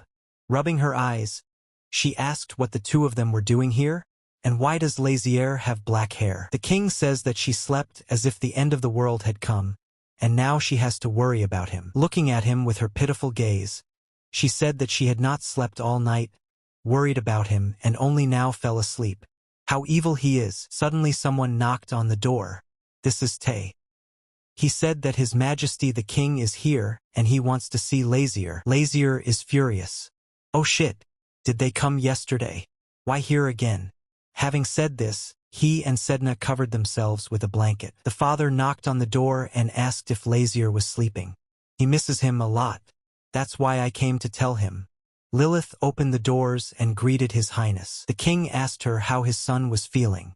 She replied that he still did not feel well, so he drank the medicine and fell asleep. But the father decided to look at his condition himself, since he is here. However, why does he insist on seeing him even when he is asleep?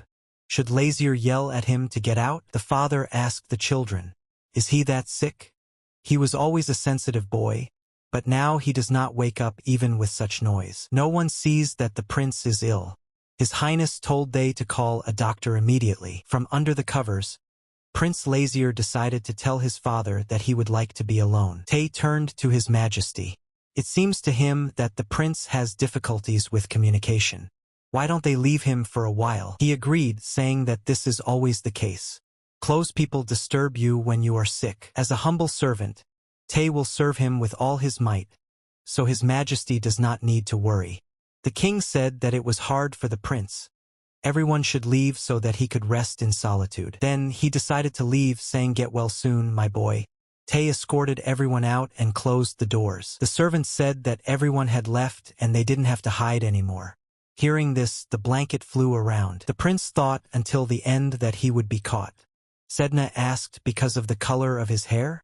What exactly happened to them? The prince sneezed loudly, and this led to his hair returning to its original color. Looking in the mirror, the king saw that they were completely silver.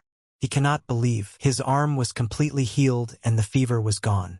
Lilith's potion seems to be very effective. T said that everything should be, because of the wound he received from the kava.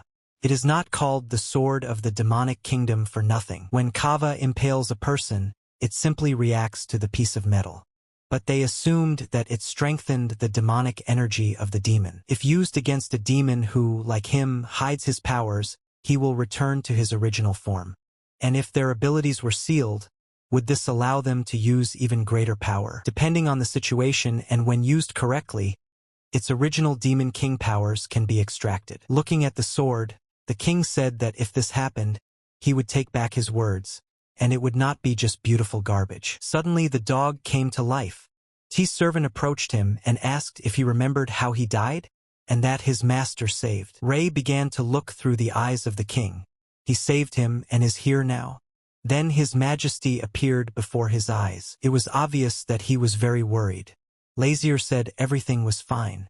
He's not well, let him stay here for now. But now let him tell him who hurt him so much. He told his king that something had appeared in the demonic world. They were demons, but at the same time they weren't. Someone who is a demon but doesn't eat them? They have demon wings, but with reddish-brown feathers instead of skin. And they heal similar demonic energy from their body. They called themselves holy demons. How arrogant this title sounds. Could those demons follow the holy demons or whatever? An unusual demon, but a saint, this worries the king. Never let him forget the identity of the intruder. Ray is a powerful enough demon to get they into trouble in a duel. So what is the reason for his defeat? The only bastard capable of trampling it must have the strength comparable to a sky god or the king himself. Having asked for forgiveness from his king, he said that unfortunately he did not remember this. He asked to be killed because he could not fulfill the order of his king. He only remembers how they were able to get to the place he had locked. Oddly enough, subsequent memories disappeared, as if someone had erased them. The king told Ray Revito, whether he was able to follow his orders or not, he is still his dog. Let him not dare to ask for death, being just a stupid dog. The king is the only one who can decide this. He is well done, you just need to obey him, his master. He must survive no matter what. This is the first rule he must follow as his servant. No matter how long Sedna sees him, it still delights her. Just think what a cute demonic dog. Lazier is more surprised that she is a sky fox. Does she think Ray is cute? She'd better stop thinking like that. As soon as he bites someone, he will not rest until he rips out this place, or kills him. In fact, he is very scary. His nickname in hell was Mad Dog. But does he listen to him? The king replied yes. In his eyes, even T, the demonic dragon, is a meek little sheep. Tay asked if the king had called him. His majesty replied that no, he did not call. Does he need to drink this disgusting medicine today too? The guy replied that this would help him recover faster. His highness said that he is fine, he is already better. His fever has subsided, but he is still coughing. It is very important to treat a cold when it goes away. He should also drink tea after taking the medicine. After using his health as an excuse, his grumbling got a little worse. A mad dog when he's so cute. Exactly, if you think about it, foxes and dogs are similar. Sedna thought that if she took good care of him, maybe they could become friends. Unidentified holy demons appeared. Second, the holy demons are in cahoots with Lucifer. Thirdly, as the future heavenly king and the current Imbilden demon king, he is highly likely to be targeted by the holy demons. This is the conclusion from the current situation in hell. The king asked what T thinks about this. If he went after Lucifer, bound by a contract. The dragon replied that the best option was to fulfill the desire of the customer and return to his original appearance. The king thinks so too. So he suggested to hurry up. At today's meeting, he will break the walls of Gerera. Even if he goes to behead those who are against him. Did he fall asleep again? I thought it was because he hadn't fully recovered yet. He woke up, Sedna said hello. Did you wake up again? Many questions followed from Sedna. How does he feel? Is he better now? Can he say anything? Ray only asked where is His Highness. Sedna said that he went to the meeting. Ordered her to look after him, so it's just the two of them now. She thought that he was not friendly, so it would be a little difficult with him. What is he doing? Ray replied that it was his duty to protect the demon realm. Even though he is small and cute, he is still a demonic dog. She likes it, even going after Lazier, both callous and stubborn. Does he want to return to his true form right now? But his body is still not fully recovered. Lazier had told him not to. Ray replied that he would then protect the king by being by his side. He can't just sit back. She doesn't think he'll listen if he tries to stop him. Then she'll take him to Lazier. Will it still be okay? She has never tried to take on a human form before, but since she began practicing the transformation technique with Tay, she is confident that she will succeed. Sedna actually managed to turn into a human. Her hair is still pink. Is it because of the bells that Lazier gave her? Can heavenly powers transform like this? Ray asked. Sedna told him not to worry. She would take him to Laziera. Walking out into the corridor, she greeted the maid. Seeing her, she was frightened and ran away screaming. Does she look so scary that the maid ran away at the sight of her? It's not good. What if Lazier thinks she's scary and won't love her either? Ray thought that this Sky Fox was just as annoying as T. Sedna did not understand why the maid left all this and ran away. Would she get in trouble if she lost all those things? Ray replied that maybe they need to get it back somehow. Should they ask the first passerby how to give her everything back? Seeing a man on the way, Sedna decided that they could ask him. There was a completely different atmosphere compared to the previous meeting. From the very beginning, more than half of those present supported Prince Lazier. Perhaps they were in fear for their own lives, but because of his impeccable reasoning, no one could say anything against it. The man thought that he was just an unlucky brat, but he is already able to suppress the elders. He is not the prince that was used. He believes that the owner of the country will not be the emperor, but Prince Lazier. Everything is leading up to this. Sedna approached him and said that the young girl left it. Could he take care of it? She did not know where to leave it, so she is very glad that she stumbled upon it. What is she, a monster, doing in the royal palace? He's so rude. What part of her is a monster? Sedna is so scary and disgusting. What is the purpose of her coming? Employees ran up to the screams and asked what was the matter. The man said that this something was running around the palace. He asked her again, why did she come here? If she doesn't tell, they will kill her. Sedna asked what they mean. Tell me who she is. But what do they not know? The man said disgustingly, how should he know such a monster? She realized he didn't know her human form now. The messenger of the ocean god, sent here to protect Lazier. The man shouted that she was a cunning beast. How dare you pretend to be the messenger of the ocean god? Sedna doesn't have that hair color. Her hair is divinely blue. Ray started to growl. The man asked what happened to this dirty dog and kicked him. Sedna asked why he hit him. She cannot predict him, even if he is Jirera's opponent. He thought it was a monster similar to him. That's right. Then he decided to kill them both. In the end, she showed herself to be real. As soon as they swung their swords, someone flew past them and cut their swords into small pieces. The man asked who it was. Does he even know who he is? That this guy is here maybe. What should they do? They keep calling this girl a monster? Is the king on her side? Or will he destroy him too?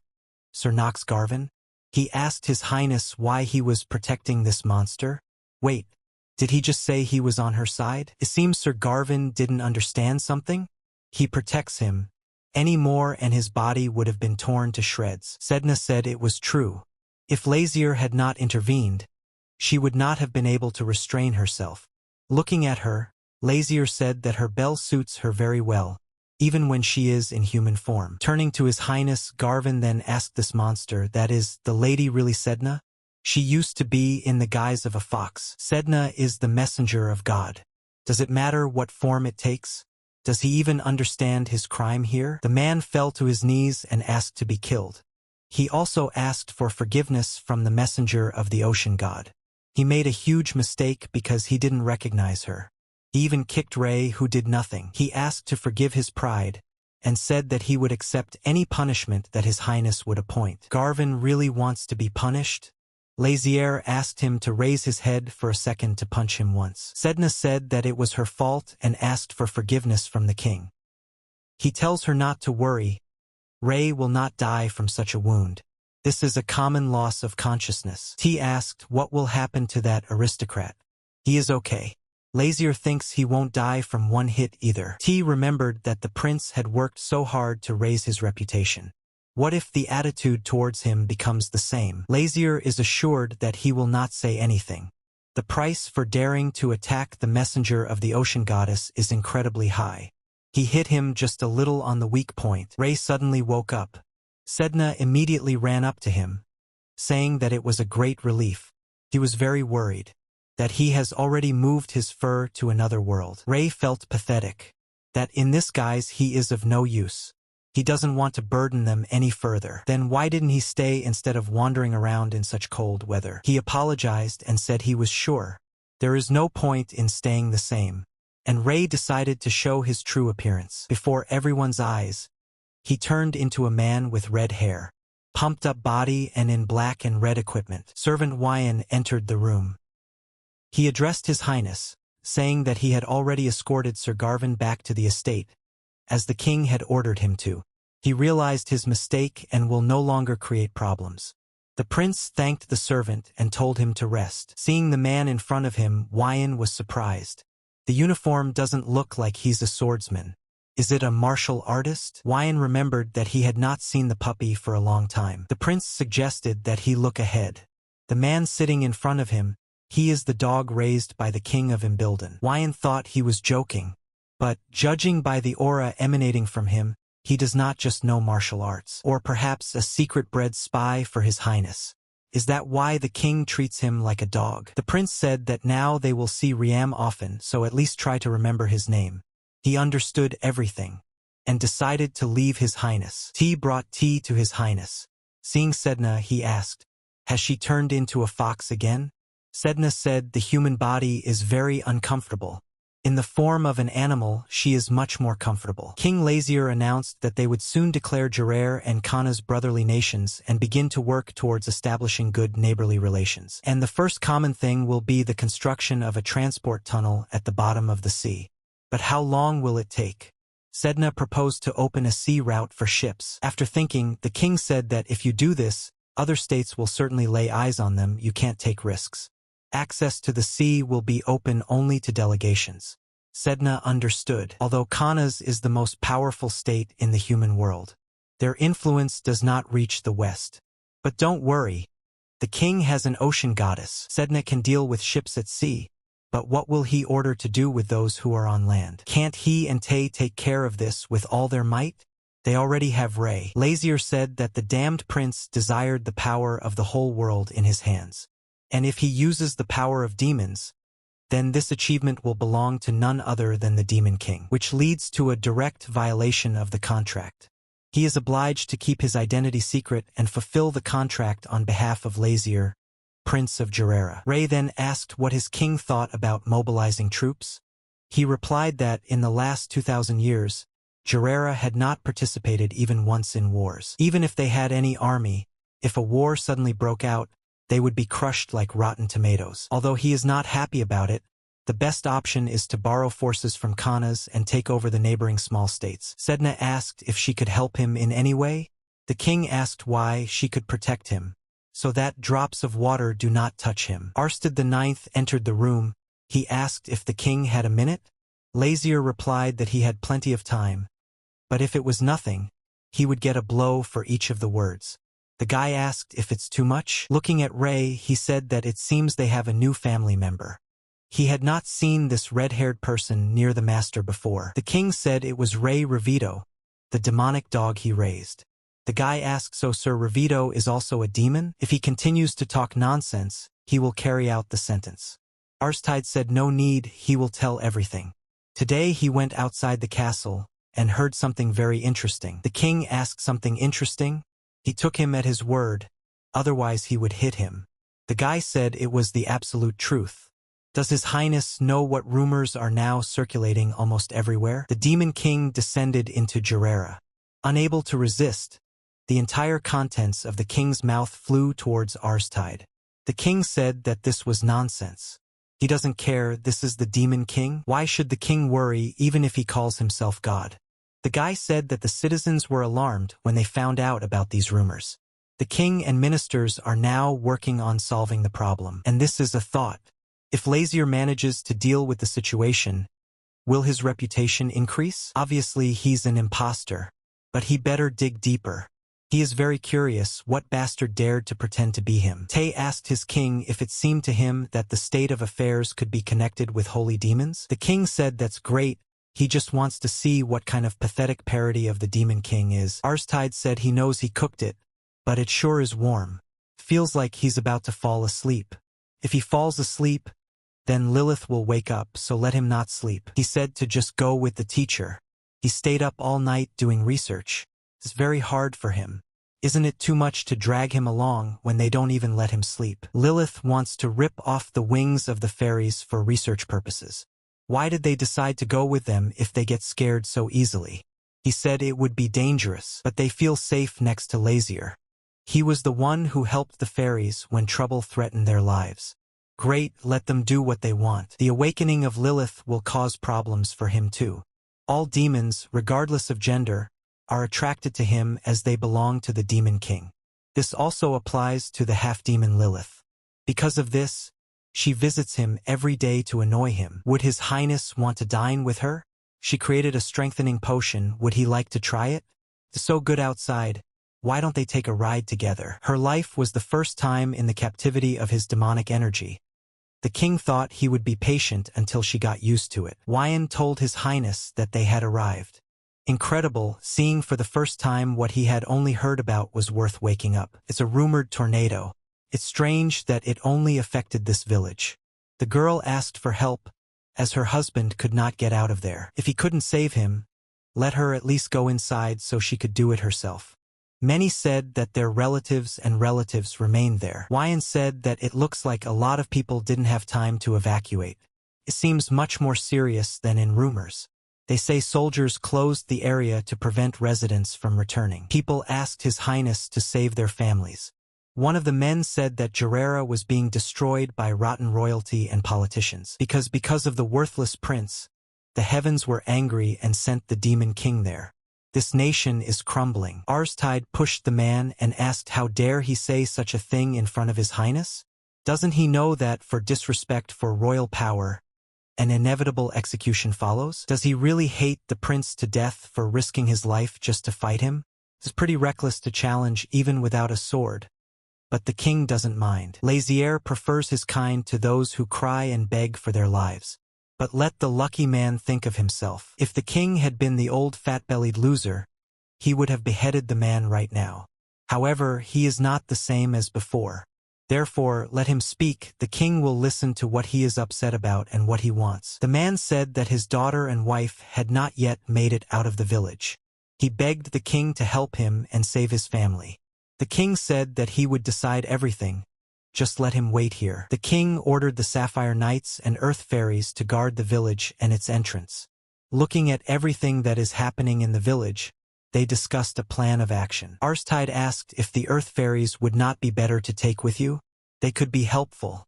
The king left them with the knights in case they caused more trouble or got hurt. T said it looks pretty sinister inside.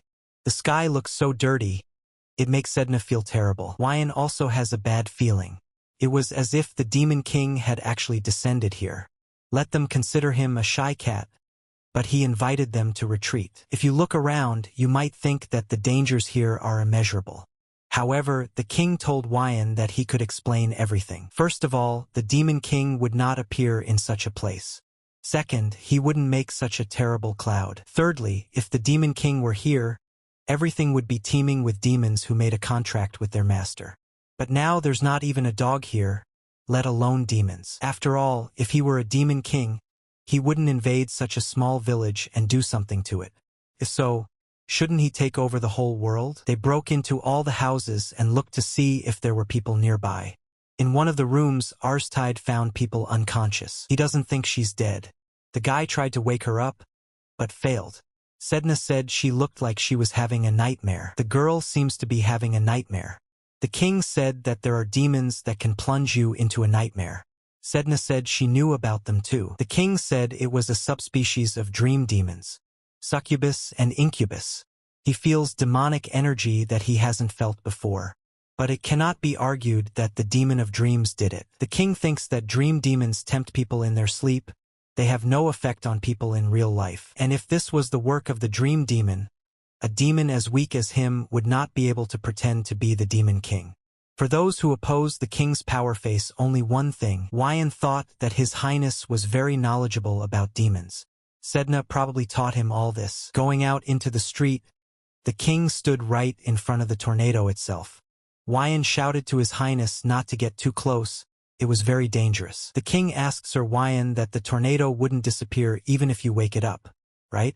The guy answered, but isn't it obvious? Then he'd better ask Sedna? The fox said that's right. It's better to leave it to her. She will figure it out. Did she succeed? Sedna said it interfered with her water dragon. Looks very exciting. The king asked, is now the time to be surprised? Sedna said it wasn't her fault. The well is too small. If she had access to the ocean, it would have disappeared by now. The king asked Eris to try it now. He replied that he could not do it. Is there a rule that the wizards of the magic tower must be geniuses in everything? This is not his speciality. He must be very proud. Then he doesn't think it will help. We'll have to change it to a teacher. The guy didn't understand what was going on. Is he really going to do it now? And they say that there is a spell that allows you to summon your masters in the magic tower. Wyan believes that this is true. But why is he going to that house? The king answered him because when you call your teacher with a spell, they appear naked. Wyan said that he learned something new today. His Highness is really very aggressive. If he wants to summon her, softer methods can be used. Wyan saw that she was wearing Sir Eris' clothes. Seeing this tornado, Lilith was surprised. It really is huge. The king needs her to destroy him. Is that possible? Lilith asked, then will he return her? If he is satisfied with the result, he will give her something. The girl said that with his size it would be difficult but definitely not impossible. After reading the spell, she sent the staff and said that let it burn like fireworks. Sedna had already managed to get scared. Lilith told the little lady that this was only the beginning. How dare she interfere with his work? What kind of bastard?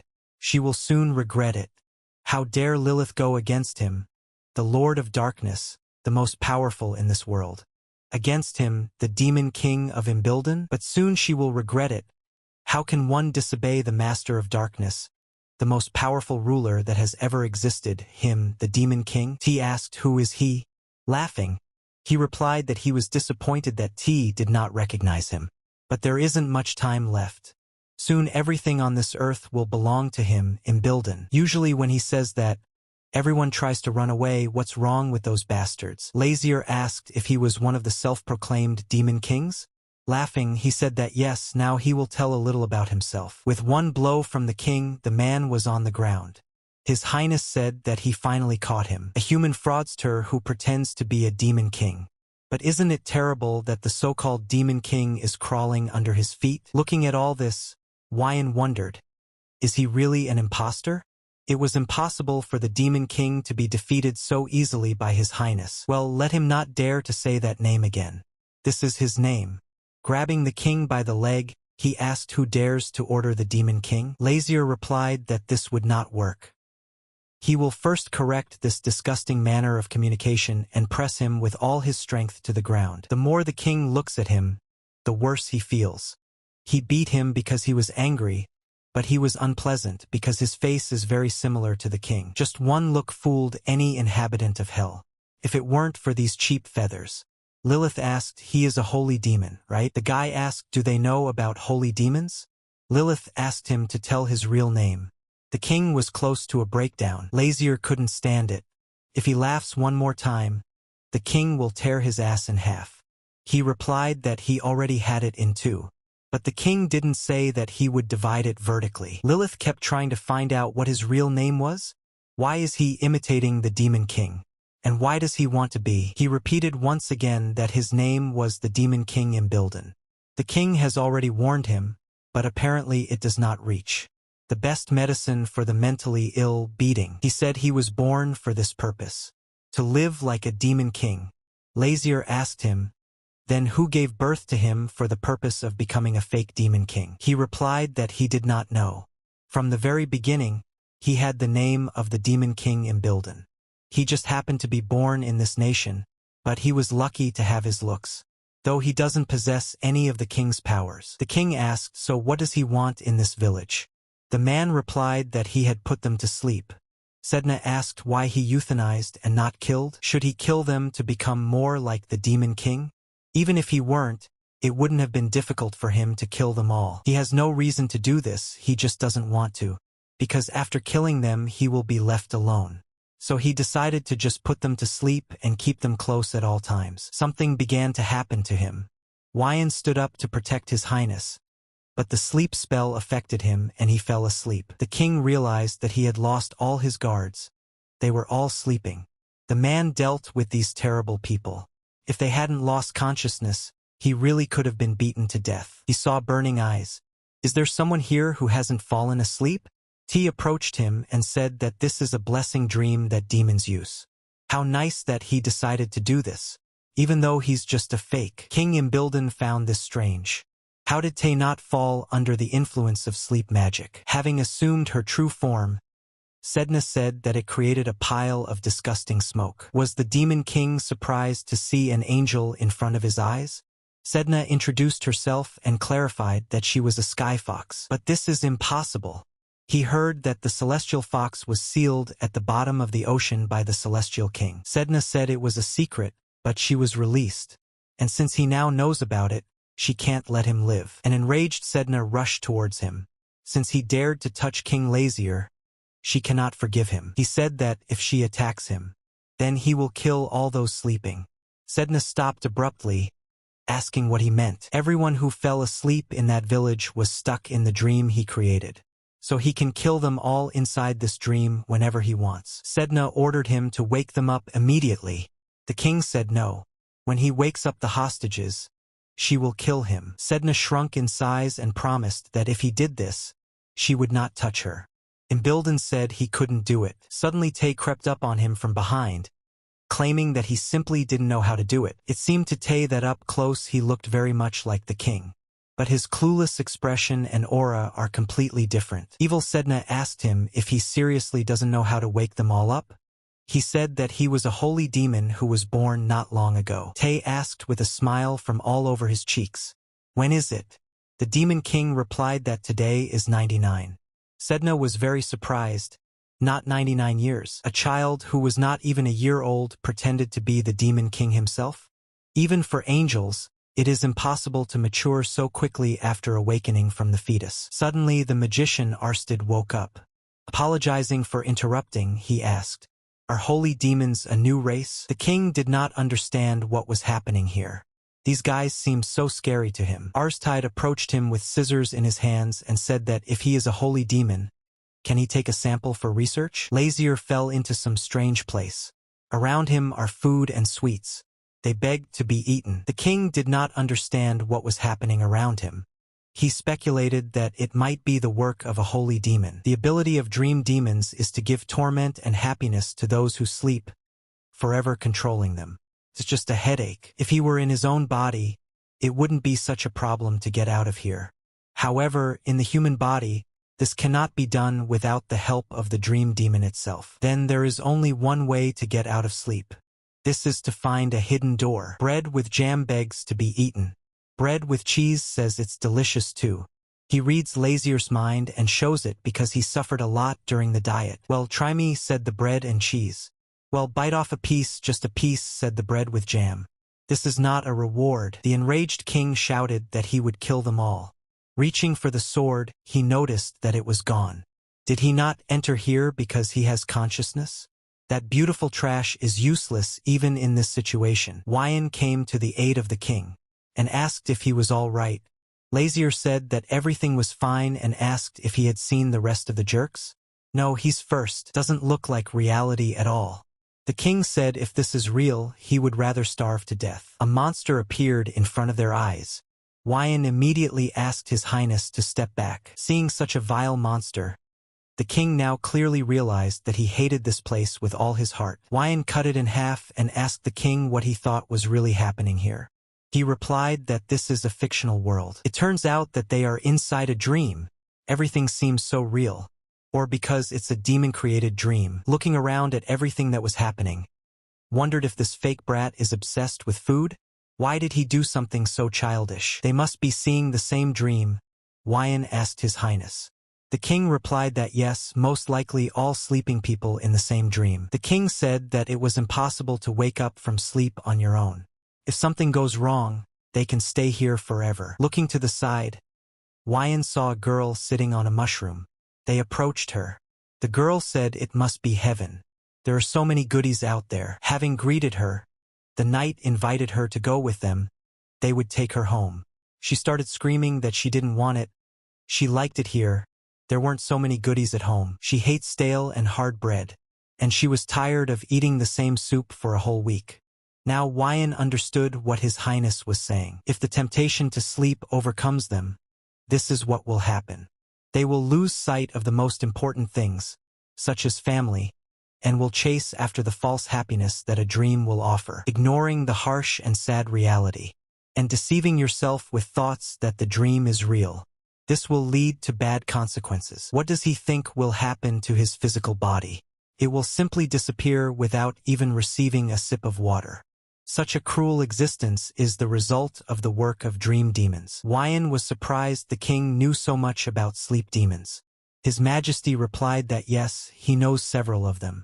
When did he make friends among the demons? He replied that perhaps when he became a demon. Huayan thought, is this the king about being called a demon as a child?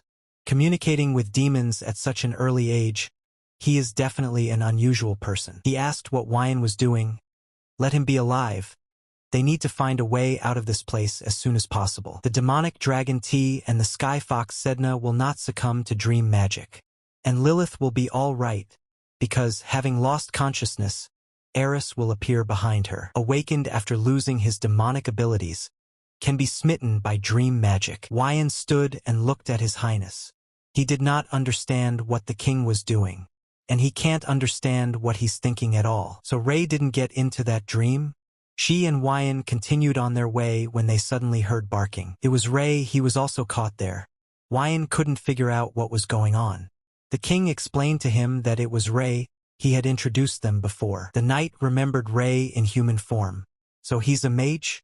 The king replied that no, he does not transform himself with magic. If the prince says that he is the same species as Sedna, will it become clearer to him? Huayan then asked, is Ray a sacred beast? He replied something like that. The king turned to Ray and asked if he could find a door that would lead them out of here. Tensing, Ray ran to the side. Turning to Sir Huayan, the king said that they would follow the beast. Huayan asked His Highness, is this really the door they need? The king asked did he believe him? He replied that he did, of course. They saw a huge tree in front of them. Turning to Ray, the king asked the door that they need is in this tree. Ray barked, indicating a positive response. The king invited Huayan to look at it together. The knight graciously agreed. Lazier was indignant that after those candy trees, an ordinary tree stands out too much. Walking around the tree, Huayan told the king that no matter where he looked, the door could not be found. The knight thought that maybe the door was somewhere above. He decided to climb a tree and check. Lazier did not understand why these worries.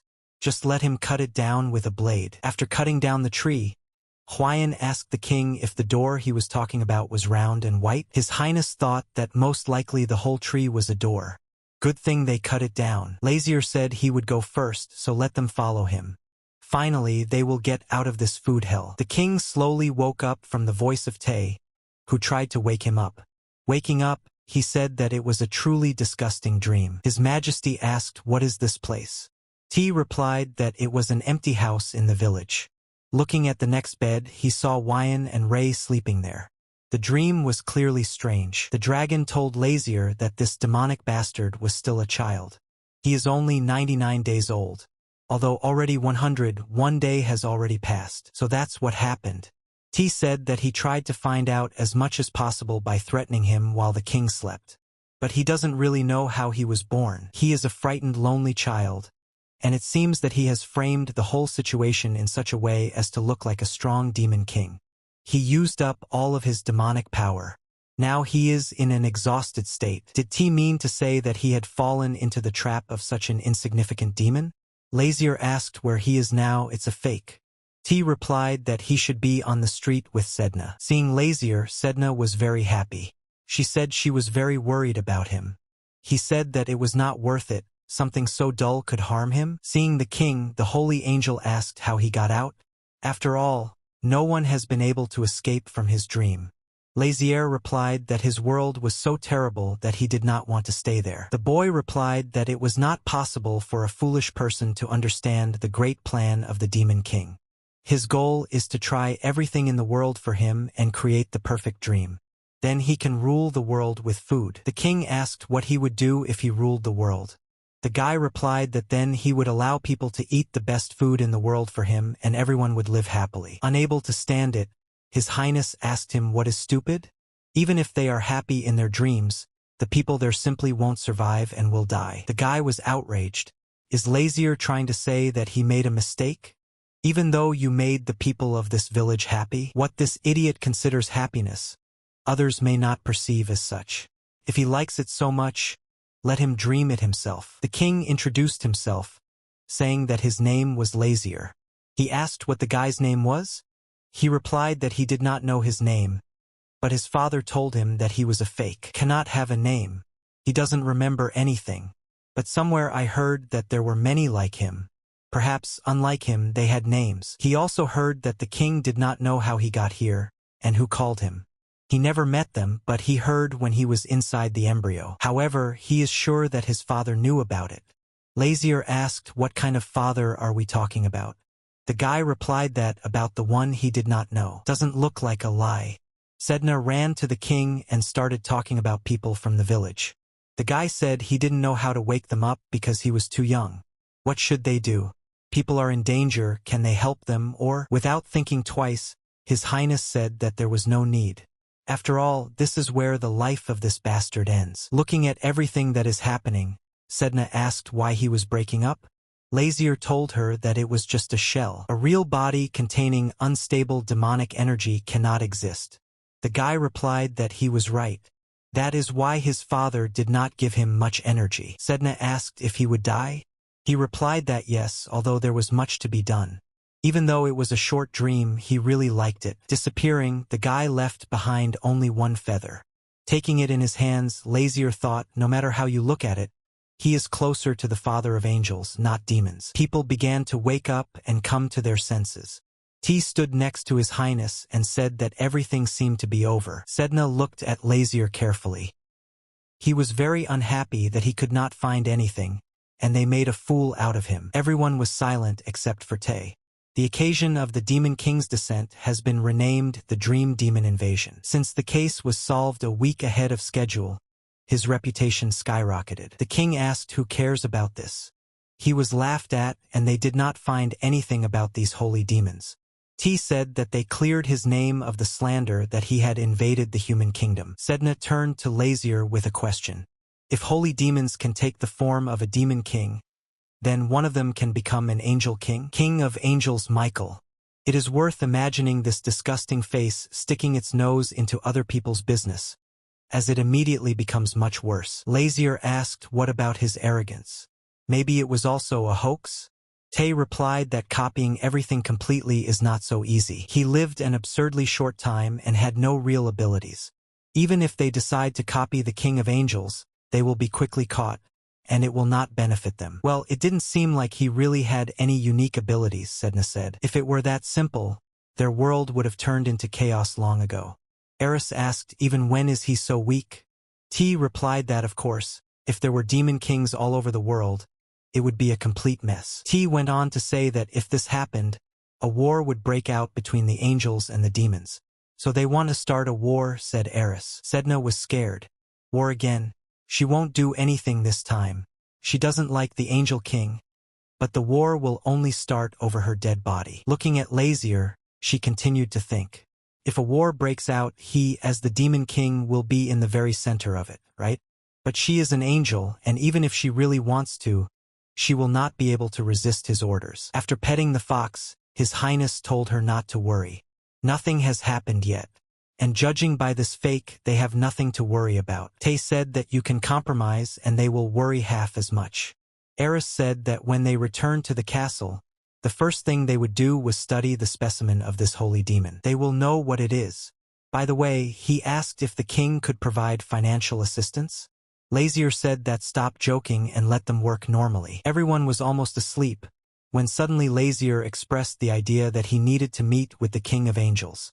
6 pairs of eyes looked at him. Sedna clearly did not expect this. The king said that he was not going to fight him. Lazier is not crazy, and he won't be able to see him in this form. If he finds out that the Demon King was imprisoned in a human body to fulfill a contract, then the war will begin much faster. They don't know all the details, but he doubts they know about the holy demons. So His Highness has 2 messages to deliver. Sedna asked with interest what these 2 messages were. First, someone created new demonic holy beings. Holy demons can copy their appearance, but unlike normal demons, they have dark red feathers. After all, they were born monsters and used the powers of dream demons. Only the feathers on their wings are more suitable for angels than for demons. And it looks like there is something else to say to this disgusting king of angels. To be careful with an unauthorized fraudster. Everyone could see that he was still angry. If the king himself is not going to go, then who will he send? The guy said that being an angel, Sedna would be more suitable for this task. She replied that no, she would be sent to death as soon as they found out that she had broken the angel ring and escaped. Everyone was wondering who the king would send then. Lazier said there was someone perfect for the role. A little chicken serving as an angel of heaven. Lazier heard from Sedna that Jackie is especially good at getting information from angels. Even the Angel King himself would believe him if that bastard was researching information about the Demon King's descent and stumbled upon information about Holy Demon Kings. Since he mentioned that the demons also faced a problem due to the change in appearance, the king hopes that he will receive an answer soon. Good thing he got the book first. Wyan came up to His Highness and asked how the king was feeling. He was informed that he stopped the crew due to nausea. The guy offered him medicine from the nearest pharmacy, but the king refused, saying that he was already better. Lazier asked Wyan if this was the same East Bank he was talking about. The guy replied that yes, thanks to the rocks and rough terrain it was nicknamed the Rocky Coast. The king doubts that the population there is large, so the construction of an underwater tunnel should not cause anyone inconvenience. He spent some time looking around, but apparently it was in vain. Addressing His Highness, Sir Wyong said that there was a small village nearby. The king obviously did not expect such a turn. Looking at the huge hole in the rock, His Highness asked the knight, "Is there really a village there?" "More like a beast's lair. They have 9 lives. How can you live where you risk being flooded?" The guy replied that even such a place is a precious home for them. The king asked if they could not settle somewhere else. He doesn't know the details, but it seems that the citizens of this village are very poor. The king asked, "Is it true?" Probably their situations are similar, because the status of demons is also based on authority and abilities. Entering inside, Tay shouted to His Highness that there was a village there. As soon as the king approached, the guy asked if he had sent a message. Pointing to the old man, the guy said that this man is the leader in the cave village. He wanted to say something to the king. Due to his old age, he sees poorly, so he did not see where the king was standing. Having asked for forgiveness, he turned to the king with a request. Could he build a dungeon of seaweed somewhere else? The king did not understand what he was talking about.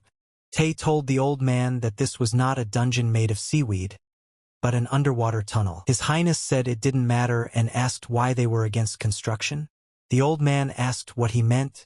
They cannot go against His Highness, they only ask briefly. The stone flew straight at the king, but Wyan caught it in time. Looking up, they saw a silhouette that shouted that they were villains. Did they come to destroy their village? Grandfather immediately recognized the boy. He turned out to be Adele.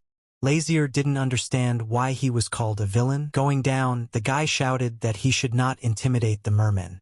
The old man immediately fell to his knees and began to ask for forgiveness. saying that he was young and did not understand anything yet. The guy didn't understand why the old man was apologizing and what exactly had he done. His Highness ordered Tay to bring him to him. He pulled the slingshot and said not to approach, otherwise he would shoot. But this didn't stop Thea at all, because for him it's easier than ever. Before he could look back, Tay was already standing behind Adele.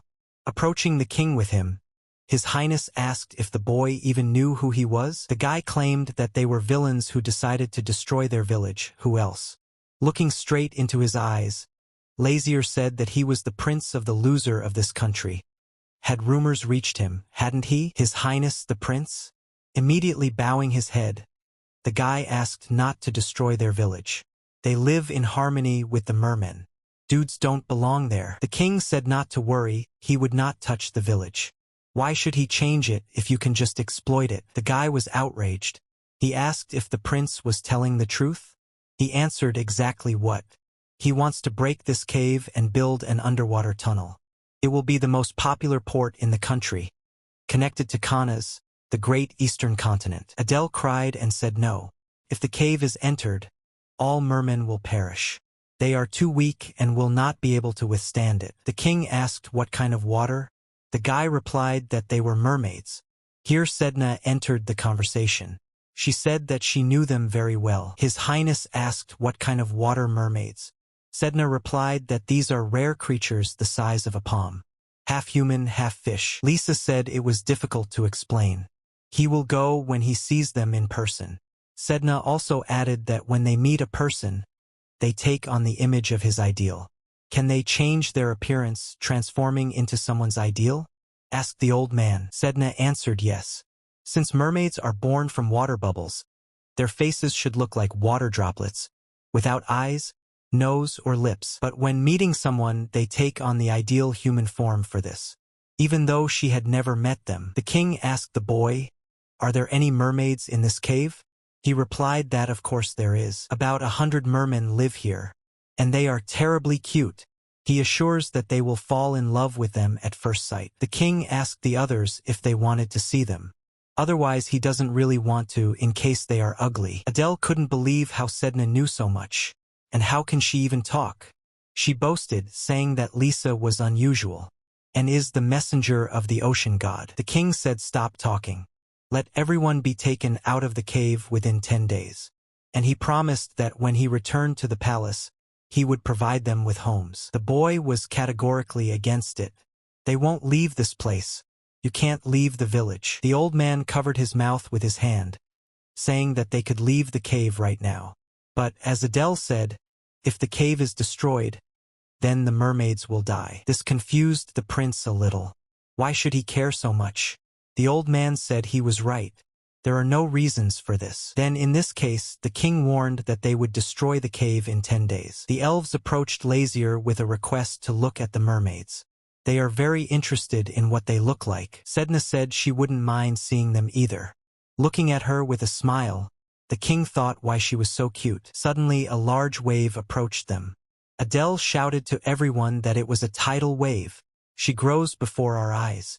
Let everyone go into the cave. Wyan approached His Majesty with a request to enter the cave.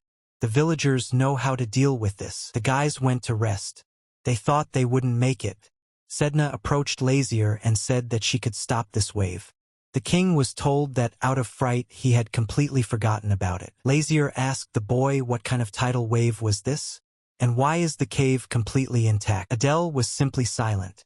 The king asked what he was avoiding answering. How often does this happen here? An old man approached them and said that he would explain everything to His Highness. But because it's for a long time, he offered to go with them to the village. He said that tidal waves suddenly come from the rocky shore, so there are no plants and animals there. Only birds and sea creatures were able to survive. Well, the villagers living in a specially protected cave. Having settled in this place, they found a baby mermaid. And since then the mermaids have been living with them. They could predict ocean attacks and find food.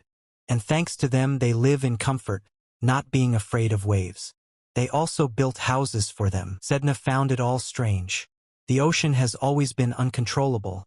But why does its waves appear too often? The villagers believe that the god of the ocean is angry and sends trouble. The fox said that this could not be.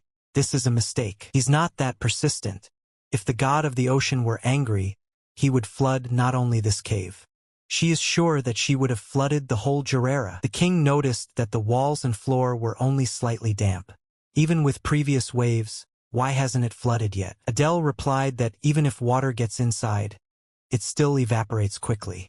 And, strangely, when the sun is at its zenith, it becomes easier to breathe in the cave, as if the air is changing. Lazier thinks that since the tidal waves continue to flood the cave, but to no avail. Could it be that there is no magic involved? Something strange is going on here. He asked the kid, is this the village end of the cave? He replied that no, she goes a little deeper. Then let him lead them there. The old man warned his highness that inside the cave was the home of the mermaids. They will not harm humans but are very shy. So let's be careful. Prince Lazier said it was wonderful. They praised these mermaids so much that now they wanted to look at them. He asked the boy, is it still far? He said they were almost there.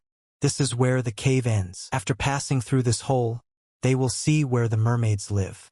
But there is only one option, it will come to crawl. But not this time, Lazier said. Smiling, he asked the elves if they could expand this hole. They replied that of course they did. The boy was shocked by what he saw. What is this magic? He asked Thea. He said something like that. The ability of earth fairies. The guys went inside and looking around were shocked by the beauty of such nature. Here it is, the very lair of mermaids. Sedna ran to the edge of the cliff and saw one of the mermaids. Is this a type of water mermaid? She looked at her and screamed. Water, water. The mermaid was frightened and swam away. Too bad she didn't try to hurt her. Adele said that they should not be scared. They are weak in body and spirit, so they can easily die. Sedna apologized. She didn't know about it. The king asked the boy why she had a drop instead of a face. Didn't he say that when they see people, they change their appearance? He replied that they change their appearance only if they like the person. At that moment, a mermaid sailed up and turned into his mother. The prince asked if his ideal is his mother. The boy said he might, although he did not know what she looked like, as she died during childbirth. The head of the village told him everything. This is the face of his mother. Adele asked if the king was not interested in who was ideal for him. His Majesty doesn't care. Sedna was also curious. The king asked why she needed this information. She just wants to know what kind of people he likes. He said he doesn't have an ideal. Those he likes are always nearby, including her and everyone else. Suddenly, the mermaids were all together. There are actually so many of them, the house of the mermen spoke the truth. The king saw that something was glowing under the water. He asked Tay what was there. He replied that it looked like a stone, but until they came closer they would not understand anything. Maybe he's magical? Arstide remembered that magic stones cannot glow without being activated. This is a well-known fact. To get the magic contained in them, they must be activated with a potion or magic formula. The king ordered Tay to check and bring it. He immediately dived into the water. It seemed strange to him why the water is warm. Usually in the lake it is much cooler. He saw a luminous and warm stone. There is no way it can be filled with magic if no one touches it. Coming closer to him, the mermaids lined up in a circle holding hands. They are so desperate to protect him. After emerging from the water, he informed his highness that they had a problem. The mermen protect the stone. He can never get it. Plus, it's not small at all. The king thought that he would have to take care of them in the beginning. Adele shouted at him that he couldn't do that. Let him not touch them. They are like family to them. If waves appear because of this stone, you need to get rid of it. But what will happen if the mermen die? Lazier thought. His reputation will deteriorate again due to rumors that will come straight from this village. Considering all his previous deeds, the king asked Theus why he thought the mermen were protecting the stone. He replied that he had no idea, since they did not talk. But maybe it's all about the eggs. They lay their eggs underwater. At first he did not pay attention, but then he noticed colored eggs around the stone. Given the temperature of the water, most likely the stone itself heats it up. And, probably, merman eggs can only develop in warmth. The king realized that if they got the stone, the temperature would go down and all the eggs would die. He asked Sedna if she could control the temperature of the water.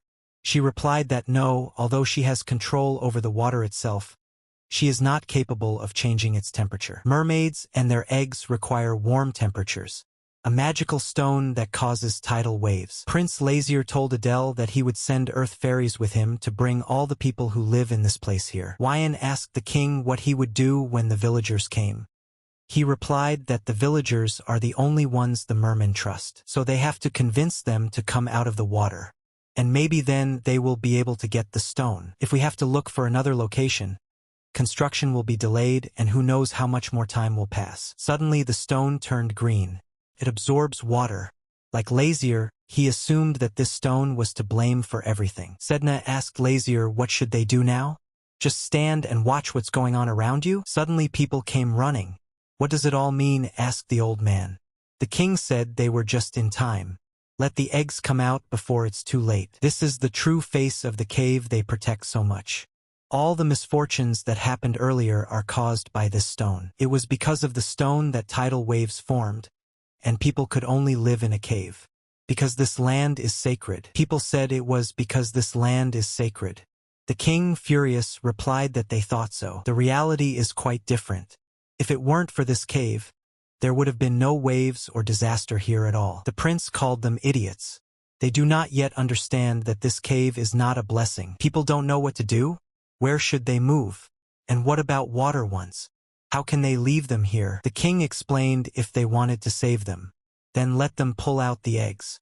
You can't delay now. Looking at how people collect eggs, the guys noticed that the mermen are not afraid of them. Still, they are not strangers to each other. The girl turned to the mermaid and said, "The king and his friends say that they will die of drought if they stay here." Holding out her hand, she invited them to go together. Looking at each other, the mermen made their choice. He turned into a handsome guy. The girl thanked him for his trust. The woman approached her and asked who it was. She replied that it was her first love. They allow you to see who and when you want. Lazier thought, isn't this the greatest temptation for people? As far as he knows, people are too emotional. Thus, they could become a real bait to attract all the riches and royal power in Jarrera. He came just to inspect the tunnel construction site, but got much more than he expected from this trip. The old man turned to His Highness with the question of what to do. The king replied that Sedna would lead them to the exit of the cave. We would not allow dehydration of the eggs. Running up to the king, Adele asked what about them? Lazier replied that he needed to deal with the magic stone first. If left in the cave, it will still be in danger. The boy said that then he would bring out all the mermen. Bowing before His Highness, the boy said thank you and asked for forgiveness. He thought the king was a bad person. Lazier turned to Sir Hwayan and asked why he didn't go with Sedna. The guy replied that he was his knight and should protect His Highness. Since his name is listed in the book, he is clearly not a timid person. Looking at the stone, the king asked how they could get rid of this uncomfortable lamp. Hwayan asked if he could cut her. His Majesty said that it makes no sense to cut off only the top. He sank deep into the earth.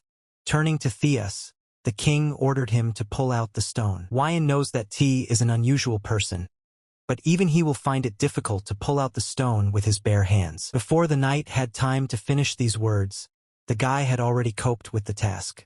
Holding it in his arms, Tay said that he was not that deep. He thought the cave was crumbling. Chaeyon stood with his mouth open. He asked His Highness, "Is the stone really so light?" The king said no, it's just that T is incredibly strong. Climbing up the stairs, Hwayan told the guy to hold on. There was only a little left. They got out of the cave. Eris said that the power of earth fairies is amazing. Make a ladder connecting the cave and the shore. With such strength, they will instantly build an underwater tunnel. But the fairies complained of being tired, and that they wanted to sleep. The king turned to Ray, who took the form of a man and took the fairies in his arms. Eris said that it looks like they are very tired. They spent a lot of energy today. Looking at the sky, the king said that it was time for the children to sleep. While they were in the cave, night fell. Turning to His Highness, Tay said that after midnight the new year would come. The king was surprised. So fast? T replied that yes, this year time flies by unnoticed. His first new year in the human body. He says it's the year of the salamander. The king asked Tay if he was happy. He replied that yes, he thinks this is a good year. Looking up at the sky, they saw a shooting star. Hwayan turned to His Highness. He said that now of course it's early, but Happy New Year. The king was outraged. At this rate, he'll faint again. He did not understand why there were so many documents. The king asked Tay if he had sent a letter to every nation. The guy replied that of course. Tay said that many countries offered alliances, but they rejected their proposals, as the king ordered. They made an alliance only with the Kana's empire. His Highness said that an agreement must first be signed with each nation. He suggested proceeding carefully and slowly. The king asked how the work on the tunnel was progressing. They need to finish building quickly if they want to make deals with other nations. T said that the fairy queen has sent assistance, so the work is going quickly. Eris said they would finish ahead of schedule. What a relief, Lazier thought. He asked they what about mermaids? Is he talking about that village on the rocky shore? A mermaid trainer, Adele, was surprised. Eris replied that yes, His Highness officially nicknamed this place the City of Mermaids. All villagers will be able to gain knowledge and resources to control the mermaids. This place will become a popular tourist destination and theme park for the mermaids to interact with other nations. The guy said they're building new houses for them, so when they're done, they'll help with the move. In the meantime, please let the mermaids take care. The kidnappers and murderers of the mermaids will be punished. Only they are able to maintain and manage them. Eris said that people would have to pay to see them, so their pockets would be full. The old man said that he did not know how to thank His Highness. The girl asked him if they were sure that there would be people willing to pay a lot of money to look at the mermaids. They say there are already famous merchants and nobles heading to Gerera to see the mermen. Looking at how the king was sleeping, T said that it seemed that he would not even notice if someone steal him. Tomorrow is the Ocean God Festival. The guy hopes the king will wake up in time. But now I need to change him into pajamas. T tried to wake His Highness, talking about what a beautiful morning it is and that it's time to open your eyes. Even Sedna and Ray woke up. The king asked they to shut up and not wake him up. He still won't get out of bed and doesn't care what day it is. The guy said that the Ocean God Festival begins today. How can a prince miss such an important event? The king said that's it. He got up. His Highness could not believe that he would have to pretend to be a buffoon every year. Sedna said if she doesn't want to, let her not go. That's what he wanted to say. Why did she even come up with such an event? She didn't know then. What should she do? If he does not like it, then she can get rid of this event? If it is the will of the ocean god. The king said no, the festival must continue in the future. Although it is infuriating, it is an important event that demonstrates that the god of the ocean is protecting Gerera. His Highness asked if the main characters couldn't miss it, so it's time to pack up. Sedna agreed with the king. The king said that the event had come to an end, and they could do with a rest, so why the hell did they go to this festival? Sedna replied that she really wanted to go here. She admired a lot of people. In all these 2,000 years of holding the festival of the god of the ocean, she never managed to visit it. Where does she start, eat goodies or go to the circus? Quian asked His Highness why he went with Sedna. He replied that he was not here of his own free will. Went with her because she might get into some trouble like last time. If he personally visits this festival, won't his reputation increase? Wyong said that he was right, this is really a great idea. Lazier asked Sedna what she was doing. The girl showed him the rabbit. She felt sorry for him. He's all alone and probably very scared. The king said that he had nothing to be sorry for. Sedna did not agree with him. Waiting for someone to pick you up is very sad. Doesn't he think so? He replied that he was not interested in such weak and helpless creatures. The girl asked, that is, the weak are unpleasant to him? Turns out that if she was an ordinary fox without any abilities, he would hate her too. Indeed, Lazier did not need her, but her powers. Because she is an angel, he chose her because of her angelic powers. Turning to Sedna, the king said that there are no ifs. He chose her because she is strong, and he doesn't regret his choice one bit. Then why be sad? She's with him now. Sedna said well, then let him buy her something tasty. Lazier asked what exactly? Everyone walked together holding a lollipop in their hand. Lazier didn't expect that candy alone could lift her spirits to the skies. Turning to His Highness, Wyan said that they were not children. The king replied that nothing could be done.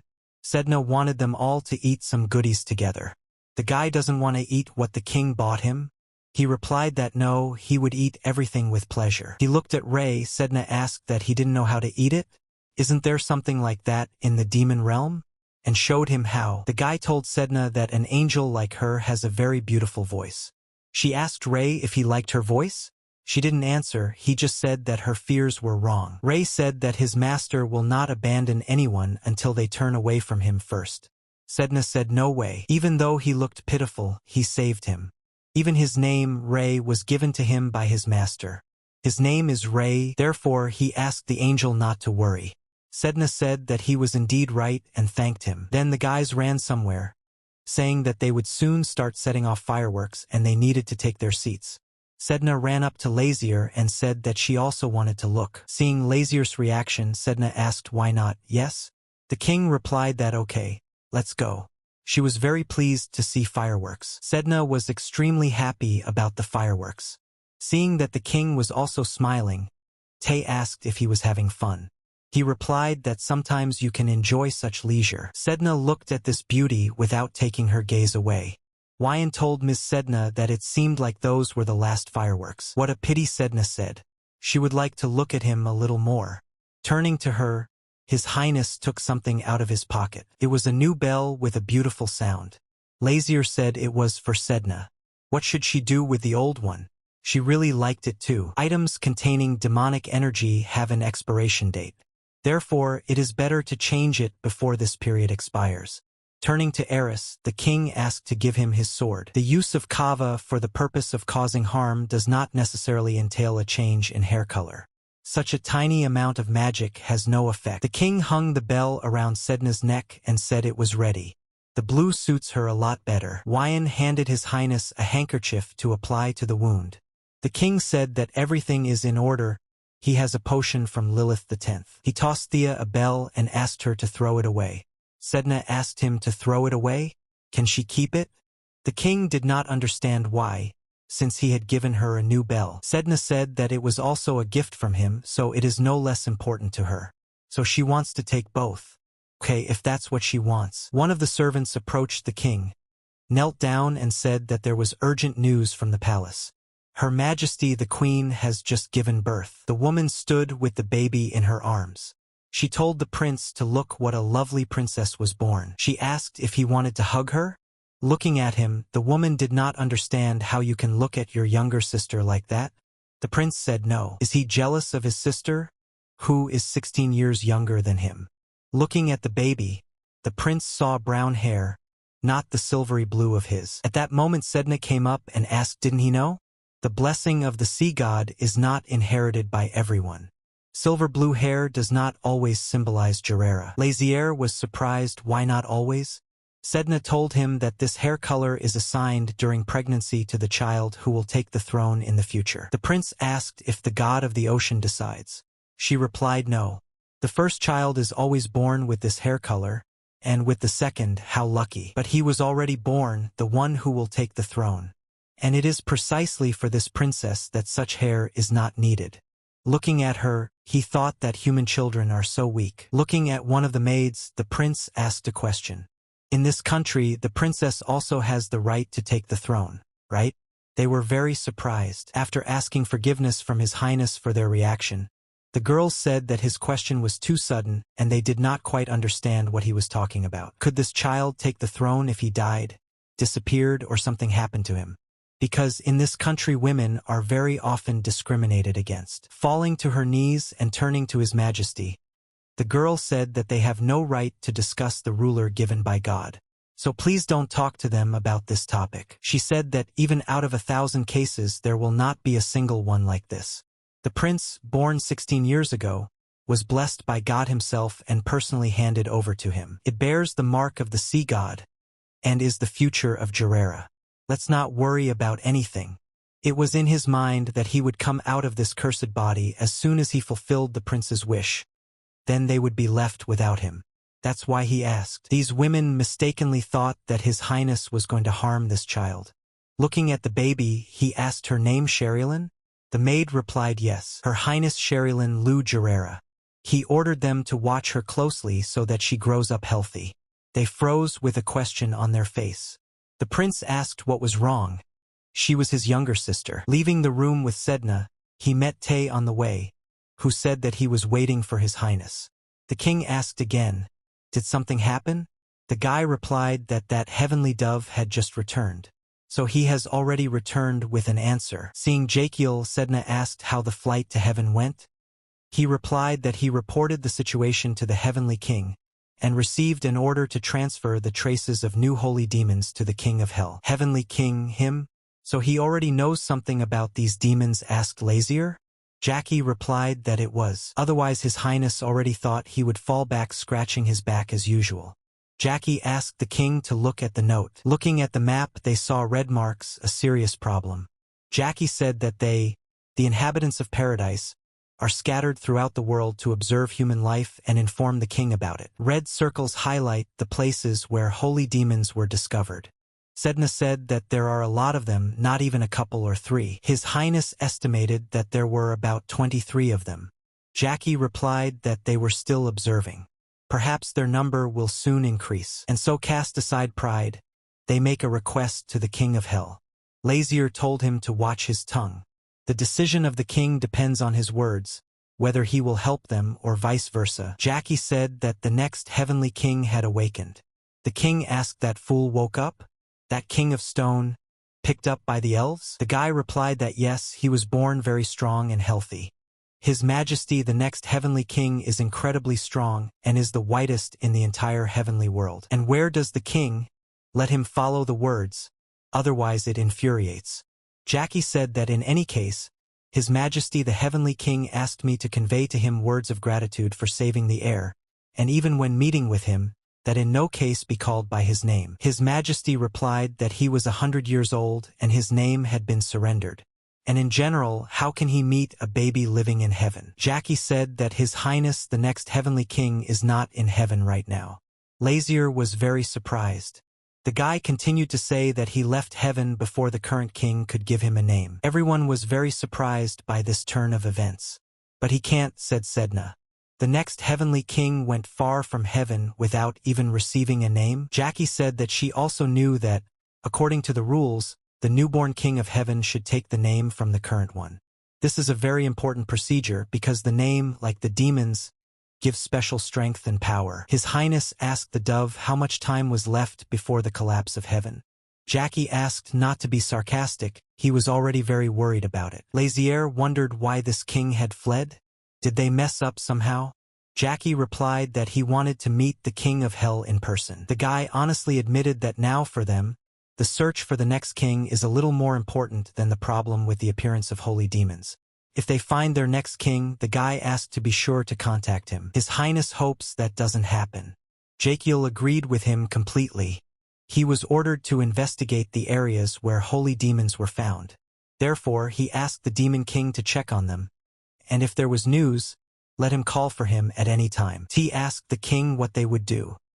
He replied that this clueless heavenly king was of no use, absolutely nothing. Sedna said that she hated the current king with all her heart, and would very much like a new one to replace him as soon as possible. But now it seems to her that this next heavenly king is even stranger. The problem with the next king, Lazier offered to just score on him. If he comes to meet him, the king will simply seize him and hand him over to heaven. As the map shows, the increase in the number of holy demons is his main problem now. Although, to be honest, the growth of their number is not so important. Here are their abilities. The guy who pretended to be the demon king last time had the power of nightmares, but it was quite weak and short-lived. But what happens if they can copy the powers of gods and demons at will? What if they manage to copy his powers, the king of hell? T said that it was impossible, since his strength was different from the strength of ordinary demons. No one can withstand such a powerful amount of magic. And the very existence of this force lies in their heart. Sedna said she thought so too. This is possible only by returning to the form of an unhatched egg. There is one who has already hatched from an egg, but did not become a king. What if this little guy falls into the hands of holy demons? Turning to Tay and Ray, the king said that they had an urgent matter that did not require delay. Sir Wyan asked the prince for forgiveness. He said that if the knight is really sorry, just keep quiet. He said that the prince left so suddenly. The king replied that the temple. He's not talking about the temple of the ocean god, is he? Ray intervened in the conversation and asked, Do they have any other temples? Next to them, after all, now Sedna, the representative of the god of the ocean, why should the king personally go to him? The king replied that, in order to get information, he needed to talk to the priest. Wyan told him that then he could call one of them directly. Lazier replied that he needed to look for some books in the temple, just down the road and drop by. Sir Wyan said that he understood everything. Then he will go to prepare for the upcoming detour. The king replied that he clung like a tail. Upon entering the temple, the prince was greeted. The man said he was a high priest serving the god of the ocean. His name is Sol Mukha. May the blessing of the ocean god be with him. Sedna intervened and told the prince not to worry. She will continue to protect him. As soon as she realized that she had said a little not what she needed, she immediately changed the conversation. The king began to talk about what he had heard from someone. Is there a separate room with old books here? The priest said that yes, he would lead his highness. Let him follow him. The man said that if the king found a certain book, they could help find it. Lazier said thank you, but he can handle himself. His highness mentioned that all temples are interconnected. He heard this somewhere. Is it true? He wonders if they can interact with each other regardless of country or religion. The priest replied that yes, they can. Even if the religion and deity are different, the divine power used for blessing is the same. Turns out that the connection with each temple is in the public domain. Yes, the king can contact them at any time using holy power. Maybe he has a place where he would like to convey his words. The king replied that yes, wherever possible. The priest was very surprised. Let him tell everyone that the Prince of Jarera, Lazier, is looking for one person. Age unknown, most likely a fairly young guy. White hair, white eyes, white smile. In general, he is also snow white that he does not look like an ordinary person. Doesn't the king know his name either? His highness said no. Perhaps he doesn't know his own name. Let him tell them to grab him immediately if they find him. Sol Mukha said that white hair and white eyes are of course rare. But can he find out who he is and why they are looking for him? The king said that he recently had a dream in which a white swan flew in and asked him to find a heavenly child. The king did not understand what kind of dream it was. T said that the messenger of the ocean god had the same dream, so they started searching. The priest said that they would convey his words to other temples as soon as possible. They turned around and left. Sedna now understood why Lazier needed this temple, and he is very smart. He said that he must use his powers as a prince to the fullest. Besides, these priests are simply obsessed with oracles. Those called gods are usually in a hurry to assert their authority and protect prestige. Shouldn't he do the same? He is right, because Sedna was expelled with the words honor and law above all. They also said that she was selfish and reckless, and therefore a disgrace to the heavenly people. T said that in this way the king will force all the temples of the world to operate. Lazier said that human contracts are not the private business of angels. Thanks to this contract, even he was trapped in the body of the cursed prince. The king ordered Knight Wyan to stop any suspicious person from approaching this place now. He said that he understood and went to guard the entrance. Sedna said that she hadn't heard much about contracts with demons, by the way. Yes, and about the temples in principle too. T said it was because demons don't have sacred powers. In order to gain them, people worship angels. The sacred power of angels is similar to the divine, so there is nothing surprising in the actions of people. Sedna asked because demons also use devilish power. Isn't it the same? The guy replied that essentially yes, but no one can be sure whether the existence of God is divided into angels and demons, right? She remembered that there were rumors that God created angels and demons from the divine and demonic powers he had. Tay laughed and said that there was nothing to be done about it. The truth is that the perception of demons is generally poor and temples try to avoid them. It is believed that demons bring curses. Sedna said that she was also afraid of curses. Approaching Lazier, she asked what he was looking at there so carefully. The king said that the list of people who made a contract with the demons. And what will this list give him? He replied that he would assign these people to himself. But he's in the human body now, isn't that difficult? Lazier agreed and said that Sedna was right, he was now negligibly weak. So T will handle it on his behalf. T laughingly said that he would not dare to do such a thing in front of the king. Lazier asked sternly and that he would not do this? He replied that he would take care of it. How will they be able to win people who have made a contract with demons to their side? Sedna replied that with the help of threats. The king said that this is certainly not bad, but there is a better way. Even the book states that these people were despised everywhere. Those who received the stigmata were honored as high priests, but all those who made a contract with the demon are isolated lower classes. All of them are either considered villains or were exterminated by those who made a contract with the angels. The king said that in any case they were all isolated and killed themselves. We need to look for other lists. But people who have entered into a contract with demons are said to be pitiful. Looking at Sedna, His Highness asked her if she knew why. She shook her head. The king replied that when the wishes of these people were fulfilled, Sedna was upset. She asked why the contract terms with demons are so cruel. Lazier said that they themselves go for it, knowing that they could lose their lives and souls. Somehow he concluded, and now he knows how to lure signers. Sedna couldn't believe her ears. He said that in the territory where demon summoners would be welcome, if you legalize the summoning of demons, they themselves will come to Gerera. He told his king that it was very dangerous. Gerera, of course, is quite lenient, even accepting demons like Blackie, but God forbid this becomes a pretext for attacks from other countries. In any case, if he wants to rule the whole world, war cannot be avoided. They can use demands for equality for a discriminating minority to justify war. Tay asked if it was too early. Gerera is still very weak. Okay, they can cope with small countries, but if they collide with big powers, there will be no victory in sight. And the tunnel connecting Gerera and Kanas will be built for another year. At least until then, it's best to remain calm. Sedna agreed with Thay's opinion. He was not going to fulfill the desire of his contractor through human forces, right? Lazier replied that his desire was not a problem for him. They don't know where the next heavenly king is, and it's an emergency where the holy demons are playing. In this confusing world, it will be hard to hold both the heavenly kingdom and the holy demons. And he turned to Theus Thanatos. The king asked since when had he become such a coward, trembling in the face of war? Thay handed Sir Wyan a note saying it was from the prince. In it, the knight read about a connection with a criminal organization. He checked with Tay. Did the prince actually order him to do this? The guy answered yes and asked to follow him. This is a secret mission and no one can say a word about it. Huayan asked does he know where to go. T answered how could he, his faithful servant. He was ordered to accompany the very clumsy Sir Wyan.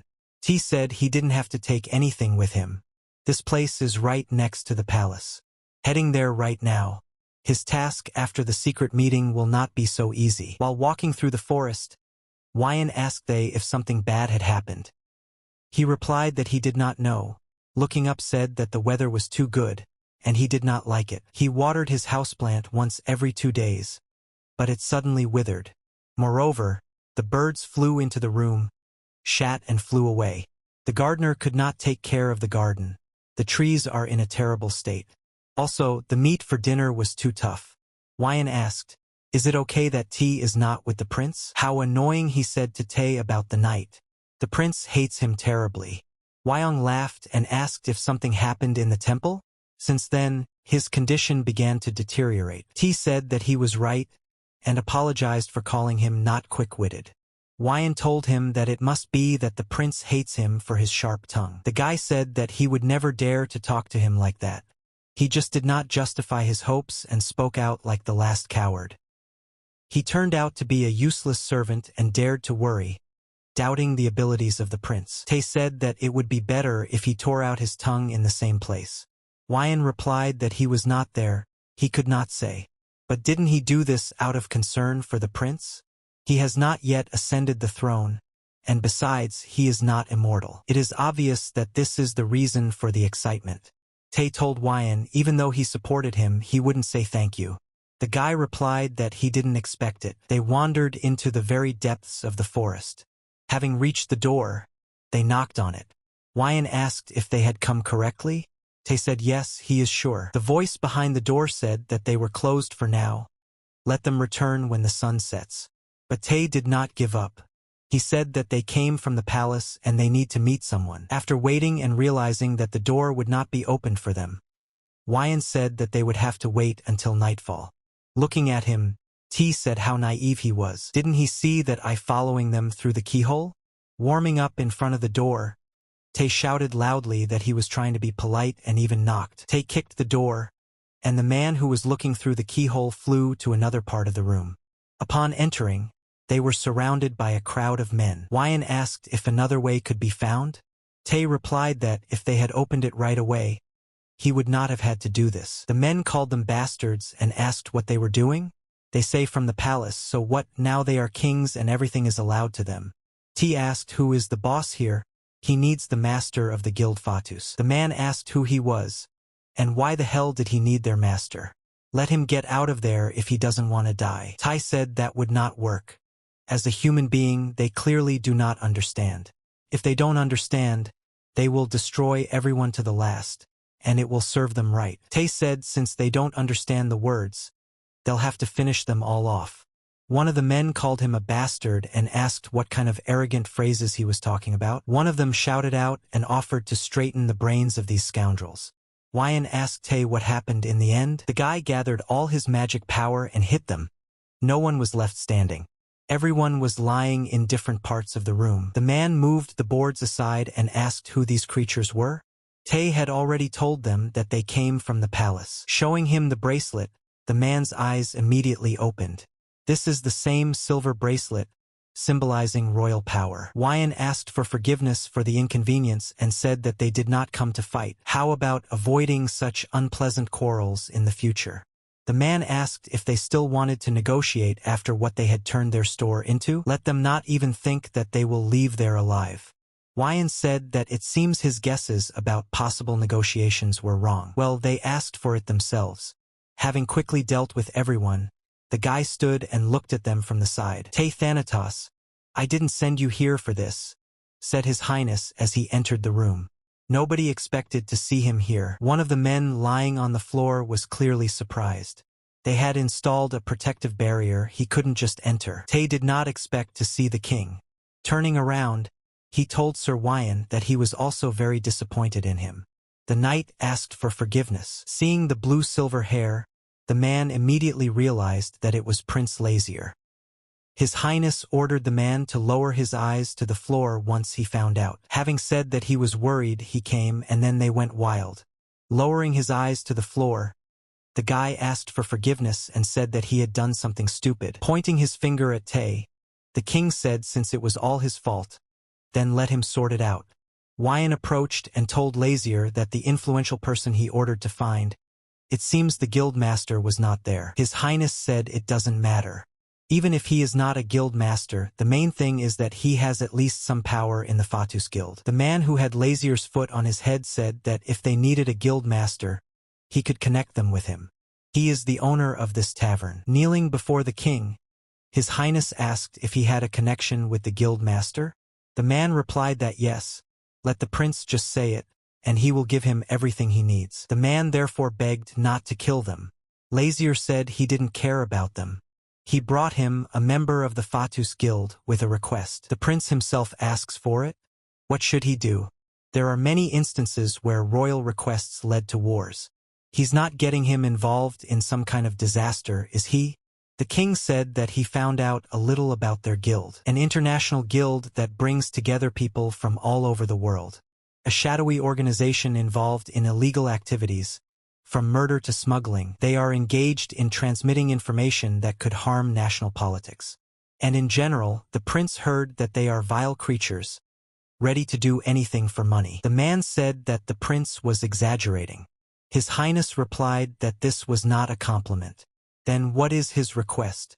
The king said he wanted them to do some advertising. Looking at the text, the man did not understand what the content was.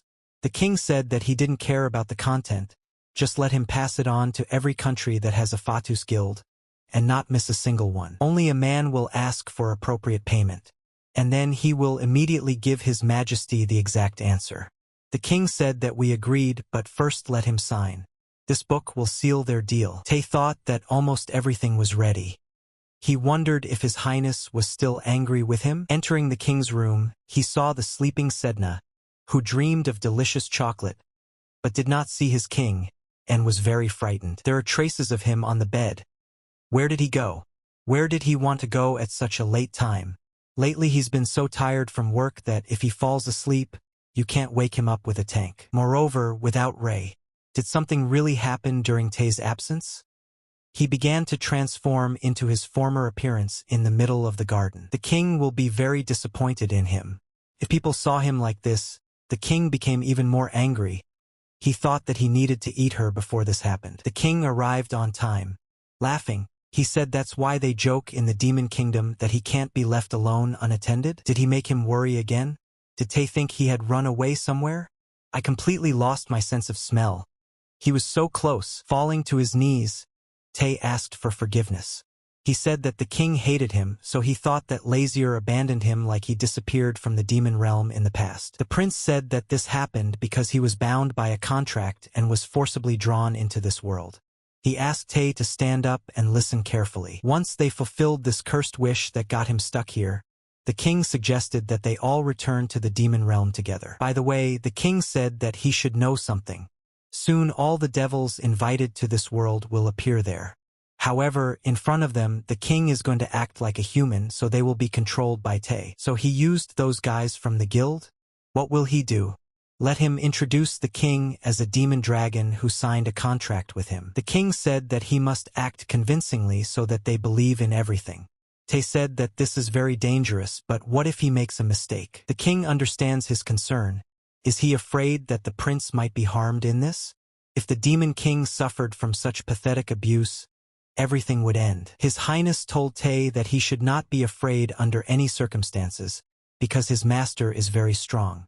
After that, Lazier suggested going inside. Tae entered Lazier's office and told him that an ambassador from the Oblang Federation was coming to them. His Highness was surprised. A federation created from the 17 islands of the southern archipelago. They say that the total territory and wealth of all these countries far exceeds the territory and wealth of the Kana's empire. The devils he was waiting for did not come. And from the south, out of nowhere, an ambassador appeared. They are not on hostile terms with him. Nothing strange. Just a little unexpected. His Highness asked what was the purpose of his visit. Tae replied that everyone says differently, but it seems that his main goal is the exchange of magic stones. Looks like other countries were salivating when they heard about the Kanas and Jirera alliance building an underwater tunnel. Have they really begun to move for the attention of the Kana's empire? Only the western continent is still doing nothing. Strange. Tae asked this king about the Federation of Blang. Lazier replied no, about the western continent. The guy said they were really a little suspicious. Everyone shows so much interest in Jirera, but there is no reaction. According to his research, this is not at all similar to Jirera's policy of isolation. The king asked if they also had a temple. Tae replied that yes, there are a lot of temples abroad. Perhaps in those parts people hope in God, since they have nothing but dry places. In this case, the king ordered his man to be sent to them. Let him find out in more detail, under the pretext of inviting Sherilyn for 100 days. If they're not going to move, it would be a good idea to clear their area first. The ambassador said he was very glad that the prince met their delegation in person. Jirera, under the patronage of the ocean god, is simply beautiful. Much more beautiful than they could have imagined. The prince almost went crazy from this pronunciation. The king said that he wanted to show off his area to them so that they could feel at home. The prince said that before he began to examine the mermen, he asked them to sign their names. It's kind of like a guest book. Tae saw that something was wrong with the prince. He asked if Lazier was okay. The king asked, is it really like that? He's just going crazy from these crazy people's terrible pronunciation. He must get used to their pronunciation because they are very important guests. At that moment, a young man approached them and said that his name was Shuhel Tae Swift. He was a representative of Swift Island. He heard that it was the prince who opened the doors of Jirera, which is a great joy for them, their neighbors. The king wondered why his pronunciation was so clear, and besides, he was much younger than the others. To share their great joy, they prepared a small gift, a figurine made by the hands of their craftsmen, and a candle that relieves fatigue. The king doesn't understand what kind of garbage this is. The guy started to get nervous. It seems the prince didn't like the gift. The prince said thank you and asked him to give the gift to his servant. Lazier said that he had an urgent matter and it was time for him to go, and they can calmly enjoy this place. They bowed and the prince left. Shuhel Tae Swift thought that this should not be allowed. He must apologize if he ruined his mood. He walked and thought what to do. Because he lost them, and he doesn't know the way. It was necessary to immediately catch up and talk to him alone. Having walked a little further, the boy saw a river in which someone was splashing. As he came closer, he wondered if these were mermen. After greeting him, he asked if they were the same mermaids. Extending their hand, they immediately swam away in different directions. After asking for forgiveness, he said that he did not want to bother them. He didn't mean any harm, he just wanted to take a closer look. Or maybe they love cookies. Having handed it to them, they never swam up. The guy said that they are also cowardly, just like him. One of the mermen surfaced and turned into the form of a man. This is the guy's father. He heard that they show the image of a loved one. He said thank you for letting me see him again. Shuhelte Swift again handed them cookies in gratitude. Then Sedna came running behind him and shouted that he couldn't do that. Sedna screamed that they would die if they ate cheese or chocolate. Didn't they explain to him that you can't come close to mermaids and feed them anything? Pointing his finger at her, the guy shouted that she was a talking fox. Sedna replied that she was not just a fox, but a messenger of the god of the ocean. He was very surprised. Lisa said that although she looks cute, she is actually very scary. Seeing the blue and silver power on her, he wondered if she was the god of the ocean. He told her that she was not a messenger from the ocean god. So much powerful divine power does not emanate from the messengers. Sedna asked, does he see her strength? She's the goddess of the ocean, isn't she? The fox replied that even the priests who control the highest divine powers do not see her divine power. Sedna said that the guy was kind of strange. Is he really human? At that moment, Lazier, Wyan and Tay approached them. The prince asked what Sedna's words mean. Can you be more specific? Lazier said that she was from Swift, and asked to remember what her name was. Lowering his head, the guy said that his name was Shuhelte Swift. The king saw that he had special eyes, since he could see Sedna's divine power. The average person doesn't see anything like that except that she can talk. He hid his identity and watched the prince from afar. Lazier asked what his goal was. No matter how you look at it, he doesn't seem like an ordinary person to be able to disguise himself like that. After asking for forgiveness, the guy said that he didn't want to deceive the prince, and he didn't have any bad intentions. Sedna was surprised. Is she a girl? Lazier asked again what her real name was. The girl replied that Shuckle was her nickname, and her real name is Caswella Tay Swift Lion. She is the first Princess Swift. The girl was very scared because she didn't know what the prince's reaction would be. Does that mean she is the heir to the throne? She answered yes. It was somehow strange for Lazier, a man, and also the heiress of the kingdom. How can she see what the human eye cannot see? What else does she have to hide? Just as Jarera is under the protection of the ocean god, her country Swift is under the protection of the devil. The prince said how nice it was to hear this. Does he not believe her words? Lazier said he believes it. He made a deal with an absurd thing called the ocean goddess and carries her with him, so he has no reason not to trust the girl. She clearly did not want to boast that her country was under the protection of the devil.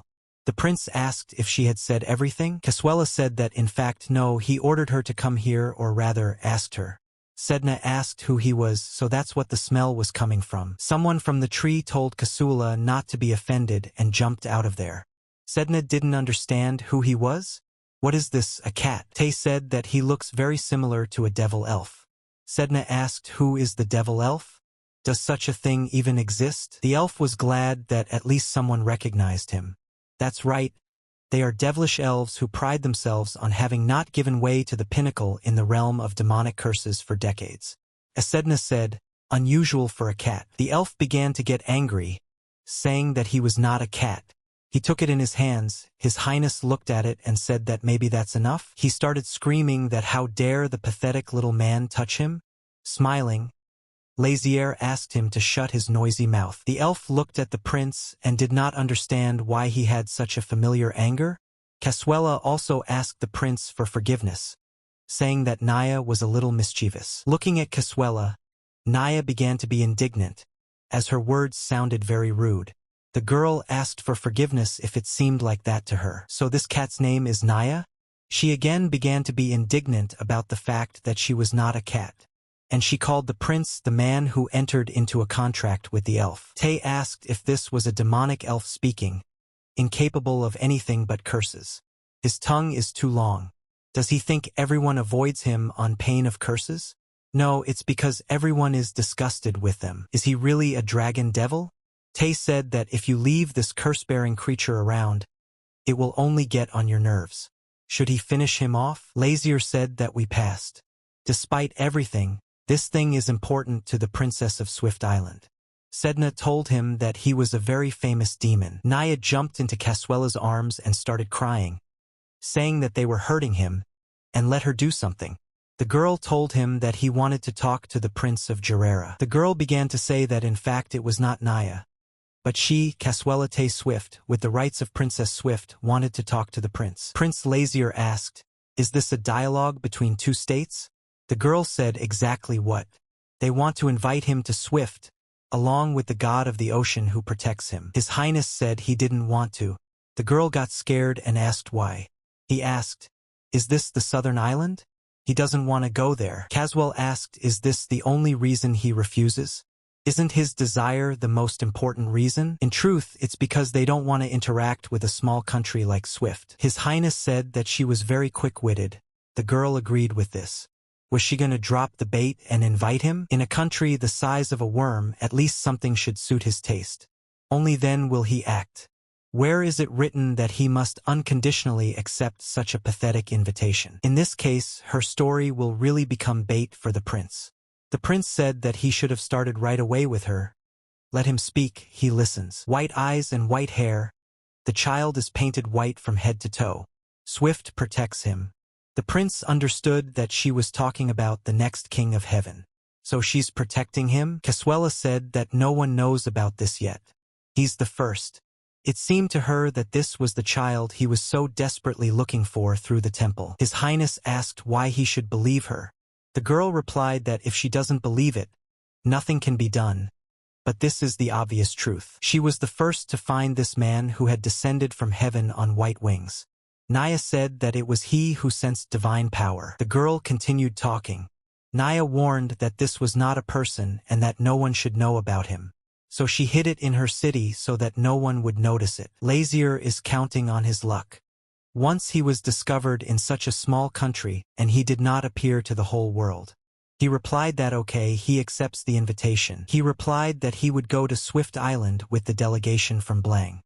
His Highness prepared to leave, saying that he would see each other again. The girl thanked him for accepting the invitation. Looking back, he turned to Nye, asked what he was doing there. Let him follow him. They still have a conversation, don't they? Ray ran up to Lazier. He asked him if he had a good rest. He is fine now, but due to the constant use of magic, his condition is getting worse. Until he is completely restored, let him rest in this body. Seeing that it was a devil dog, Naya hid. He asked what it was. Dragon demon, angel fox, now also a demon dog. What kind of devil's palace is this? Then Sedna came into the room and said that fox angels do not live in angelic palaces. Naya replied that of all, she is the most suspicious. He asked what the dragon demon was doing here anyway.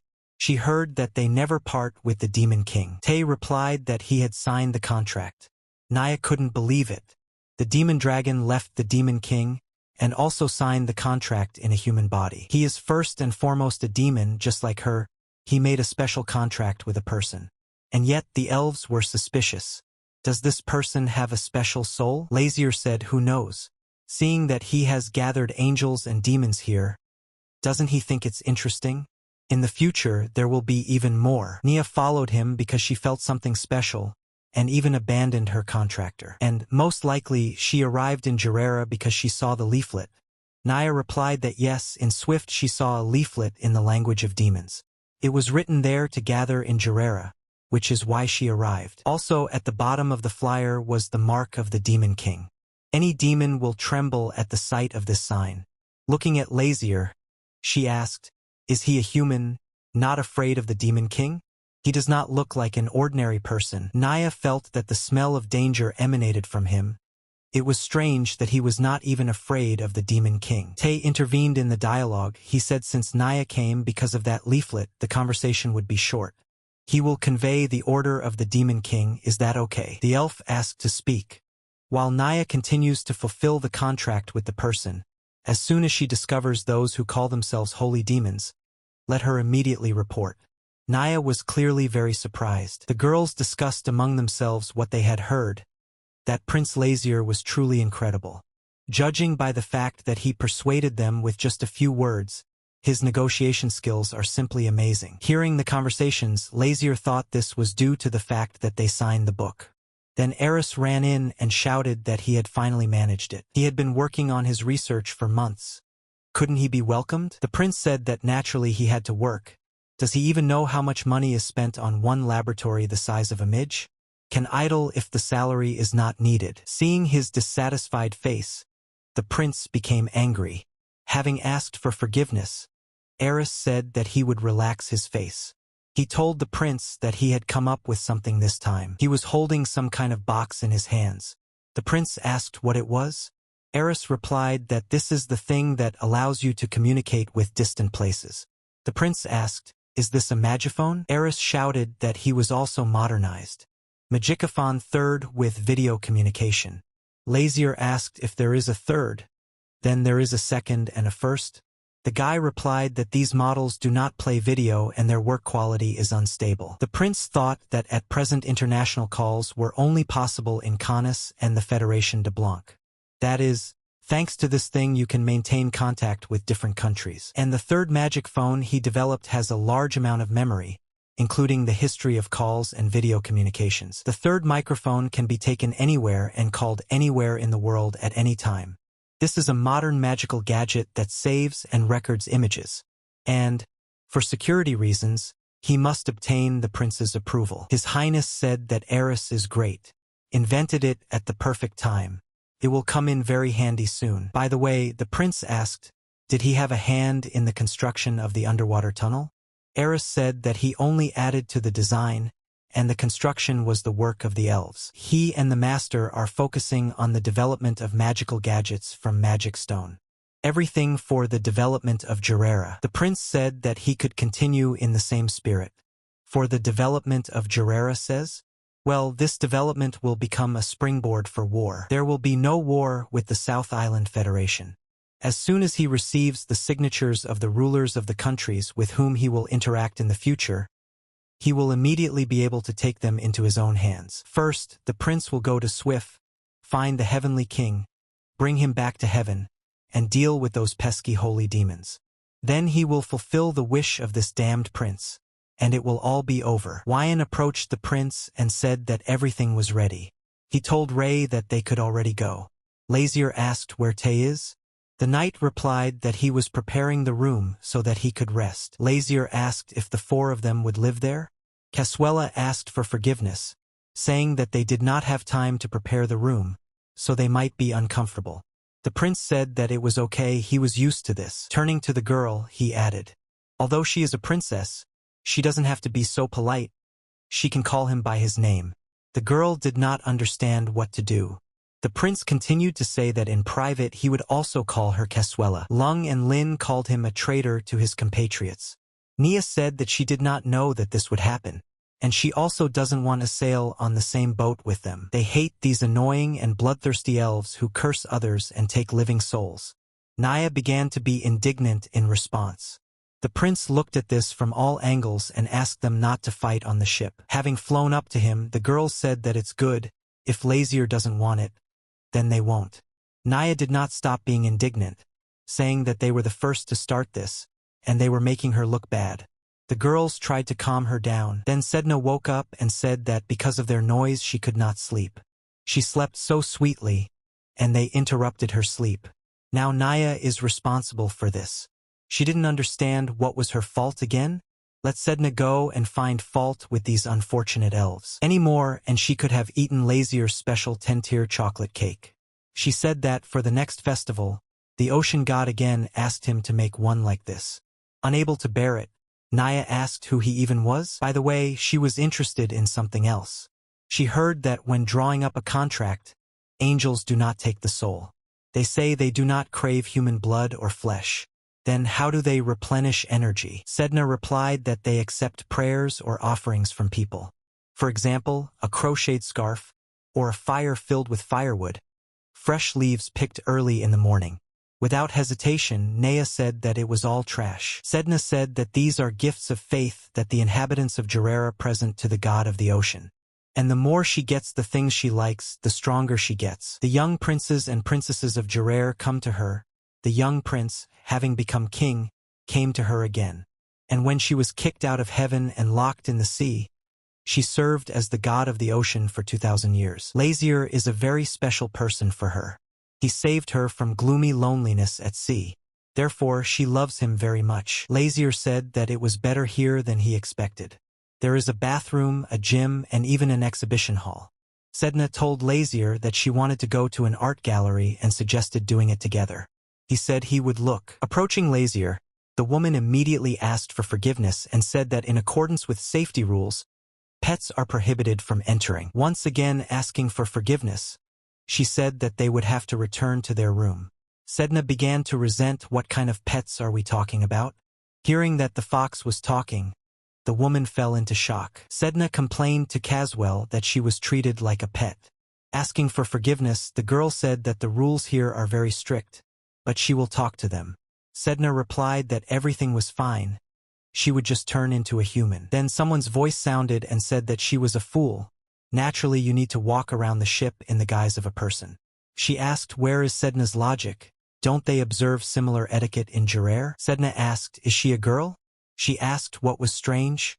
Even in a human body, she is very beautiful. Sedna said she's beautiful. She doesn't even argue. But what about her speech? The girl replied that this was all because she signed a contract on Swift's territory. Lazier asked, and does magic on Earth? Can a turd even transform? Turning around, she began to be indignant and said that she would immediately cast a spell. The prince asked the question, is she really unable to do anything with her speech? After all, it spoils her face so much. Tay and Wyan couldn't help but laugh. She left and said that it infuriates her how they laugh at her, so she doesn't talk to them anymore. Sedna asked Lazier if she should stop her. He replied that there was no need, he would calm down and come back. Sedna didn't mean to laugh at her, but she seemed offended. Lazier said he was more concerned about her clumsy transformation technique. To move around the ship, she needs to hide her ears and tail. Sedna said it's strange, but the ears and tail don't disappear. She just feels somehow empty without them. And she really wants to go to the gallery. Lazier was indignant that she could not hide her ears and tail, but she was already so happy. Sedna replied that if she is not detected, then there will be no problems. Tay approached her and warned her that she needed to be very quiet here. Running up to the picture, Sedna looked for a couple of seconds and said that it was boring. What's the point of looking at this? Lazier replied that she herself wanted to come here, but she heard the man and woman at the port say that the art gallery was a lot of fun, and that it was a date on which she and her loved one looked at paintings. Her desire was to go on a date with Lazier, but she didn't think it would be so boring. The prince reminded her of her desire for freedom. Sedna replied that it was a big desire, but this was a smaller one. The prince asked, so is her little wish fulfilled? Sedna said yes. Then it's time to go back to the room. Lunch is coming soon. As he was leaving, Lazier heard the elves' indignation at the sight of one of the paintings. They said it was strange, terrible, and scary. Approaching them, he asked what happened. When he saw the painting, he frowned. Didn't it hang in the hallway? Why doesn't he remember this? He would have noticed such a magical picture in any case. Approaching, Tay widened his eyes. Lazier asked if he knew this picture. T said it was more like a flower inside her. The prince asked what kind of flower. Tay replied that she had probably never seen him. It is called Keros and grows in the realm of demons. Each petal contains dozens of deadly poisons. The weakest races can die just by looking at him. In the demon realm, there are many plants and animals unknown to him. Tay Thanatos is the only one who knows everything about each of them. But was this picture painted by a man? Perhaps he made a deal with the devil and heard from him about this flower. Lazier called the girl to him. He asked who painted this picture. The girl immediately asked for forgiveness if she caused them discomfort. She said honestly that it was so ugly that the girl did not want to hang it in the gallery aisle. But because of a client supporting this artist's painting, I had to hang it. Even if it brings them discomfort, she asked for their understanding. Lazier asked, "Does she know the author of this picture? Who is he?" The girl replied that this was Cork Yuan, an artist from the island of Rf. The prince said, "Okay. Is this artist on the ship now?" The girl shouted that no. He is an ordinary resident of Rf Island and has no right to be on this ship. Therefore, when the ship docks at the island, he just gives away his paintings and that's it. Lazier found this suspicious. The artist who painted the flower from the demon realm needs to know more about it. Shouting to the girl, he said that since the artist sends his paintings here, does that mean there are more of his works on the ship? Let him bring everything to his room now. Mistress Naya was on the uppermost deck. She walked from side to side and lamented that would not one of them come for her. Then someone called out to her. Turned out to be Caswell. She said that it was getting light. Let Mrs. Naya go back to her room. It's hard for her to move around in the light of day, so let her calm down and come back. Without allowing the girl to finish, she began to be indignant that she would curse them all. She told Caswell that she couldn't stand them. Does she mean Mr. Lazier? Naya replied that yes, it was him.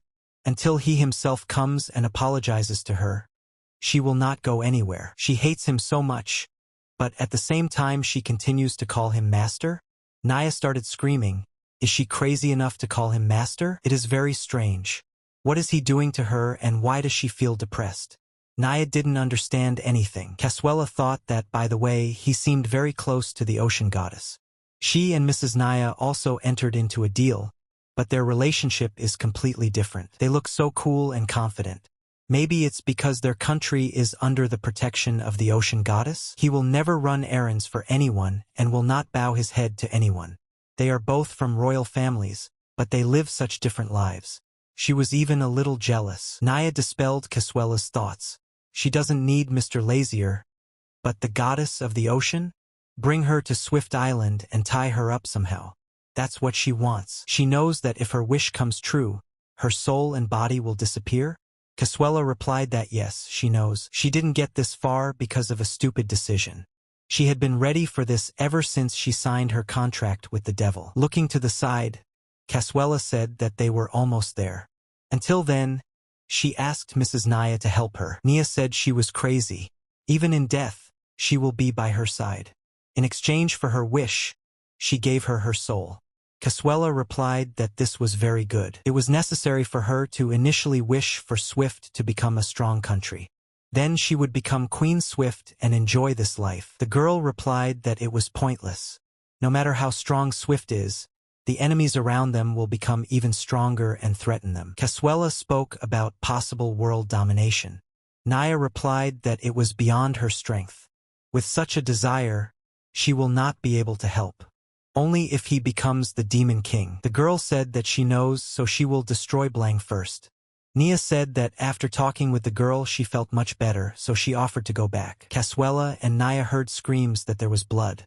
When they ran up, they saw huge pools of blood. Touching it, the girl said that she had not curled up yet. Lazier said that he asked to bring him the paintings, and not a dirty piece of fabric. The man said that his name is Tom Lucas. He is the head of the ship's control headquarters. Having asked for forgiveness, he said that he would need Lazier's help. Came to the prince early in the morning, with only a bloody handkerchief, and still asks for help. He said that a person went missing this morning. For the safety of their clients, they are trying to identify the culprit. The prince was surprised. A man disappeared from the ship surrounded by water? The man said that it would be good if only he disappeared. A pool of blood and a handkerchief, the owner of which is unknown, were found at the scene. Isn't this a luxury ship that only royals and aristocrats can travel on? Are murders really being committed even on such a ship? Tom Lucas asked for forgiveness and said that he had no excuses about this. To protect clients, they walk from room to room and count the number of people. The prince called Tay, who said that everything was ready. Lazier is responsible for everyone in this room. The man said thank you very much. Lucas said there was another person enlisted in this room. Is he not here? Lazier replied that he did not know. The man said that then he would add him to the list of absentees and start looking for him. Seeing that Sedna was heading towards the door, the prince asked where she went again. She replied that there was a murder on the ship. Wasn't he curious? The king replied that not at all. Lazier told her that if she did anything again, he would be responsible for it. Offended, she said that she would sit quietly and would not take a step from here. Sedna began to say that if there is a killer walking around the ship, they are also in danger. Lazier laughed. He is in danger. On the contrary, this killer is in danger. Even if he tries to covet him, the prince will not leave a living place for him. But if you believe the calculations, the criminal cannot be human. Sedna asked how Lazier knows this. Just some kind of detective. He asked, is she really interested in where the information comes from? She said with admiration that yes. The prince replied that he just felt that way. The Sky Fox remembered that Caswell and Naya had not returned yet. Weren't they hurt by any chance? Lazier replied that Naya may look weak, but she is still a demon. No one gets hurt around her. They saw the door opening. It was a girl, and she brought Lazier paintings by Cork Yuan. Looking at Lazier, Sedna asked, is this the author of those ugly paintings? The prince replied that they were not ugly at all. He liked them. They looked quite small. Lisa said that she most likely would not understand the beauty standards of demons. Looking at them, Tay said that the others were also based on the demon realm. You will often find such a tree in the realm of demons. But he often appeared where Tay lived. This is all very strange. Lazier said that with this arrangement, it seems that the 7 paintings create one common scene. It is impossible to do something like this without visiting the kingdom personally, especially this picture. It was like it was written right there. Looking at Ray. Looking at the picture, Sedna said, this is what the real Ray looks like. But why is Ray so angry in the picture? It's more like he's not angry, he's sad. Looking at Laurier, Sedna asked if the demon realm really looks like this. The prince said yes, almost the same. The painting was painted as if being in the kingdom itself. Approaching the prince, Wyan asked if he had ever seen the landscapes from these paintings in real life. He replied that he saw it. Wyan asked to tell what kind of monster this was, pointing to the image of Ray. Lazier replied that he was not a monster, but a demon dog, and he is very close to him. They heard screams about a new murder. Everyone was called to the dining room. 3 more people have disappeared. How do we understand this? Exactly what is going on here? People were discussing that this was definitely murder. Others said that there were no corpses, so abduction was possible. Not even a day has passed, and already 4 people are missing. One of the women shouted, what if their ship was cursed by the god of the ocean? This means they will all die or the ship will sink. The man shouted that it was possible that the god of the ocean had cursed this ship and was taking people to the bottom. And what they were guilty of was somehow too cruel. The goddess of the ocean gets angry. She will not curse the ship, but will simply destroy it. She doesn't even know how to curse. Someone is very angry right now. But why?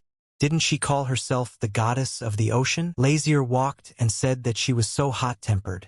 Maybe then I'll hang a sign on myself. I'm the goddess of the ocean? She was insulted. Is she a monster or a murderer? Sedna asked what she did wrong. Why did they do this to her? Lazier replied that she knew that they had nothing to do with it. She burst into tears and said that others don't know about this. Why should she endure insults for something she didn't even do? Lazier said that it's good. He will find the real criminal. Will it do? Sedna was surprised. Will he look for him for her sake? Does he really know who it is? The prince replied that no. Why is that? However, he has a way to catch it. Sedna asked if it was true. Lazier replied yes, so they will do it. If they don't take care of it, there will be even more problems. Lazier asked what he would get for catching the criminal. Sedna replied that she could ask for whatever she wanted. Sedna ran after Lazier and called him. He asked what she wanted. She replied that he seemed to have grown a little. The prince asked the truth. He didn't even notice. Tay said that's right, he's gotten a lot taller lately. Exactly, he is in a human body, naturally it will grow. Walking down the hallway, Sedna saw Naya and Caswella. Running up to them, she hugged them and said that she was very worried. She thought they were gone too. Approaching Lazier asked the girl, does she know what happened? Does he mean the missing passenger incident? She did some research on the case, so she came back late. Lazier asked, and how did you find out anything? She replied that she was very sorry, but no. However, she was sure of one thing. Casuela said the culprit is not human. Lazier agreed. Sedna asked, but why were those two sitting outside and not going inside? Ray appeared in front of them. The girl said that they could not enter because of him.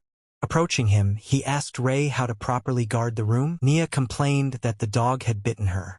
She turned back into a demonic elf and asked who would like it at all.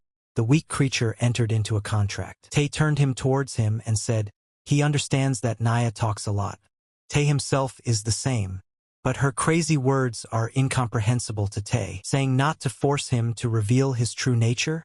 Letting her go to the floor, he said okay. It seems she understood. Then Lazier spoke. Everyone already knows what is happening. But these are not disappearances. All those missing may already be dead. Casuela said that the likelihood of such an outcome is extremely high, since a lot of blood was shed. The prince said that in any case we need to try to find the criminal, and he asked for help in ensuring the ship's safe arrival on Swift Island. Today they will lure the scoundrel there. Everyone was on guard. The girl said it was too late. How much longer will you have to wait? Lazier replied that she could sleep, but he himself asked for help. She must at least do something. Lazier replied that she was sleeping or not. It made no difference. The prince said that he just needed more loot, so he asked for help. It flashed through her thoughts that she didn't understand what he was doing at all. If Lazier said so, then he will start.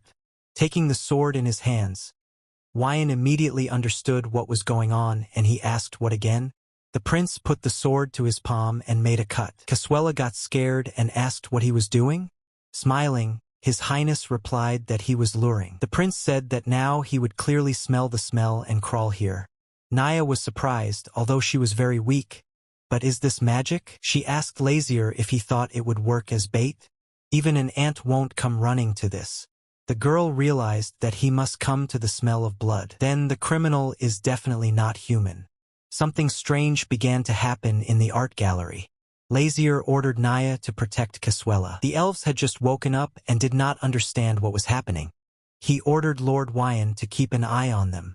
Sedna saw that the flower was coming out of the picture, so that's who the culprit was. Looking at everything that was happening around, His Highness said that it was great, let everyone crawl out, he was really looking forward to them. Looking at Lazier, Sedna wondered if he had known about their involvement all along. All the monsters that were depicted in the paintings crawled out. The same flower was approaching them. Wyan told the prince that he would figure it out. Sedna turned to Lazier. He told her that no, not demons, just copies of them. The artist Korn Yuan, or rather his skills, is better than Lazier thought. Sedna said that Lazier initially knew about these animated paintings and their actions. Incredible. The prince replied that no, he had no idea that they could do that. The paintings could be intermediaries or the location of a circle for summoning monsters. If he had drawn not demons, but angels would have appeared. This means they are all fakes. Nia suggested getting rid of them as soon as possible. The guys agreed with this proposal. Looking at all this, Sedna said that they were definitely fakes, and very weak. Listening to her words, Lazier thought, maybe the Heavenly King who appeared on Swift Island is also a fake. After asking for forgiveness, Lazier said that the cat had torn all the paintings. She's his bully. The man said it's okay, don't worry. These terrible pictures only caused problems. They were loaded onto the ship. Shouldn't the damage be compensated? The man said no, let the prince not worry about it. Because of their friendship with Aref, they had to accept them, but these paintings are useless. The problem is that the missing people have not yet been found. They found neither criminals nor corpses. If there are casualties, what should they do next? Lazier told the man not to worry. Everything would be fine. Looking at the horizon, he said that Aref Island was already visible. The prince can step off the ship for a moment and look around. The country is small and tribal, but the people there are kind. People with outstanding artistic taste will find something to see. Interestingly, the island itself is in the shape of a giant whale. Lazier said that he had heard a lot. The name of Aref Island is the name of a giant sun whale. Casuela looked from side to side and did not understand what those sounds were. Lazier said he doesn't know, he also heard them for the first time. Sedna said that Aref greets her like that. Lazier asked if she knew this kid. Sedna replied that yes. She had seen him since she was a baby. Aref used to be the size of her tail, but now it has become a huge island. Lazier was surprised. The size of a tail? And the story about the species of the sea god? Initially, God was very small and fragile. The first time they met, he almost died. Due to his weak heart, he even suffered from the anxiety of small fish. Casuela asked Mr. Lazier where he was going to go. He asked why she should know this. He's not doing this because he doesn't want to go to Swift Island. She warned that they were staying here for a short time, so they didn't have much time. If they suddenly miss a ship, the next one will have to wait until tomorrow. He said it didn't matter, he needed to meet someone. If she is interested, she can follow him. The girl was surprised. He said that he received a gift, you need to make a response. It's about Korkyuan, but how will he find him? The island may be small, but without any information it will be difficult to find it. Lazier asked why no information. The smell of magic from the pieces of the painting will lead Ray to the artist. Naya was very suspicious. A man who made a deal with the devil uses the demon's dog as he pleases? As a newborn, I have one wish. Meet the night. The sun loves the night, and the night loves the moon. The moon loves the day, and the sun loves the day. We chase each other, catch and absorb. But we will never let go. It'll be this way forever. The man thought he was a homeless puppy and asked if something happened. Hungry, he began to stretch his hand towards him, asking, did he lose his owner? At this moment Lazier also stood up. He said that the dog bit him because it had an owner and there was no need to touch it. Lazier told Korkyuan that he lived high, left the earthly world and became a sage. Why did he even get here? It's impossible to find him. Looking at His Highness, he said it was you. He offered to go through. He knew that he wouldn't be able to hide for long. Showing him a piece of fabric, Lazier asked the author of this picture, isn't he? He replied that it was true, it was an invitation for demons. So he sent the paintings and attacked them with animated monsters to lure them here? Kwok said that calling them aliens was a bit too much. They are sweet children into whom he poured his heart and soul. Lazier asked why the paintings are used for murder. At this moment, Casuela asks Tay if these two know each other. He replied that he has no idea. But Tay was sure that this guy was definitely not human. The man said that they are configured to respond to magic. He's glad the invitation worked. Lazier asked if it turns out he loaded that junk onto the ship to summon demons? What if they weren't on that ship? He asked if Lazier thought the paintings were only loaded onto their ship. They are on all ships traveling this route. And why call them trash anyway? The prince asked why the demons were summoned. He replied that he just liked them. Looking at him, Lazier asked, is he a holy demon? Korn asked who these even are, relatives of demons? Does he really not know? Too cunning, the prince cannot understand his thoughts. If he is a holy demon, there is no need for him to pretend to be a human. In general, if we exclude the factor of suspicion, it is impossible to distinguish him from a person. He asked whether Lazier suspected him because he drew the demon realm in such detail. He said that he always dreams about it. The sky where day and night merge and the sea is painted red. And there are also various demons there. Does he see the demon realm in such detail in his dream? How long has he been having these dreams? He replied that he didn't know, maybe since birth. Here Sedna intervened with the question, could a demon be born a human? Looking her straight in the eyes, Korn said that she was beautiful. The fox is clearly from cold skies, but this pink color seems very warm to him. This means that this color is obtained when angels touch demonic magic. He said it was incredible. An angel completely saturated with demonic energy. Nobility itself. Just a harmony of light and darkness. He asked if he could draw her just one drawing, honestly. Sedna asked Lazier for help. The prince told him to watch himself. Lazier's thoughts haunted him. How did he know that Sedna was an angel? The bell on the neck hides divine power, so it is impossible to recognize it. When he saw Naya, he was surprised. There was also a demon cat. This was the first time he had seen this. She said it was also the first time she saw a brat like him. Is he not afraid of her? He asked, if not afraid, can you draw her? Naya replied no. Lazier asked if he had ever painted angels. Korn replied that no, only demons. Lazier told the others that the thing they found on Swift Island might be real. Korn asked that thing, one way or another, he realized that Corn Yuan had a special talent. It may not explain further. He asked if Lazier was interested in anything else. You can ask anything, he will answer. The prince said that he was not a holy demon and had never drawn angels. He doesn't need anything more from him. Lazier said that he just wasted his time on him.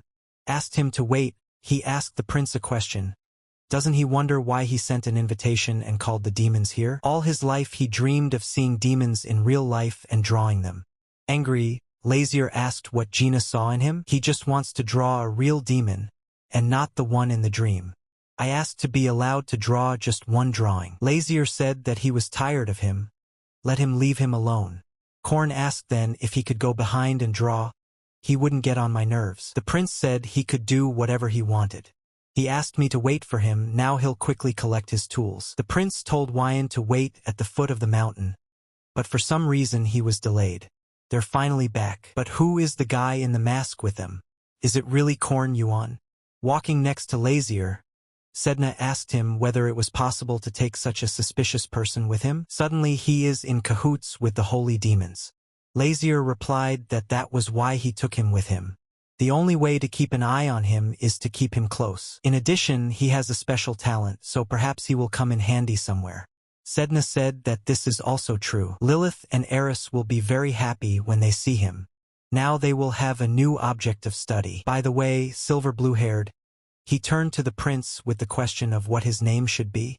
You can't constantly address him as hey or you. The prince thought that he would see what would happen if he found out his real identity.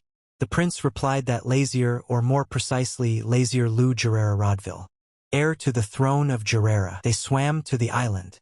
Casuela welcomed guests to her swift island. She said that here was a carriage that would take them to the palace. Tay said that Aref and Swift were so close that they arrived in just half a day. Lazier asked the girl how long it would take to get to the palace. She said that they would arrive soon. He could see him through the window. The guy showed Lazier 2 fish. He asked what they were. Corn said that these were fish demons. He pulled them out of the drawing. Well, Lazier thought that he would be scared when he found out who he was. But nothing like that. The prince of some country does not bother him at all. If you didn't like it, you could say so. Why throw it away right away? The prince said that he wanted to draw demons. Why doesn't he draw? He said that he has no inspiration now, he can't draw like that. It also conveys something about inspiration. Casuela asked, do they see this? That's where the palace is located. She finally brought the god of the ocean to her lands. Why is he so surprised? Won't he accompany them? She is the owner of this place. They are now officially the secret guests of Shuhel-Te Swift Lion. Officially secret.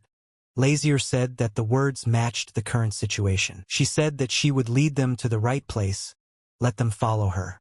Having stopped, she asked the guests to wait a little. The fairies immediately began to admire the beautiful fountain and crystal clear water. They said that it smells nice here. It makes your soul feel warm and cozy. She asked Lazier to wait a little and we would bring him that child. The prince replied that it was good, he could go. Now His Highness will find out whether he is the real heavenly king or not. At this time, Lin and Lewin were already splashing in the fountain. Approaching Lazier, Sedna asked why he didn't force Lin and Lewin to take part in the construction of the tunnel. The prince replied that this was an excuse. Sedna looked at him questioningly. He said that he promised the fairy queen that he would show them his world, so he takes them wherever he is in order to keep his word. Then something began to happen to Sedna. She told Lazier about it. She began to feel very dizzy. At some point, she stopped responding to Lazier altogether. Losing consciousness, she fell into the fountain. Something began to happen around Lazier himself. He didn't understand what was going on. A magic circle appeared from the sky. Tay, Wyan, and Ray rushed to his aid, but Lazier shouted at them not to come near.